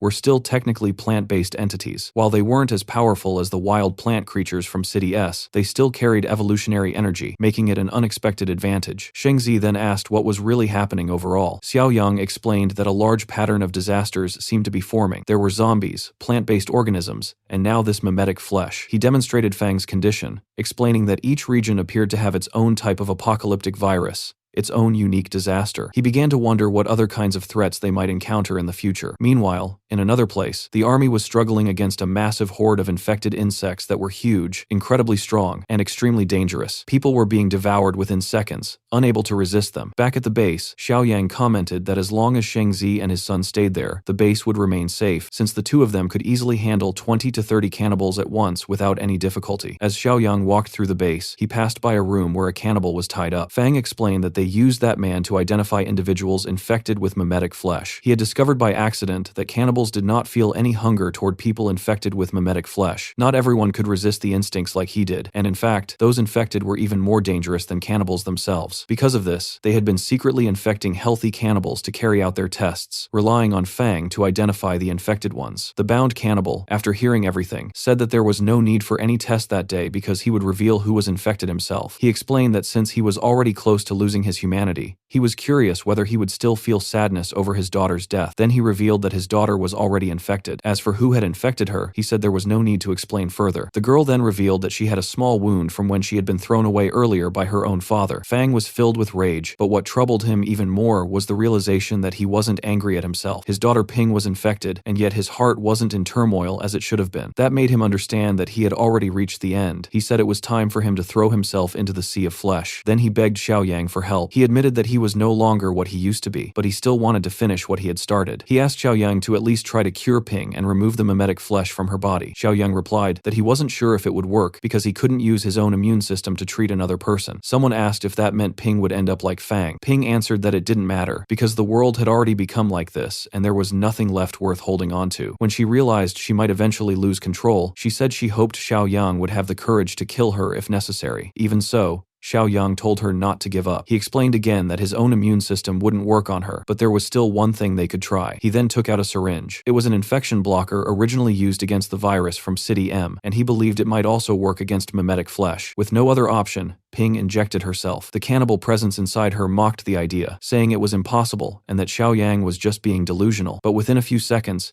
it was completely shocked by the result. Xiaoyang observed the reaction and concluded that based on the cannibal's behavior, the blocker had worked. Ping then asked if that meant her father could also be cured. Xiaoyang explained that it likely wouldn't work for Fang because his condition was completely different and the infection had progressed too far. Fang confirmed this himself, saying there was no hope left for him. He was no longer human, just mimetic flesh, maintaining a human shape. Even so, he asked Xiaoyang if he would still accompany him to the Sea of Flesh since he didn't have much time left. Xiaoyang agreed and said he would go with him. Later that morning, after walking for a long time, they arrived near City K. Fang warned Xiaoyang that they were getting too close to the city and that it would be better to move farther away. Suddenly, a group of hungry children appeared and asked for food. Fang immediately warned Xiaoyang that in that place, nothing could be trusted. And indeed, those weren't real children. They were mimetic flesh, pretending to be human. Meanwhile, back at the base, Shuai was shooting down a giant insect with his pistol. He wondered where these creatures were coming from, since he had already killed several of them the previous night. Ping commented that she had never seen insects like that before, but they had started appearing in large numbers since the night before. Shuai even wondered if her father might somehow be attracting them. At that moment, several vehicles approached, bringing unexpected visitors. They were soldiers who claimed they had finally found survivors. Shuai immediately aimed his pistol at them, and the others did the same, ordering everyone to step out of the vehicles. One of the soldiers got out and said they were not enemies. Shuai observed that they didn't look like cannibals, and the soldier reassured him that they had no intention of harming anyone. He told his men to lower their weapons weapons so they wouldn't scare the group. Shuai told Ping to calm down, saying the soldiers didn't seem like bad people. As they approached, one of the soldiers asked if Shuai was the leader. Shuai replied that he wasn't the leader and was only temporarily in charge. Another soldier mocked them, asking if they were really being protected by a child. Shuai told him to behave and demanded respect. An older man then stepped forward, apologized for the comment, and introduced himself as Yang Bing. Yang Bing explained that they came from City B, where their settlement had been destroyed by a swarm. With no other option, they fled south. Only 5 vehicles managed to escape, and they had separated along the way. Another group's leader had headed towards City K. Shuai asked whether the swarm consisted of those same insects and threw one of the dead creatures on the ground. The same soldier commented that if the insects there were that small, then it was good news, since the infestation hadn't fully spread yet. However, Yang Bing explained that the swarm was moving much faster than expected. Shuai said that those insects had only started appearing there the previous day, and that they had never faced such a problem before. He pointed out that they were already dealing with too many issues, gesturing toward the bodies behind them. Yang Bing asked whether those creatures were something different, wondering if they were similar to parasite-controlled puppets like those seen in City B. Even so, he said their group could still be very useful since they had manpower and equipment, and dealing with zombies wouldn't be a problem for them. Ping suggested that they should move inside to talk, since staying outside was dangerous. The soldiers became cheerful, and said they would take over protection from that point onward. One of them even commented that after surviving an insect swarm, this situation would be easy for them. However, Shuai felt that their confidence was excessive, believing that they were underestimating the other types of infections. Meanwhile, in City K, Xiaoyang was eliminating every fake mimetic flesh clone he came across. Fang watched him and thought that Xiaoyang was truly impressive. Xiaoyang explained that within a radius of about 1 kilometer, there were still at least 20 more of those creatures remaining. Fang confirmed this, and added that most of them had already lost their ability to metamorphose, which meant they could no longer disguise themselves as humans easily. Fang then told Xiaoyang that they were very close to their destination, and that he could feel it. Shortly after, the two of them reached the top of a building, where they could clearly see the sea of flesh that had completely taken over the entire city. The sight was so overwhelming and unnatural that even Xiaoyang was impressed by it. Suddenly, Fang felt a strong pull, as if something was calling him to join the sea of flesh. He was about to throw himself off the building, but Xiaoyang quickly grabbed him and stopped him. Xiaoyang asked if he was really going to give up without even trying to resist. Fang replied that it was useless, explaining that sooner or later his body would fully deform into flesh, and he would completely lose control. He admitted that even now, he was already becoming a danger. At that moment, Xiaoyang stepped closer and extended one of his roots, sending his power directly into Fang's brain,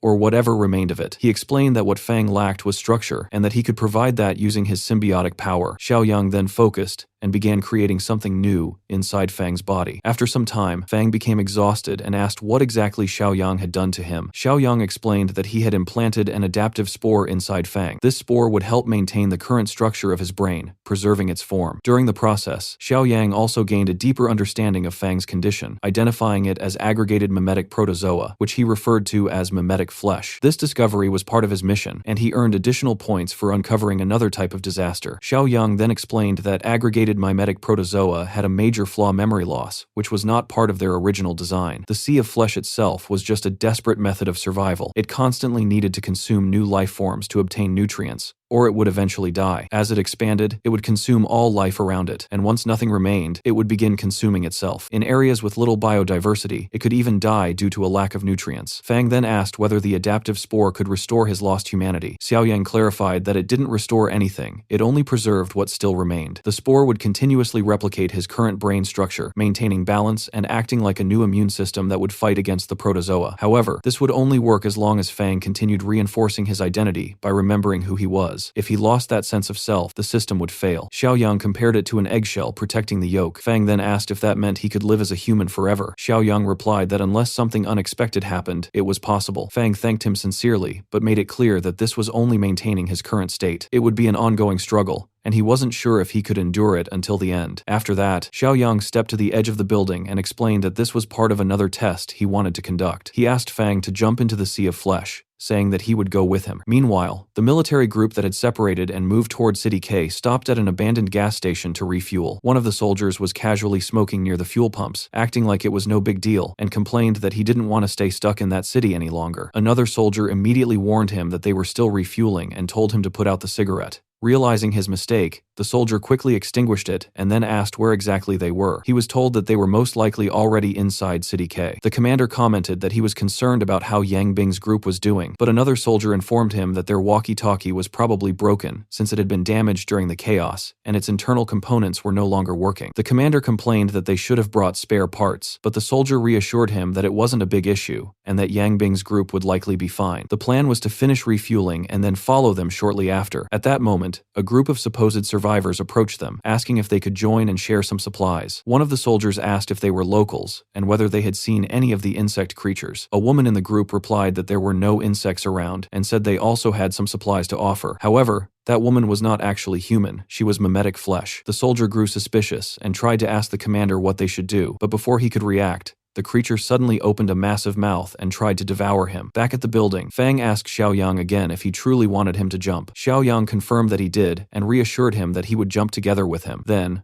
without hesitation, the two of them jumped down together. The moment they entered the sea of flesh, it immediately attempted to consume them. However, Xiaoyang's plant-based power spread rapidly through the entire mass. Vines and roots extended in every direction, pushing the flesh away and protecting them completely. They remained safe and unharmed inside it. Xiaoyang then said that now it was Fang's turn. Fang asked what exactly he needed to do. He then tried to use the power of the adaptive spores that had been implanted in him. When that power connected to the sea of flesh, something unexpected happened. Instead of turning into flesh, Fang began transforming into part of a massive tree. Xiaoyang asked him whether his instincts felt satisfied. Instead of being consumed by the instinct of flesh, Fang was now aligned with the power of life and plants. Suddenly, multiple trees started growing from within the sea of flesh. This was not random. Fang was controlling it. For a moment, he wondered if he had already become the sea of flesh itself. However, Xiaoyang clarified that he hadn't fully taken control. At most, Fang was controlling about 1/5 of the entire mass. To completely dominate it, he would need at least a full month of continuous effort. Even so, Fang continued growing more trees, slowly forming a forest inside the sea of flesh. Xiaoyang explained that each tree trunk represented a portion of the sea that was now under Fang's control. Only when the entire mass was covered like a full forest would Fang truly become one with it. Xiaoyang also made it clear that the spore inside Fang belonged to him, which meant Fang was technically under his control. He warned Fang not to even think about betraying him, since that power could be taken away at any moment. Fang responded that he had no such intentions and expressed deep gratitude. At that moment, through his connection with the sea of flesh, Fang sensed something happening nearby. A group of soldiers was running in panic, being chased by mimetic creatures. Suddenly, a gigantic tree rose up directly in their path, trapping them between the sea of flesh on one side and the pursuing creatures on the other. When one of the creatures lunged forward,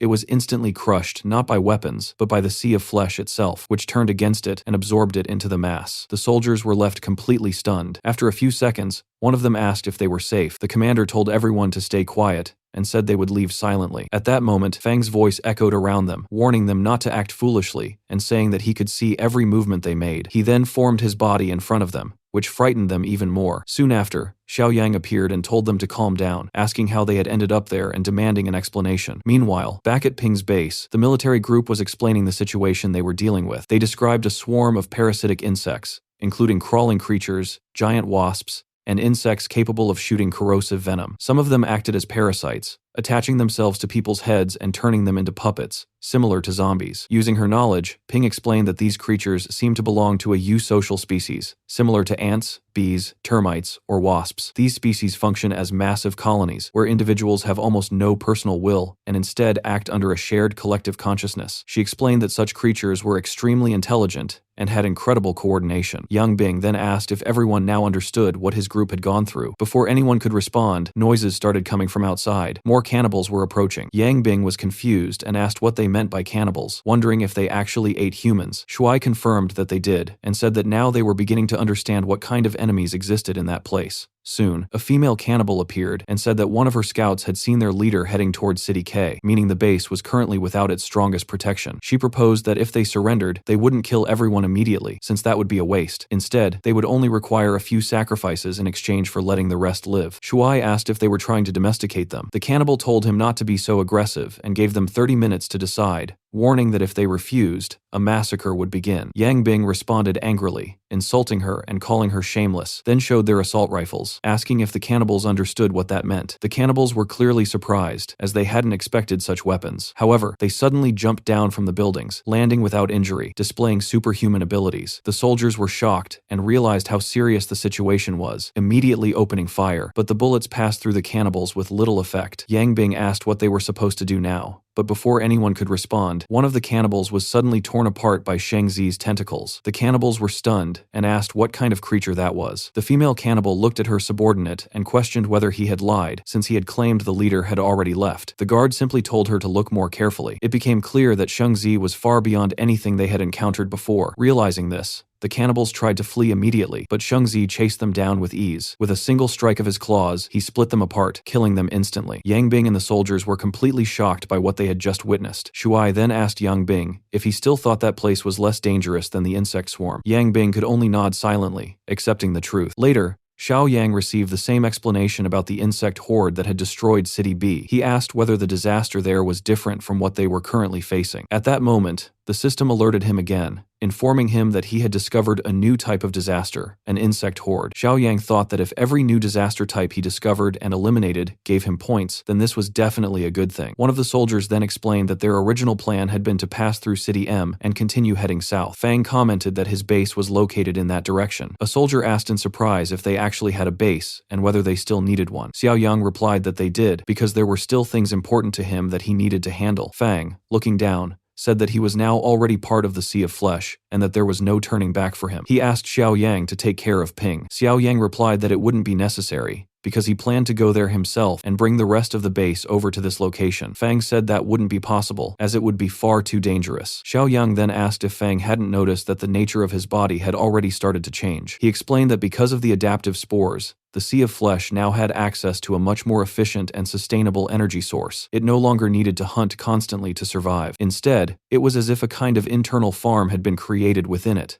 In a way, Xiao Yang had turned the Sea of Flesh into something almost like a self-sustaining system. He then said they would meet again later and told the soldiers to follow him. After some time, they arrived at Fang's base. Xiao Yang announced that he had returned and mentioned that they had just defeated several enemies. Yang Bing reunited with his commander, who confirmed that Xiao Yang had been right and that the situation there was safe. Yang Bing asked about the other groups, and the commander replied that, unfortunately, the others had been taken by monsters. Yang Bing then said that from now on, they would be safer, since the people at that base were extremely strong. The commander agreed, and added that there was no need to explain further, since they had already witnessed many strange and powerful things along the way. Ping then asked if her father had truly become part of the Sea of Flesh. Xiao Yang confirmed that he had, but clarified that Fang had managed to keep his consciousness. He also said that he had found a way to make the situation safer. After that, Xiao Yang told everyone to gather their belongings because they were going to relocate to a much safer place. With that, everyone began moving toward the Sea of Flesh. While traveling, they encountered several mimetic flesh copies, including a group disguised as survivors. The military commander and his companion immediately raised their weapons. Yang Bing questioned why they were doing that, since those people didn't look like cannibals. Despite that, the soldiers opened fire without hesitation, because those figures were not human, they were mimetic flesh clones, and there were many of them. More and more began appearing, trying to surround the group. The commander told Xiao Yang to take everyone and move directly toward the Sea of Flesh, saying that they would stay behind and hold off the enemies. Yang Bing objected, saying that it wasn't necessary, since Xiao Yang and his group were already extremely powerful. Some soldiers still felt nervous, but stepped forward anyway, prepared to sacrifice themselves if needed. Xiao Yang told everyone to stay calm and said that everything was under control. He instructed them to stay low so they wouldn't get caught in any crossfire. Then he fired a flare into the sky. Shuai asked if they were calling Shan for help, but Xiao Yang said no, that it was another group. He told everyone to remain alert but calm to ensure no one got hurt. They then advanced toward the mimetic flesh clones. The military commander felt uneasy, since he had not yet seen the full strength of Xiao Yang's group. Soon, even more monsters appeared, including massive mimetic flesh creatures intertwined with plant matter. Some survivors panicked, shouting that there were people among them. They raised their weapons in fear, preparing to fight. However, something unexpected happened. The creatures passed right by them without attacking. Instead, they focused only on the real enemies, the other mimetic flesh clones. The commander commented that this was exactly why he had asked Xiao Yang for help, and told Yang Bing that he would soon understand everything. After the battle ended, and all the enemies were completely wiped out,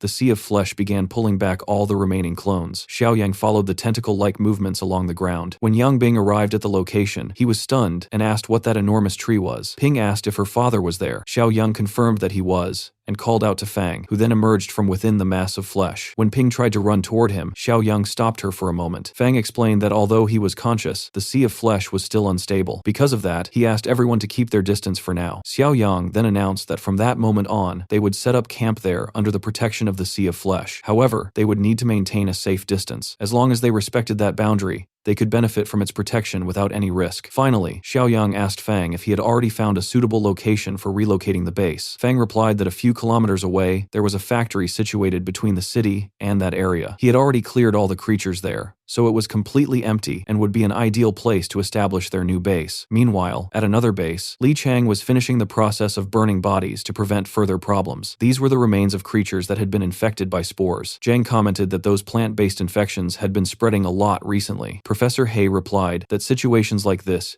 usually meant that a flower cart had come nearby, and considering how large that forest was, there were definitely more than one of those creatures moving around. At that same time, Xiaoyang was heading toward the factory, along with the sea of flesh controlled by Fang. The location was completely empty, and looked like a perfect place to set up a base. Suddenly, Xiaoyang received a message through the walkie-talkie, saying that there were issues in the southern part of City Y, and that he needed to return immediately. Fang told him not to worry, and said that from now on, he would handle everything on his own. After that, Xiaoyang called Shuai, who was carrying something extremely heavy, a steel pillar. Xiaoyang explained that for now, he would return with Chong, while Shuai would stay behind with his father. Shuai replied confidently that there was nothing to worry about. When Xiaoyang returned to the base where Professor He and Zhang were, Zhang commented that the people there were already strong enough to deal with most situations, especially with brother Shang present. Hong Li agreed with him and added that only when Shang was around could they feel completely safe. Xiaoyang teased Zhang, saying that he was becoming overconfident. Zhang replied that he wouldn't have built such a strong body if he hadn't consumed so many mutated plants, which had greatly increased his strength. Xiaoyang thought that was good and said that the next day, Zhang would go with him deep into City S, into the jungle, so they could truly test their strength. The next day, after defeating several zombies infected with fungi and spores, Xiaoyang realized that the people at that base were actually quite strong. Zhang said that he had been right all along, and claimed that he and Shanshan had become much stronger. Xiaoyang responded that it would be better to save that confidence for when they faced a real flower monster. At that moment,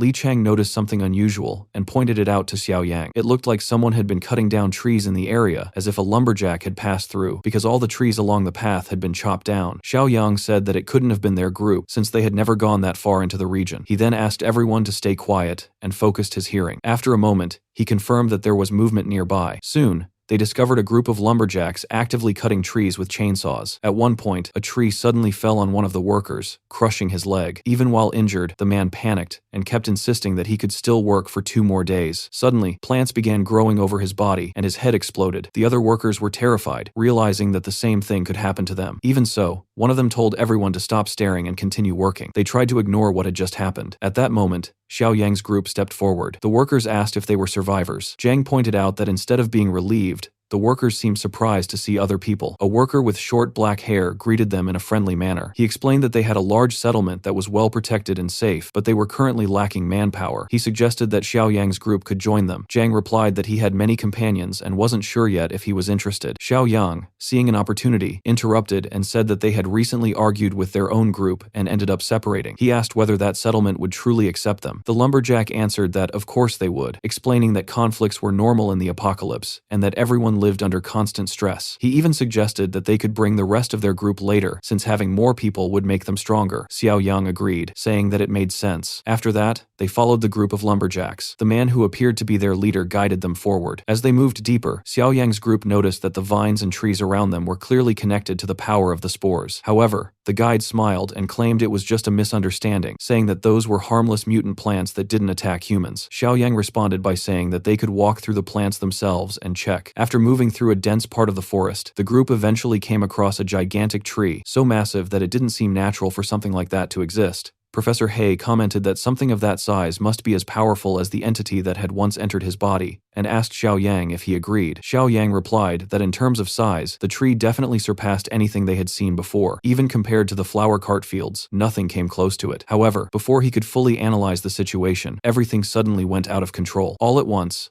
the workers in the area rushed forward and grabbed the group. Xiao Yang was restrained along with the others, but he didn't resist and didn't appear surprised by what was happening. Shortly after, the real situation revealed itself. The enormous tree was extending tendrils and roots into piles of zombie corpses, lifting them up and reanimating them. The revived creatures began advancing, trying to force the group to join them, claiming that they were all the same kind. One of the workers holding Xiao Yang asked what that meant. In response, Xiao Yang struck him with an elbow to the face and quickly subdued him. The rest of the workers were also taken down without much effort. Shocked and frightened, one of them asked who they really were. Xiao Yang explained that since the zombies were a threat to everyone present, he wouldn't kill them for now, because he understood that they weren't controlling the creatures. The situation escalated when spore-infected zombies appeared and charged toward them. Xiao Yang released the worker he had restrained and allowed his team to engage the incoming horde. The workers were amazed by how powerful Xiao Yang's group was. Their leader said that defeating such a thing was impossible because there were too many enemies and the corpses were constantly being revived to protect the tree. Without any sign of difficulty, Xiao Yang summoned roots that pierced through multiple enemies at once. One of the workers, overwhelmed with fear, began shouting that everyone there was a monster. Immediately after that, roots and vines burst out from his body. The same thing started happening to several other workers as well. Seeing this, Professor He warned that if things continued like that, no one would survive. Xiao Yang replied that they just needed to destroy the main source, and the entire problem would be resolved. He advanced forward, using blades formed from the giant tree itself. The tree reacted instantly, attacking him with its branches and roots. It fought with enough strength and precision that it nearly knocked Xiao Yang down, making it clear that this wouldn't be an easy battle. Meanwhile, the remaining workers were being overtaken by roots, growing more and more terrified as they faced the possibility of death. Xiao Yang then ordered all the infected individuals to gather near him. He took a deep breath, filling his lungs completely, and then released his power in the form of a dense mist, similar to gas, spreading it over them. In the next moment, the workers realized that the infection inside them had been neutralized. Xiao Yang explained that the mist was made of a special type of bacterial algae, capable of preventing the spores from parasitizing their bodies. He then instructed Zhang to take those people and move them far away from the area. Once they retreated, the spore zombies began moving toward Xiao Yang, who stayed behind. He used the natural force within him to attempt to control the creatures, and for a brief moment,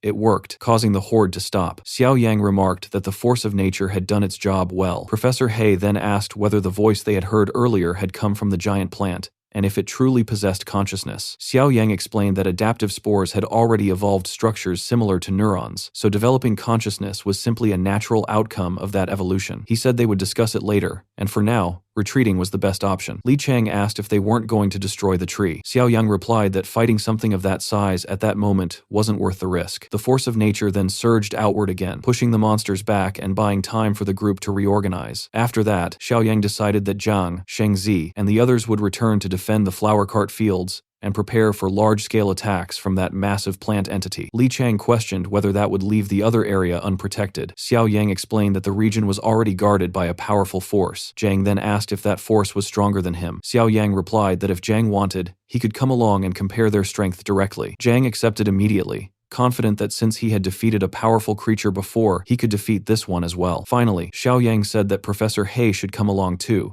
since they would need his knowledge for what was ahead. When Zhang arrived at the location, he was immediately impressed by how massive the tree was. Xiao Yang explained that this was the new base he had been talking about. Shortly after, Fang approached them through the sea of flesh. Xiao Yang introduced Zhang as a friend and mentioned that he only wanted to do a bit of training with him. In response, Fang raised a single finger, and with just that small movement, hundreds of devouring flesh tentacles emerged around them. Zhang quickly said that there was no need for that, since they were allies and there was no reason to show off strength like that. Next, Xiao Yang introduced Professor He, who was from the Agriculture Institute in City S, to Ping, who was a biological researcher from City K. Taking advantage of the situation, Xiao Yang asked Professor He if there was any way to deal with the insect swarm, suggesting the idea of capturing the queen. Professor He replied that this wasn't exactly his specialty, but based on what he knew, controlling a swarm like that would be extremely difficult. He explained that collective intelligence in such species worked more like an automatic system, focused on completing tasks, and in most cases, the queen didn't directly control the swarm, but was mainly responsible for reproduction. Ping added that biological systems often tend to centralize over time, so it was possible that the queen of that swarm had developed some kind of central nervous function, especially considering the presence of mimetic flesh and spores in that world. Professor He agreed that this was a reasonable possibility. Hearing this, Xiaoyang concluded that capturing and controlling the queen might actually be possible. The military commander warned that the swarm was enormous and that entering the nest to capture the queen would be nearly impossible. Professor He agreed, explaining that the insects had already spread across a very large area. At that point, Zhang suggested a bold and somewhat crazy idea using a Trojan horse strategy. Later, they used a vehicle to transport mimetic flesh and then threw the clones into the middle of a street before quickly retreating. As expected, the clones became confused and disoriented. Zhang believed that the plan had a good chance of success. The group then carefully observed how the creatures would interact. Soon, one of the giant insects approached the mimetic flesh, examined the situation, identified the clones as enemies, and then returned to its nest. Xiaoyang paid close attention to the direction it went, and once he confirmed the location of the nest, he realized that the plan had worked. Shortly afterward, the insect came back along with several others, effectively alerting the swarm about the threat. A massive number of insects appeared, causing the already shaken soldiers to retreat immediately. Professor He asked if it was really safe to remain there, but Xiaoyang assured him that everything was still under control for the moment. The insects did not attack Xiaoyang's group directly. Instead, they focused on the mimetic flesh clones, which began fighting back since they were partially under Fang's control. Xiaoyang decided to assist by using the power of spores, eliminating multiple insects during the clash. The military commander commented that he would never have thought of such a strategy. After most of the insects were either killed or infected by spores, Professor He questioned whether this method would actually be effective. Xiaoyang explained that insects didn't have the same regenerative abilities as mimetic flesh, which made them much harder to control. While Fang could still manage the mimetic flesh, controlling the insects was far more difficult. Xiaoyang then attempted to dominate the insects, but most of them ended up dying instead. Only one insect remained alive, struggling and moving erratically. It approached Xiaoyang without showing any hostility, which meant the attempt had succeeded. Xiaoyang had managed to control at least one of them. Professor He felt slightly disappointed that only one had survived, but Xiaoyang explained that a single one was enough. He then controlled the insect and made it return to the nest while pretending to be unconscious. As Xiaoyang observed the surroundings during this process, he realized that it was no exaggeration to say that the people of City B had been deeply traumatized. The insect colony was enormous and extremely terrifying. Meanwhile, inside City B, a few survivors were still alive, trying to hide from the crawling insects. One of them suggested that they should follow the airflow, believing it would eventually lead them to an exit. The group moved carefully and quietly, passing through areas filled with corpses that were covered in worms and insect eggs. After some time, they finally saw light at the end of the tunnel. However, the insects also detected them at that moment. The survivors ran toward what they thought was the outside, but insects were already waiting there as well. In the end, they were all captured and taken to a place where the insects stored humans as food. Some of the prisoners were placed together with new cellmates. One of them asked where they were, and another answered that it was the insects' food storage area, meaning all of them would eventually be eaten. One of the prisoners broke down and started crying in despair. Another pointed at a body lying nearby and asked if that person was dead and who he was. When they got closer, Xiaoyang suddenly stood up calmly and asked if they had finally arrived, commenting that the journey had been somewhat rough. He observed the surroundings and said that it really did look like a nest, since the inside was like a maze full of tunnels. One of the men found it strange that Xiaoyang had been captured, but was still so relaxed. Even so, Xiaoyang asked if anyone there knew the way to the insect queen. The others were confused and asked what he was planning to do. Xiaoyang explained that he had something that could help, but most of them thought he was crazy or just stupid. Some even believed that the apocalypse had driven him insane. At that moment, they heard footsteps echoing through the tunnels. The insects were coming again to select food. Everyone gathered together in fear, trying to stay somewhat protected, but Xiaoyang remained standing apart from the group. He was the first to face the insect that appeared. The others thought he would be eaten instantly, but instead, Xiaoyang grabbed the creature's jaw and broke its neck with a single punch. No one understood what had just happened. Some thought he had used a hidden weapon or fired a shot, but no one had seen anything like that. Xiaoyang then asked if they were going to keep standing there or follow him. The boy who had been leading the earlier escape attempt said that he knew some of the tunnels and could guide them. His friends decided to follow him, and in the end, almost everyone chose to follow Xiaoyang, encouraged by the strength he had shown. Soon after, they encountered a large group of insects.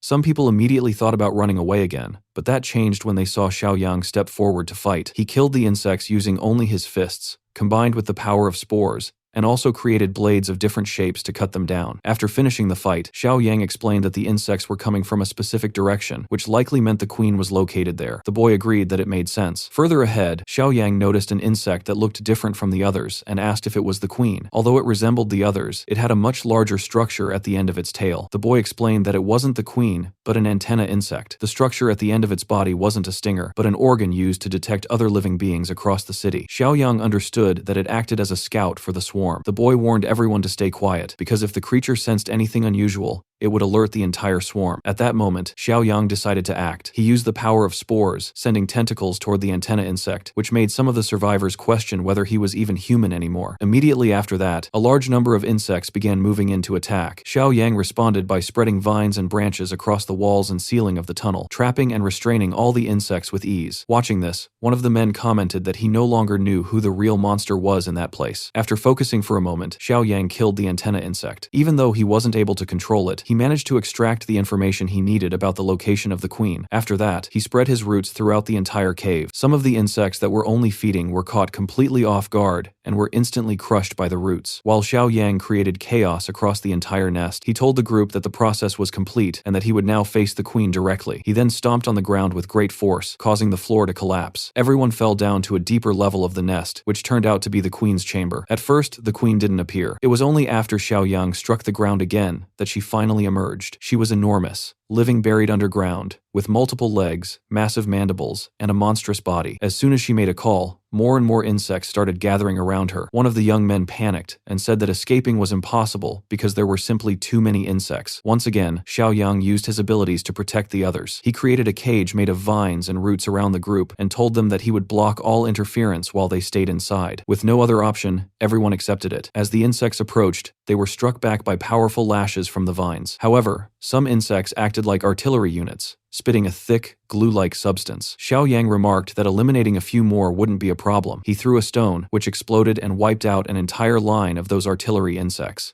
The group felt both amazed and relieved to have someone so powerful protecting them. Even the queen herself began to show fear towards Xiaoyang. He told her to stop screaming and made it clear that he wasn't trying to kill her. However, his next move made it seem otherwise. Xiaoyang used the power of spores to completely root the queen in place, tightening the vines around her massive body. He explained that the infection from the spores and vines had already reached her brain. If she tried to resist or move again, she would die. Even so, Xiaoyang himself thought that he didn't actually want to kill her, since there was only one queen. In the end, the insect queen submitted. Xiaoyang considered this outcome perfect. At that moment, the system rewarded him with an additional 300 points for eliminating the insect threat. On top of that, he also completed another disaster reconnaissance mission and received 400 more points, giving him a total of 700 points at once. With that, Xiaoyang realized that he could now take control of the entire nest. He opened the system shop and found level 2 skill awakening supply boxes, each costing 25 points. He started buying and refreshing the shop repeatedly, spending points until only 100 were left. In the end, he obtained 5 boxes in total, 2 level 2 boxes and 3 level 3 boxes. After opening them, his body strengthening ability increased to level 3. He also gained level 2 high voltage bioelectricity and level 2 brand of slavery, which allowed him to control up to 2 servants at the same time. He found this extremely useful. Without wasting any time, Xiaoyang immediately used the brand on the insect queen, turning her into his completely obedient servant. Meanwhile, in the cannibal district, the cannibals continued fighting among themselves like they always did. Those standing on top of buildings mocked the ones below. They were the same group that had previously caused trouble for Xiaoyang's base. The cannibals on the ground questioned whether the ones above really thought they could win with such small numbers, since there were only 2 of them. One of them replied mockingly, telling them not to worry, and saying they would make good use of that goddess. At that exact moment, the cannibal standing behind him was suddenly blown apart. The bikini-clad cannibal holding a machete commented casually that she would actually enjoy having a little puppy to turn into a goddess. The group didn't even realize when the attack had started. In the blink of an eye, the cannibal leader had already appeared among them. She beheaded multiple cannibals in just a single second using her machete. After that, she placed her blade against the neck of the so-called puppy. The remaining survivors were shocked and asked how they could be so strong. A large man with a patchy beard replied that there was no reason to be afraid, saying that in the current world, that level of strength was the bare minimum needed to survive. According to him, there was only one group stronger than them. Before the others could ask who he was talking about, a massive swarm of insects suddenly appeared. It wasn't just flying insects. Ground insects were also charging forward at high speed. The cannibals tried to escape in panic, but the weaker ones were quickly caught and killed almost instantly. The big man and the bikini-clad woman managed to lock themselves inside a nearby base, still confused about what was happening. At the same time, at the Flesh Sea base, the soldiers were horrified by the sight of the insect swarm. Many of them were traumatized, muttering in fear that everything was doomed and that they would be next. The Flesh Sea reacted to the threat, but the insects skillfully avoided getting close to it. This gave the soldiers a brief opportunity to regroup and prepare a counterattack. Suddenly, an antenna insect landed near the base, and Xiaoyang was riding on it. He got down calmly and Fang immediately asked about the situation. Xiaoyang replied that everything was under control, and mentioned that he had also brought back a group of survivors. Ping then asked whether there would be enough food for everyone. Xiaoyang explained that he was expanding the farms in the spore-controlled region, and that food wouldn't be an issue. According to him, the entire City S would soon become a massive agricultural zone. Meanwhile, Professor He was examining the workers who had been rescued from the City S base. He observed that their injuries had improved significantly. One of the workers said that he finally felt free from the control of those creatures. Soon after, everyone noticed a huge swarm of insects approaching the base. Panic spread immediately, and the gates were shut. However, it didn't take long for them to realize that Xiaoyang's plan had worked. When the spore-controlled zombies advanced, they were caught off guard as Xiaoyang directed the insect swarm in a coordinated assault. The insects destroyed the zombies with ease, making the battle look almost one-sided. After that, Xiaoyang approached the main tree, which was the core of the spore network. Through the zombies, the entity spoke and asked what he wanted. Xiaoyang replied that he intended to domesticate it and turn it into a living symbiotic organism. The spores immediately refused, declaring that they would never submit. In response, Xiaoyang acted without hesitation. He stated that from that moment on, they were the defeated side. With a single motion of his hand, he cut the giant tree in half, explaining that he had already destroyed the main trunk. He added that the next step would be to tear out the roots, and that this was their final chance. In the end, the tree spirit surrendered and handed over its seed. Xiaoyang consumed it along with his symbiotic organism, completely eliminating the spore threat. As a result, he received another 100 reward points. Later, the group from Professor He's base came forward to speak with Xiaoyang, who arrived riding on the antenna insect. The professor asked if he had really managed to defeat the giant plant. Xiaoyang confirmed that it had already become part of him. That meant he now truly had control over it. With a simple movement, he caused flowers, plants, roots, and grass to grow everywhere, dramatically accelerating the growth of vegetation. Because of that, it was now finally possible to establish a proper agricultural field. Meanwhile, in the coastal city A, the situation was completely different. The surviving fishermen were struggling against violent rains, constant storms, and massive waves crashing against their structures. When one particularly enormous wave approached, despair spread among them. Some fishermen were swept away by the water. The biggest problem wasn't only the deaths, but what happened afterward. Some of the bodies had been dragged away while still holding the fish they had caught, and everyone knew that the bodies needed to be burned as soon as possible. However, someone reported that the platform they were on had already been destroyed by the waves, and there was nothing they could do. Later, during a meeting, Xiaoyang heard Li Chang say that if the rain continued like that, the entire farm would end up flooded. Xiaoyang then asked Professor He about the condition of the flower fields. The professor replied that everything was still under control for the moment, and that the rain shouldn't cause too much damage. At that point, Xiaoyang suddenly noticed something unusual. He asked everyone to stay quiet and pressed his ear to the ground, trying to sense vibrations. A few seconds later, he immediately ordered everyone to move. People quickly grabbed their belongings and gathered in the courtyard, following his command without fully understanding why. From above, Shan Shan detected the danger and realized that a massive flood was approaching directly from the sea. Li Chang commented that if the water had already reached that area, then the situation in City H must be far worse. Zhang asked whether the walls would be able to withstand such force, but Xiaoyang didn't want to take that risk. Using his abilities connected to the spores and his symbiotic power, Xiaoyang created a massive green barrier. It was a living wall made of dense and durable plant life, which managed to hold back the incoming water. Despite that, everything around them was still flooded. Weaker structures were instantly destroyed when the wave hit, and the entire scene turned chaotic. Even in that moment of despair, everyone understood that if it hadn't been for Xiaoyang, they would have died. However, the farm itself was completely destroyed. This left Xiaoyang worried, especially because he didn't know what had caused such a flood. Shortly after, the system mission was updated. The disaster collector detected a new catastrophic event that needed investigation. Xiaoyang immediately contacted all the other bases to warn them about the massive flood. One of the larger bases managed to protect itself using its strong walls, since its structure was much more durable. However, Xiaoyang's own farm suffered the greatest loss, as it was completely submerged. The flesh sea managed to block the waves without much difficulty, but by that point, the damage had already been done. Xiaoyang began receiving reports from the other bases and learned that the factory had suffered the worst damage. The insect nest was also heavily affected, although it wasn't an immediate concern as long as the queen was still alive. Li Chang commented that once the flooding stopped, they could start addressing the damage. At that moment, Professor He pointed out an even bigger problem. The floodwater that had entered the farm was salty, which meant the soil had become salinized and unsuitable for planting. According to him, it would take at least 1 to 2 years for the land to recover. He only hoped that the flower fields had not been affected in the same way. Xiaoyang then told everyone to remain calm. He explained that they had enough food supplies to last for 2 to 3 years, and that within about 6 months, City S would likely have stable food production again. For now, the main priority was to protect themselves from further floods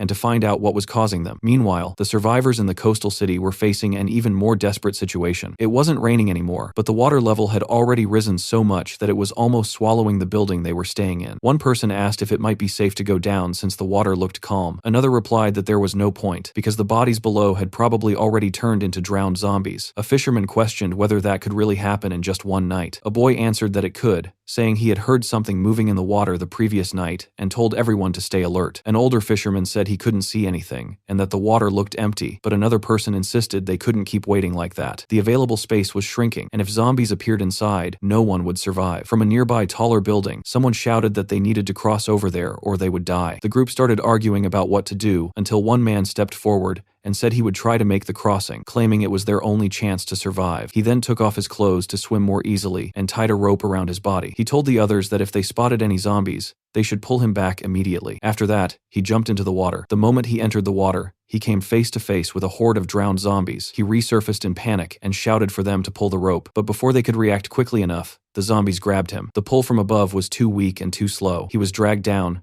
killed, and drowned along with the others. The rope eventually came back up on its own, completely snapped. Everyone in the building fell into despair. Now they were certain that zombies were below, and they realized there might be no escape left. At that moment, things got even worse. They began to notice insects appearing, forming a swarm of giant insects. One man completely lost it, wondering how they were supposed to survive while dealing with both aquatic monsters and giant insects at the same time. Then they realized something even more terrifying. Those zombies were no longer ordinary undead. They had evolved into sea monsters. Already in their final stage of evolution, these strange creatures, equipped with natural harpoons, started climbing up the buildings. The survivors ran quickly to lock the doors and tried to hold their ground. In the taller building, the people were already exhausted and had no strength left to fight, only questioning how they were still alive. In the lower building, the fishermen saw the monsters climbing the stairs and rushed to block the way. One person who tried to hold the door ended up leaning against it and was instantly pierced by the monsters' harpoons. Another survivor didn't hesitate and threw a table in front of the door to reinforce the barricade, but it made no difference. The monsters then used a strange ability, something like sonar. The sharp sound caused intense headaches, disorienting everyone. Moments later, the doors were smashed open. Their last refuge was the rooftop, the same place they had started from. One person said that a simple metal door wouldn't hold those creatures for long and suggested jumping into the water. A fisherman argued that there were zombies below, but the other made it clear there was no alternative. Either they fought and died there, or they jumped and took their chances. In the end, everyone removed their shirts and jumped into the water. The aquatic zombies were indeed there, but they were slower compared to the evolved monsters. Even so, some survivors were caught. One of them managed to escape narrowly. He was a strong swimmer and kept pushing forward with everything he had. However, the monsters quickly started chasing him. From the taller building, people shouted for him to swim faster, warning that the creatures were closing in. Just as one of the monsters was about to reach and kill him, a giant insect suddenly dove into the water and attacked the creature. The impact killed it and released a kind of poison into the water. The survivors were confused, wondering if the insects were actually fighting the sea monsters. But the insect didn't last long and was quickly killed by the other creatures. Xiao Yang, who was controlling the swarm, confirmed that this outcome was exactly what he had expected. After that, Xiao Yang set out toward the coastal city along with Shuai, Li Chang, and Shanshan. As they traveled, Shuai asked why they were going by boat instead of flying on the insects, saying it would look much cooler. Xiao Yang explained that the insects still had their own instincts, and if they were attacked mid-air, he wouldn't be able to control them quickly enough to avoid danger. Shuai confidently replied that he wouldn't get hurt by insects like that. Xiao Yang gently patted his head and said that was exactly why, because he didn't want his insects to get hurt. Soon after, they noticed a small group of survivors standing on top of a raft, struggling hard while fighting against aquatic zombies. In the middle of that chaos, one of the women was suddenly dragged underwater and couldn't be saved in time. She sank down and ended up drowning together with the other monsters in the water. Her father, completely broken and desperate, started thinking about jumping into the water to save her, even if it meant he would die along with her. Right at that moment, they saw Xiao Yang and his group approaching, and the survivors immediately started shouting for help. Shan Shan looked at the water and asked what those things moving around the raft were. Xiao Yang explained that it was most likely part of the disaster happening in City H. He had already seen those creatures before through his insects. He said they were water zombies, a new kind of monster that they would now have to deal with from this point forward. He clearly stated that no matter what, those creatures needed to be eliminated. The survivors on the raft immediately felt more hopeful when they saw Xiao Yang's group, especially because they were armed. Even so, the older man kept begging desperately, asking them to save his daughter. Xiao Yang calmly observed the water for a moment and realized that the girl was still sinking. Without wasting even a second, he took off his jacket and jumped straight into the water. One of the survivors shouted that it was way too dangerous, but by then Xiao Yang had already disappeared underwater. A young man nearby commented that the old man was so desperate about his daughter that if something went wrong, he might even lash out and attack everyone there out of anger. The man replied that he never expected Xiaoyang would actually jump into the water like that. Underwater, Xiaoyang didn't rush immediately. Instead, he allowed the current to carry him while letting the zombies approach him. The moment the first zombie came close enough, he threw a punch so powerful that the creature's head exploded instantly, creating a whirlpool effect in the water. Each of his blows created strong currents, forming vortex-like movements,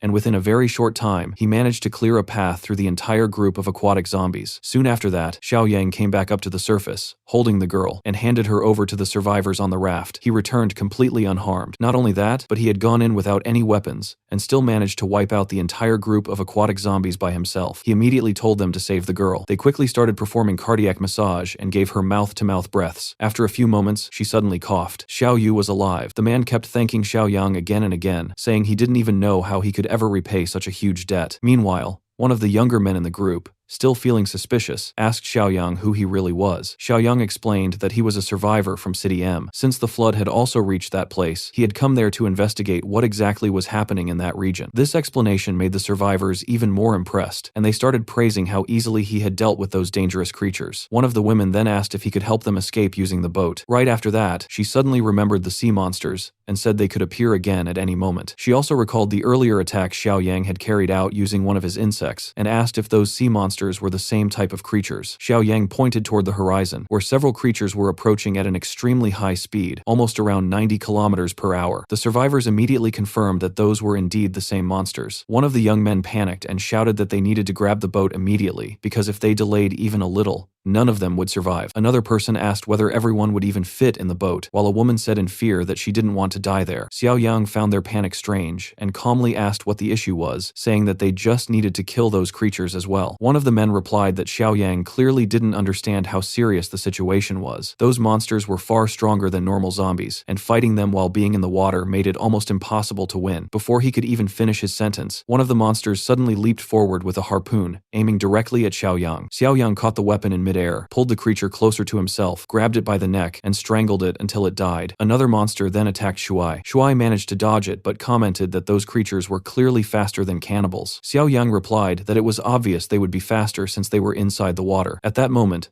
another monster managed to hit Xiaoyang and knocked him straight into the water. The survivors instantly fell into despair, thinking that everything was over and that they were all going to die. Underwater, all the monsters tried to pierce Xiaoyang's body with their harpoons, but his skin was so tough that it was like hitting steel. Xiaoyang then released his spore ability, causing vines to grow rapidly and bind all the creatures tightly. After that, he used his bioelectricity power to electrocute all of them underwater. Moments later, the burned and lifeless bodies of the monsters started floating up to the surface. The survivors stared at the scene in complete shock. Shuai calmly told everyone to relax, saying it was obvious that Xiaoyang wouldn't die that easily. Shortly after, Xiaoyang came back up to the surface by creating a bridge made entirely out of plants. He then told the survivors from the city that if they truly wanted to survive, they should go with him to the outskirts of City H. The older man replied that they had barely managed to escape from that place, and that all they wanted now was to find solid ground. Xiaoyang told them to trust him. He explained that in their current condition, even reaching solid ground wouldn't guarantee their survival. When they asked why, he explained that outside there were zombies, mutants, cannibals, carnivorous plants, insects, and all kinds of different monsters everywhere. This completely shocked all of them. Xiaoyang then said that if they stayed close to his group, surviving would actually become easy for them. Meanwhile, inside one of the large buildings that was still holding up against the flood, a group of survivors watched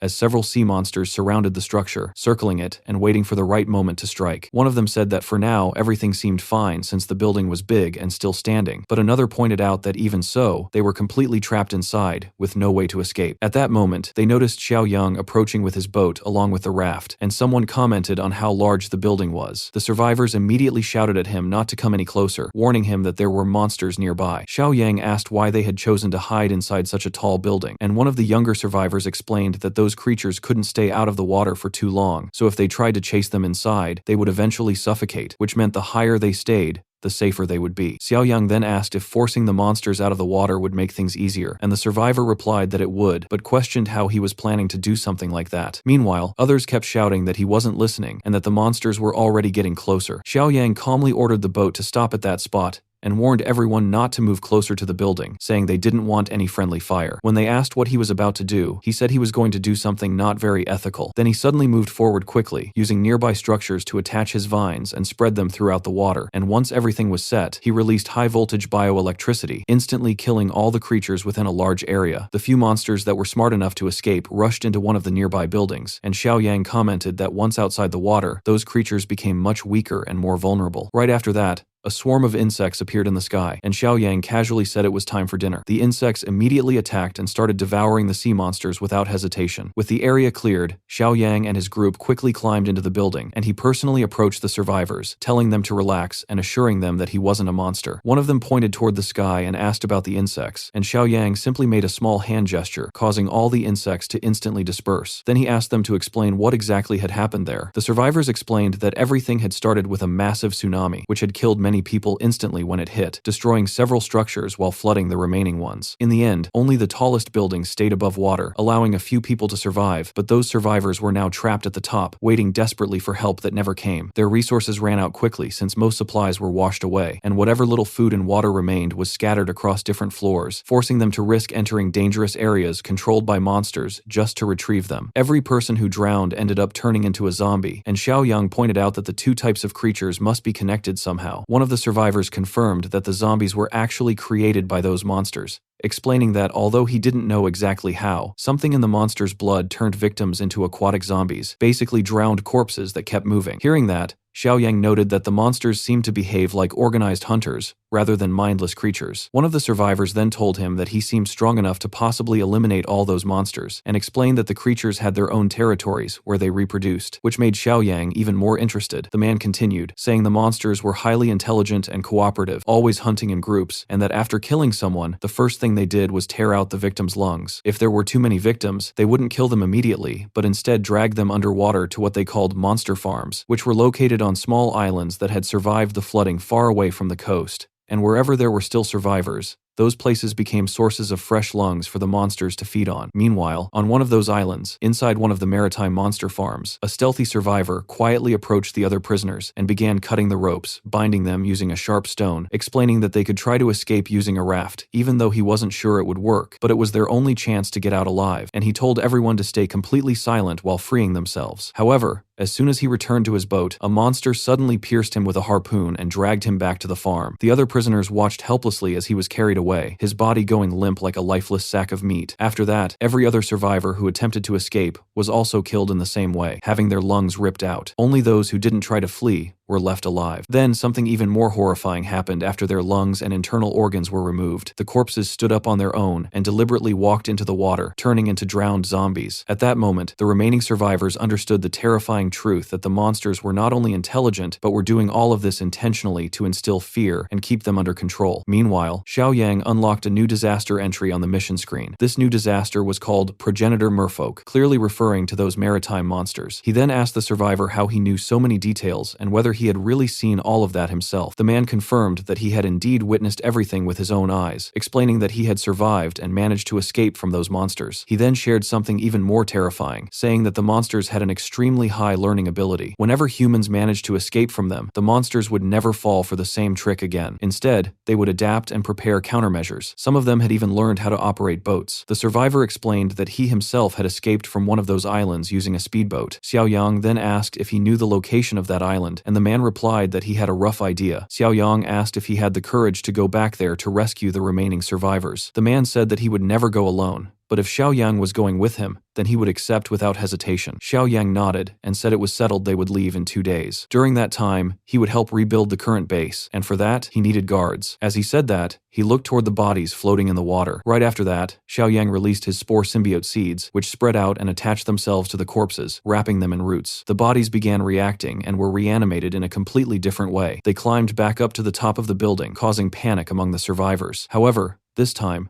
those creatures did not attack anyone. They were under Xiao Yang's control. Xiao Yang explained that although those bodies still carried traces of the maritime monsters, they were no longer the same. They had become plant-based organisms. The survivors started wondering if that meant even zombies could now be controlled. They reminded Xiao Yang that he had mentioned rebuilding the base, and he confirmed it, saying that now was the time to start. Then he suddenly said they would begin immediately. At that moment, another swarm of insects appeared, all of them also under Xiao Yang's command. Sometime later, one of the survivors woke up feeling confused, unable to recognize the surroundings because everything had changed completely. Xiao Yang had created a massive embankment beneath the buildings using plant structures, raising and stabilizing the entire area above the water level. The insects were working constantly, building a huge nest, carrying materials back and forth in a highly organized manner, as if everything was part of a precise system. Shuai was completely shocked by how much everything had changed in such a short time. Even Xiao Yang himself commented that it felt absurd, despite the fact that he had already lost part of his sanity. Shuai then asked how all of this had been accomplished, and Xiao Yang explained that the combination of insects and spores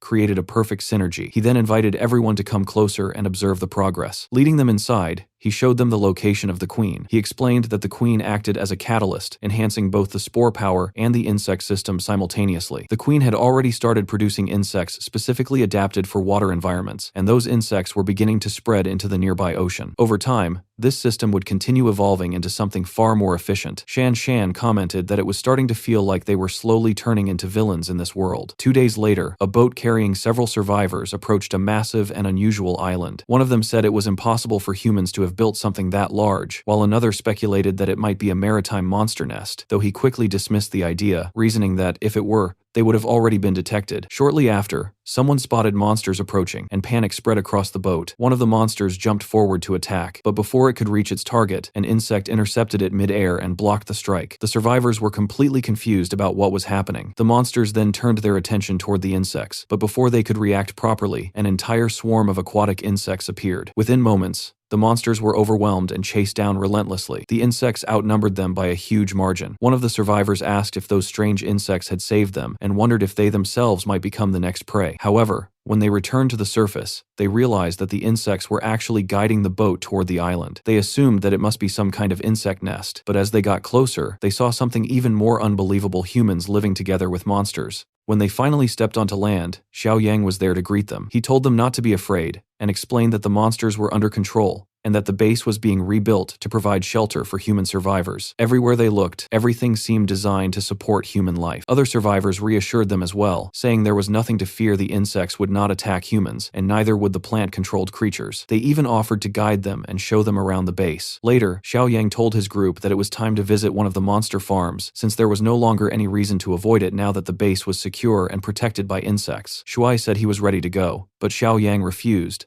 and told him that he wouldn't be going this time. Shuai questioned whether Xiao Yang doubted his strength, but Xiao Yang clarified that strength wasn't the issue. Underwater, the situation was completely different. Li Chang supported this, explaining that if Shuai ended up falling into the water, it would actually become a disadvantage for Xiao Yang. Their top priority was to ensure Shuai's safety. In the end, only Xiao Yang and the survivor who knew the route set out together. During their journey, they were attacked several times by monsters, but each time the insects immediately moved in, defended them, and eliminated the threats quickly. The survivor was amazed by that overwhelming power. As they continued, they saw monsters heading toward a human farm to feed. The survivor used a telescope and realized what was happening. The monsters were approaching trapped humans. Xiao Yang immediately decided to act. He told the survivor to hold on tight and leaped off the boat, causing it to shake violently. Just as one of the monsters was about to attack a human, Xiao Yang appeared and tore half of its body apart with one hand by pulling it through the head. The survivor on the boat cheered when he saw that. Another monster attacked with a harpoon, but Xiao Yang caught the weapon effortlessly and crushed the creature's head with a single punch. The remaining monsters tried to escape back into the water, but the insects, along with the armed survivor, attacked them together and prevented their escape. When everything was finished and they finally reached the beach, Xiao Yang commented that everything there had already been resolved. One of the rescued humans looked at him and asked who he was and why he looked completely human. The survivor who had come with Xiao Yang on the boat quickly told them to calm down and explained that he really was human, that he was Xiao Yang, and that they had come there specifically to rescue them. Xiao Yang confirmed this himself, saying there would have been no reason for him to kill all those monsters if it wasn't to save the humans trapped there. Soon after that, that, another survivor started cutting the ropes and freeing everyone who had been tied up. He recognized the man from earlier and confirmed that he had indeed escaped from that same farm before and had now returned to save the others, thanking him with clear emotion in his voice. While all of that was happening, Xiaoyang looked out into the distance and noticed another island that looked very similar. He asked if that one was also a monster farm, and one of the former prisoners confirmed it,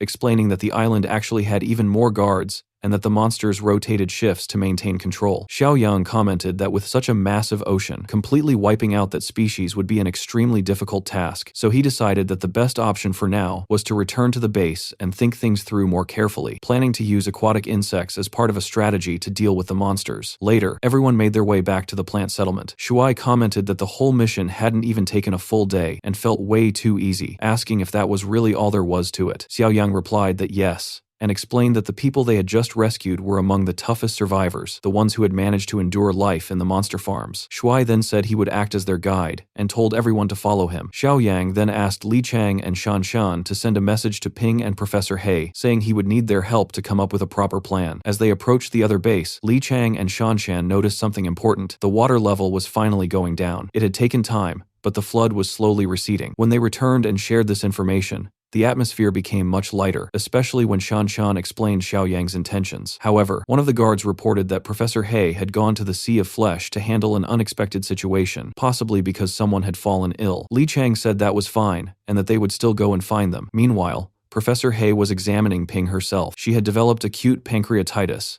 and if it wasn't treated quickly, she would die. Fang was clearly worried, but at the same time, he didn't seem capable of feeling emotions the way a normal human would. Even so, Yang Bing insisted that there had to be some way to save her and suggested that Xiaoyang might be able to do something. Professor He, however, explained that there wasn't enough time and that Ping would die in less than half a day before Xiaoyang could return. At that moment, Fang said there was another option: he could infect her with mimetic flesh. Professor He immediately warned that such a procedure would require extremely precise control, and Fang admitted that he didn't have that level of control, since he could only spread the infection on a large scale. Professor He made it clear that if they did this, Ping would no longer be human, and not even Xiaoyang would be able to reverse it. Fang still insisted that it was better than letting her die, while Professor He responded that, although she was Fang's daughter, Fang himself was no longer human enough to make such a decision. Even so, he hesitated. At that moment, Yang Bing stepped in, opened the door, and told Fang to go ahead, saying they had to save her before it was too late, or they would regret it forever. Professor He thought about it and finally agreed that it made sense. Fang then began the process, deliberately infecting Ping with the mimetic flesh. She woke up in the middle of it due to the pain, but soon lost consciousness again. After some time passed, Ping woke up once more and coughed up blood. Professor He told the others to help her sit up so she wouldn't choke, but Fang stopped them, warning that no one should touch her because the infection was already complete and any contact could spread it. He explained that her body was still adapting, and that the mimetic flesh naturally had the urge to infect and consume. The soldiers agreed that it was safer to stay away. Later, Ping woke up again, sweating and clearly shaken. Professor He asked if she felt anything different, and she replied that she felt something strange happening inside her. He asked if she noticed any changes in her thoughts or emotions, and she said she didn't know if she was supposed to. Fang explained that she wouldn't notice anything immediately, and that changes in brain structure would only start appearing after 1 or 2 weeks. Confused, Ping asked what that meant, and Professor He explained that she had been suffering from a severe illness that would have killed her soon, and that the only reason she was alive now was because she had been infected with mimetic flesh. Ping asked if that meant she was now infected, and at that exact moment, a massive claw of flesh formed in her hand. With effort, she managed to control it. Fang told her she would adapt, but she needed to do it quickly. She then asked if she would gradually lose her humanity. At that moment, Li Chang and Shan Shan arrived and asked what had happened. Later, Professor He explained everything to them, and also asked how things were going in City H. Li Chang replied that things were not going well, and that they had come to ask for help. Professor He said it was good timing, since he had also wanted to meet Xiaoyang regarding Ping's condition. After a long journey, everyone returned together to the settlement, where Professor He explained the entire situation to Xiaoyang, saying that it had been the only possible choice. Ping said she felt terrible after everything she had gone through, mentioning insects, zombies, cannibals, mimetic flesh, and almost dying from pancreatitis, saying it felt like everything had gone wrong at once. Xiaoyang told her to relax and assured her that things would be fine, warning that it might hurt a little but that she needed to endure it. He then infected her with spores to stabilize and preserve her brain structure, explaining that she was actually luckier than Fang because she would retain most of her emotions and mental state. Professor He asked if she would still keep her humanity even after being infected, and Xiaoyang confirmed that she would remain herself. Shuai commented that it was incredible, and Xiaoyang added that the only downside would be her massive appetite from now on. She wouldn't need to feed on the Sea of Flesh, but she would need to eat much more than before to survive. According to Xiaoyang, the problem had been solved. After that, he said it was time to consult them,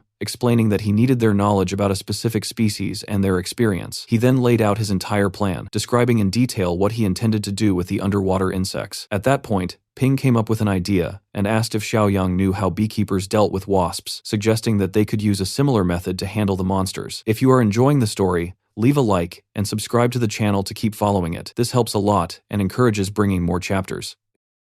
Ping explains that those creatures are natural enemies of bees and cause serious trouble, adding that beekeepers usually tie a piece of paper to such insects and track them back to their nests in order to destroy them. Hearing that, Shanshan thinks about whether they could mark the sea sirens in a similar way. Ping then reveals that instead of that, they can use GPS tracking devices to locate them, explaining that such trackers can be attached to sea creatures for tracking purposes. Xiaoyang immediately asks where they could find this kind of equipment right now, and Professor He recalls that a marine ecology institute should have these devices. Xiaoyang celebrates, saying he knew calling them was the right decision. With that decided, the team boards a boat and heads toward the research institute at high speed. Along the way, a small crab is seen sitting on top of a severed arm of a sea creature, but in the very next moment, it gets crushed under the stomp of another monster. Soon after, a group of terrifying sea creatures emerges onto the beach, clearly preparing for an attack. Meanwhile, on the boat, Shanshan notices that the water is becoming shallower as they approach land. Suddenly, Li Cheng shouts, warning everyone that something strange is floating in the water. They soon discover floating skeletons and begin wondering whether they belong to humans or something else. The protagonist then stretches out his hand and uses his powers to pull one of the skeletons onto the boat. Upon closer inspection, he realizes that these are not human skeletons, as their teeth are unusually sharp and bizarre. Ping then points toward the water, warning that there are many more scattered around. Everyone looks around and sees countless skeletons floating, making them wonder if a battle had taken place there. Xiaoyang warns everyone to stay cautious, as something very strange could be nearby. At that moment, the elder announces that they have finally arrived at their destination, and the boat moves forward. They soon spot the massive main building of the Marine Ecology Research Institute, but notice several skeleton remains hanging at the entrance. The group gets off the boat and quickly realizes that they won't be able to avoid a confrontation with some kind of monster. Shanshan suggests that the weaker members should stay outside, but the protagonist insists that they should all stick together. He then takes the lead, instructing that the elder should stay in the middle for better protection. They enter the building, where the elder suggests looking for a directory to locate the devices. The group proceeds down a dark corridor, and Li Cheng quietly comments on the lack of light. Suddenly, he stops and stares into the darkness with a serious and suspicious expression. Xiaoyang then confirms that he also sensed something strange, and remains on high alert. Shanshan asks what is wrong, but Xiaoyang simply says that something is there with them. Then, shouting loudly, he warns everyone that there is a threat right behind them in the dark corridor, before quickly realizing it isn't just one, and yelling that something is also approaching from their side. Suddenly, a figure appears right in front of them, and the whole group instantly braces for combat as the enemy fires their weapon, prompting someone to shout for everyone to stay extremely careful. Without wasting a second, Xiaoyang uses his powers to create a tentacle shield, forming a dark defensive barrier in front of his allies. The incoming bullet strikes the barrier directly, but fails to break through his defense. However, another attack manages to hit Ping, causing the elder to scream her name in pure despair at the sight. Xiaoyang feels shocked,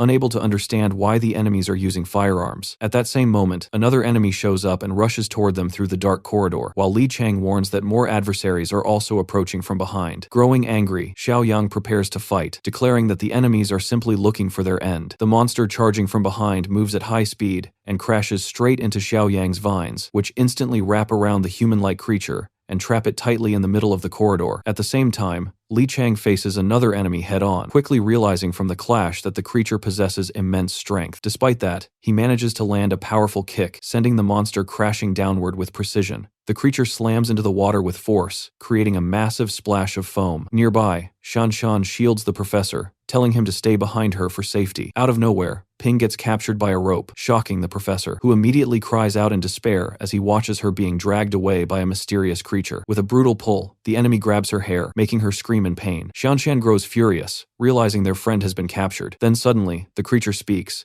shouting at them to release Wang Yang, catching everyone completely off guard. Xiaoyang questions how such a being is even capable of speaking human language. The enemy tightens its grip on Ping, using her as a hostage to threaten the group, but at that exact moment, the monster girl seems confused, as if she doesn't understand what's happening. Suddenly, bizarre tentacles burst out from Ping's back and slam into the enemy with full force. These mimetic tentacles grab the attacker and hurl her far away with terrifying strength. The creature crashes into the water and, from below, witnesses the monstrous silhouette of Ping Ping's transformed state, her body partially mutating into a bizarre form while her eyes glow with dark power. Meanwhile, the trap-setting man shouts out for his companion, who is still completely restrained within Xiaoyang's vines. Xiaoyang then forms a sharp blade using his powers and prepares to counterattack. With a swift motion, he traps the monster woman as well using his vines and then aims a sharp stake at her head, threatening her. Ping instinctively tries to attack the creature again, but Xiaoyang stops her just in time. The captured enemy then yells out, admitting that the monster woman is too strong and begs the hero to release them. Xiaoyang responds coldly, telling him to call for reinforcements or he will end both of their lives immediately. Shocked, the enemy realizes that the group's leader can actually communicate with them. Shanshan then smiles and mocks him, asking if he is deaf since they have been communicating all along. Panicking, the captured enemy shouts for everyone to stop fighting right away. Hearing this, the protagonist turns to Ping and asks if she can still control herself. She nods in response, and her body slowly begins returning to normal. Looking down at her hands, she stammers in confusion, unsure how to react to her sudden transformation. Xiaoyang observes that she hasn't fully adapted yet, but, importantly, hasn't lost her consciousness. With that, he decides to release both enemies, stating that he will give them a chance to explain themselves. On the building's roof, the group gathers together and prepares to interrogate the two prisoners. Xiaoyang directly asks what is going on, who they really are, and what they were doing inside that institute. The man then reveals that they are actually humans and were once members of the research team stationed at that location. Xiaoyang follows up by asking if they had been modified by the sea sirens in some strange way. The man explains that the reason they turned out like this is because they consumed the flesh and blood of the sea sirens. Hearing that, Li Chang is completely shocked and finds it unbelievable that they had the courage to eat something like that. The man clarifies that they had no other option since there was no food available and they were starving, and they refused to start eating humans and completely lose themselves as monsters. Xiaoyang then asks whether the skeletons seen at the entrance belong to the sea sirens they had defeated. The man explains that they no longer fear the water ghouls, although they are still weaker than the sirens. But outside the water, they can deal with sirens more easily using weapons. Another researcher becomes tense and mentions that the number of sea sirens has been increasing rapidly. The protagonist then confirms that these creatures likely have a social structure and that an attack is inevitable. The modified man then asks the group what exactly they are and who they truly are. Xiaoyang simply smiles and replies that their team's composition is a bit complicated. At that moment, the other researcher suddenly points toward the horizon and shouts for everyone to look. The man then notices a massive horde of sirens approaching and yells that they have returned on a gigantic scale. Reacting immediately, the two researchers prepare for combat and grab their firearms. Their leader shouts for everyone to retreat into the building and use the terrain to their advantage, but the protagonist refuses, explaining that doing so would make it harder to pursue the creatures afterward. Xiaoyang then declares that he will wait for the sirens to jump onto the roof and surrender themselves. One of the researchers gets angry and warns him not to blame them if things go wrong later. The man then orders his group to retreat and follow their usual tactics to deal with the enemies, gripping his weapon tightly as he prepares for battle and challenges the creatures to come at them. Xiaoyang simply turns his back and calmly tells the man to take care of himself in the upcoming fight. At that moment, the protagonist's companions prepare themselves and unleash their powers. A massive wave suddenly forms and crashes violently against the institute building. Dozens of sea sirens leap out of the water and rush toward both groups. The researchers are left completely stunned, unable to believe what they are witnessing. Meanwhile, Xiaoyang's eyes glow with a green light as he gets ready to act. With a simple wave of his hand, he releases a massive surge of vines into the sky, which transforms into a giant hand that slams down onto the airborne enemies with tremendous force. The creatures are smashed into the ground, left confused and unable to understand what just happened. Li Cheng's companion joins the battle with full force, landing a powerful punch on one of the creatures on the roof. Another member of the group advances swiftly, kicking monsters with precision while moving fluidly between them. At the same time, Ping uses her newly gained tentacles to attack and crush the enemies. Watching this, the researcher is left in shock, questioning what kind of monsters these people actually are. Despite the chaos, Xiaoyang remains completely calm, controlling the battlefield effortlessly with his abilities. Using her mimetic flesh, Ping fights ferociously, overwhelming the sea sirens with ease. Within moments, several of the creatures are hurled away with brutal force. One after another, their bodies hit the ground lifeless, completely defeated by the group's swift and overwhelming attack. After the fight, Xiaoyang turns toward the researcher and tells him to call his remaining companions. At that moment, the research leader Wang, still in shock, asks if they really managed to take down all of them. Smiling, the protagonist offers them the bodies and asks if they want to eat the monsters. Wang responds that it would be a rare source of calories, but the young man declines, saying they do not need it. The researcher leader then reflects that with such abilities, they could hunt endlessly. Xiaoyang calmly states that this counts as help, and now he expects a favor in return for what they have done. The protagonist then asks the professor to explain the situation to the researchers, but before he can continue, one of the researchers recognizes him and asks if he is He Qifeng from the Academy of Agricultural Sciences. The man then introduces himself as Chen Jiangkang, and the professor immediately recognizes him as Director Chen. Smiling warmly, Jiang Kang expresses his surprise and cushy, saying he never expected the professor to still remember him. Xiao Yang, slightly curious, asks if they know each other, and the elder confirms that their connection comes from their professional work. The professor then explains their purpose clearly, stating that they are searching for a GPS tracker so they can locate the sea siren's nest and completely exterminate them. Hearing this, Jiang Kang is visibly shocked and admits that only a group like theirs would dare to attempt something so dangerous. Xiao Yang quickly asks whether the institute still has such a device, and Jiang Kang responds by guiding them further inside the building. They enter a dark room, where the researcher points out a set of equipment and asks if that is what they are looking for. The professor and Xiaoping pick up the trackers, and after checking them, the professor confirms that they have successfully found exactly what they needed. With that settled, Xiaoyang invites the researchers to come along with them, explaining that their home needs more people. However, the group leader hesitates, feeling concerned about their current appearance and wondering if they might end up scaring others. The protagonist simply smiles,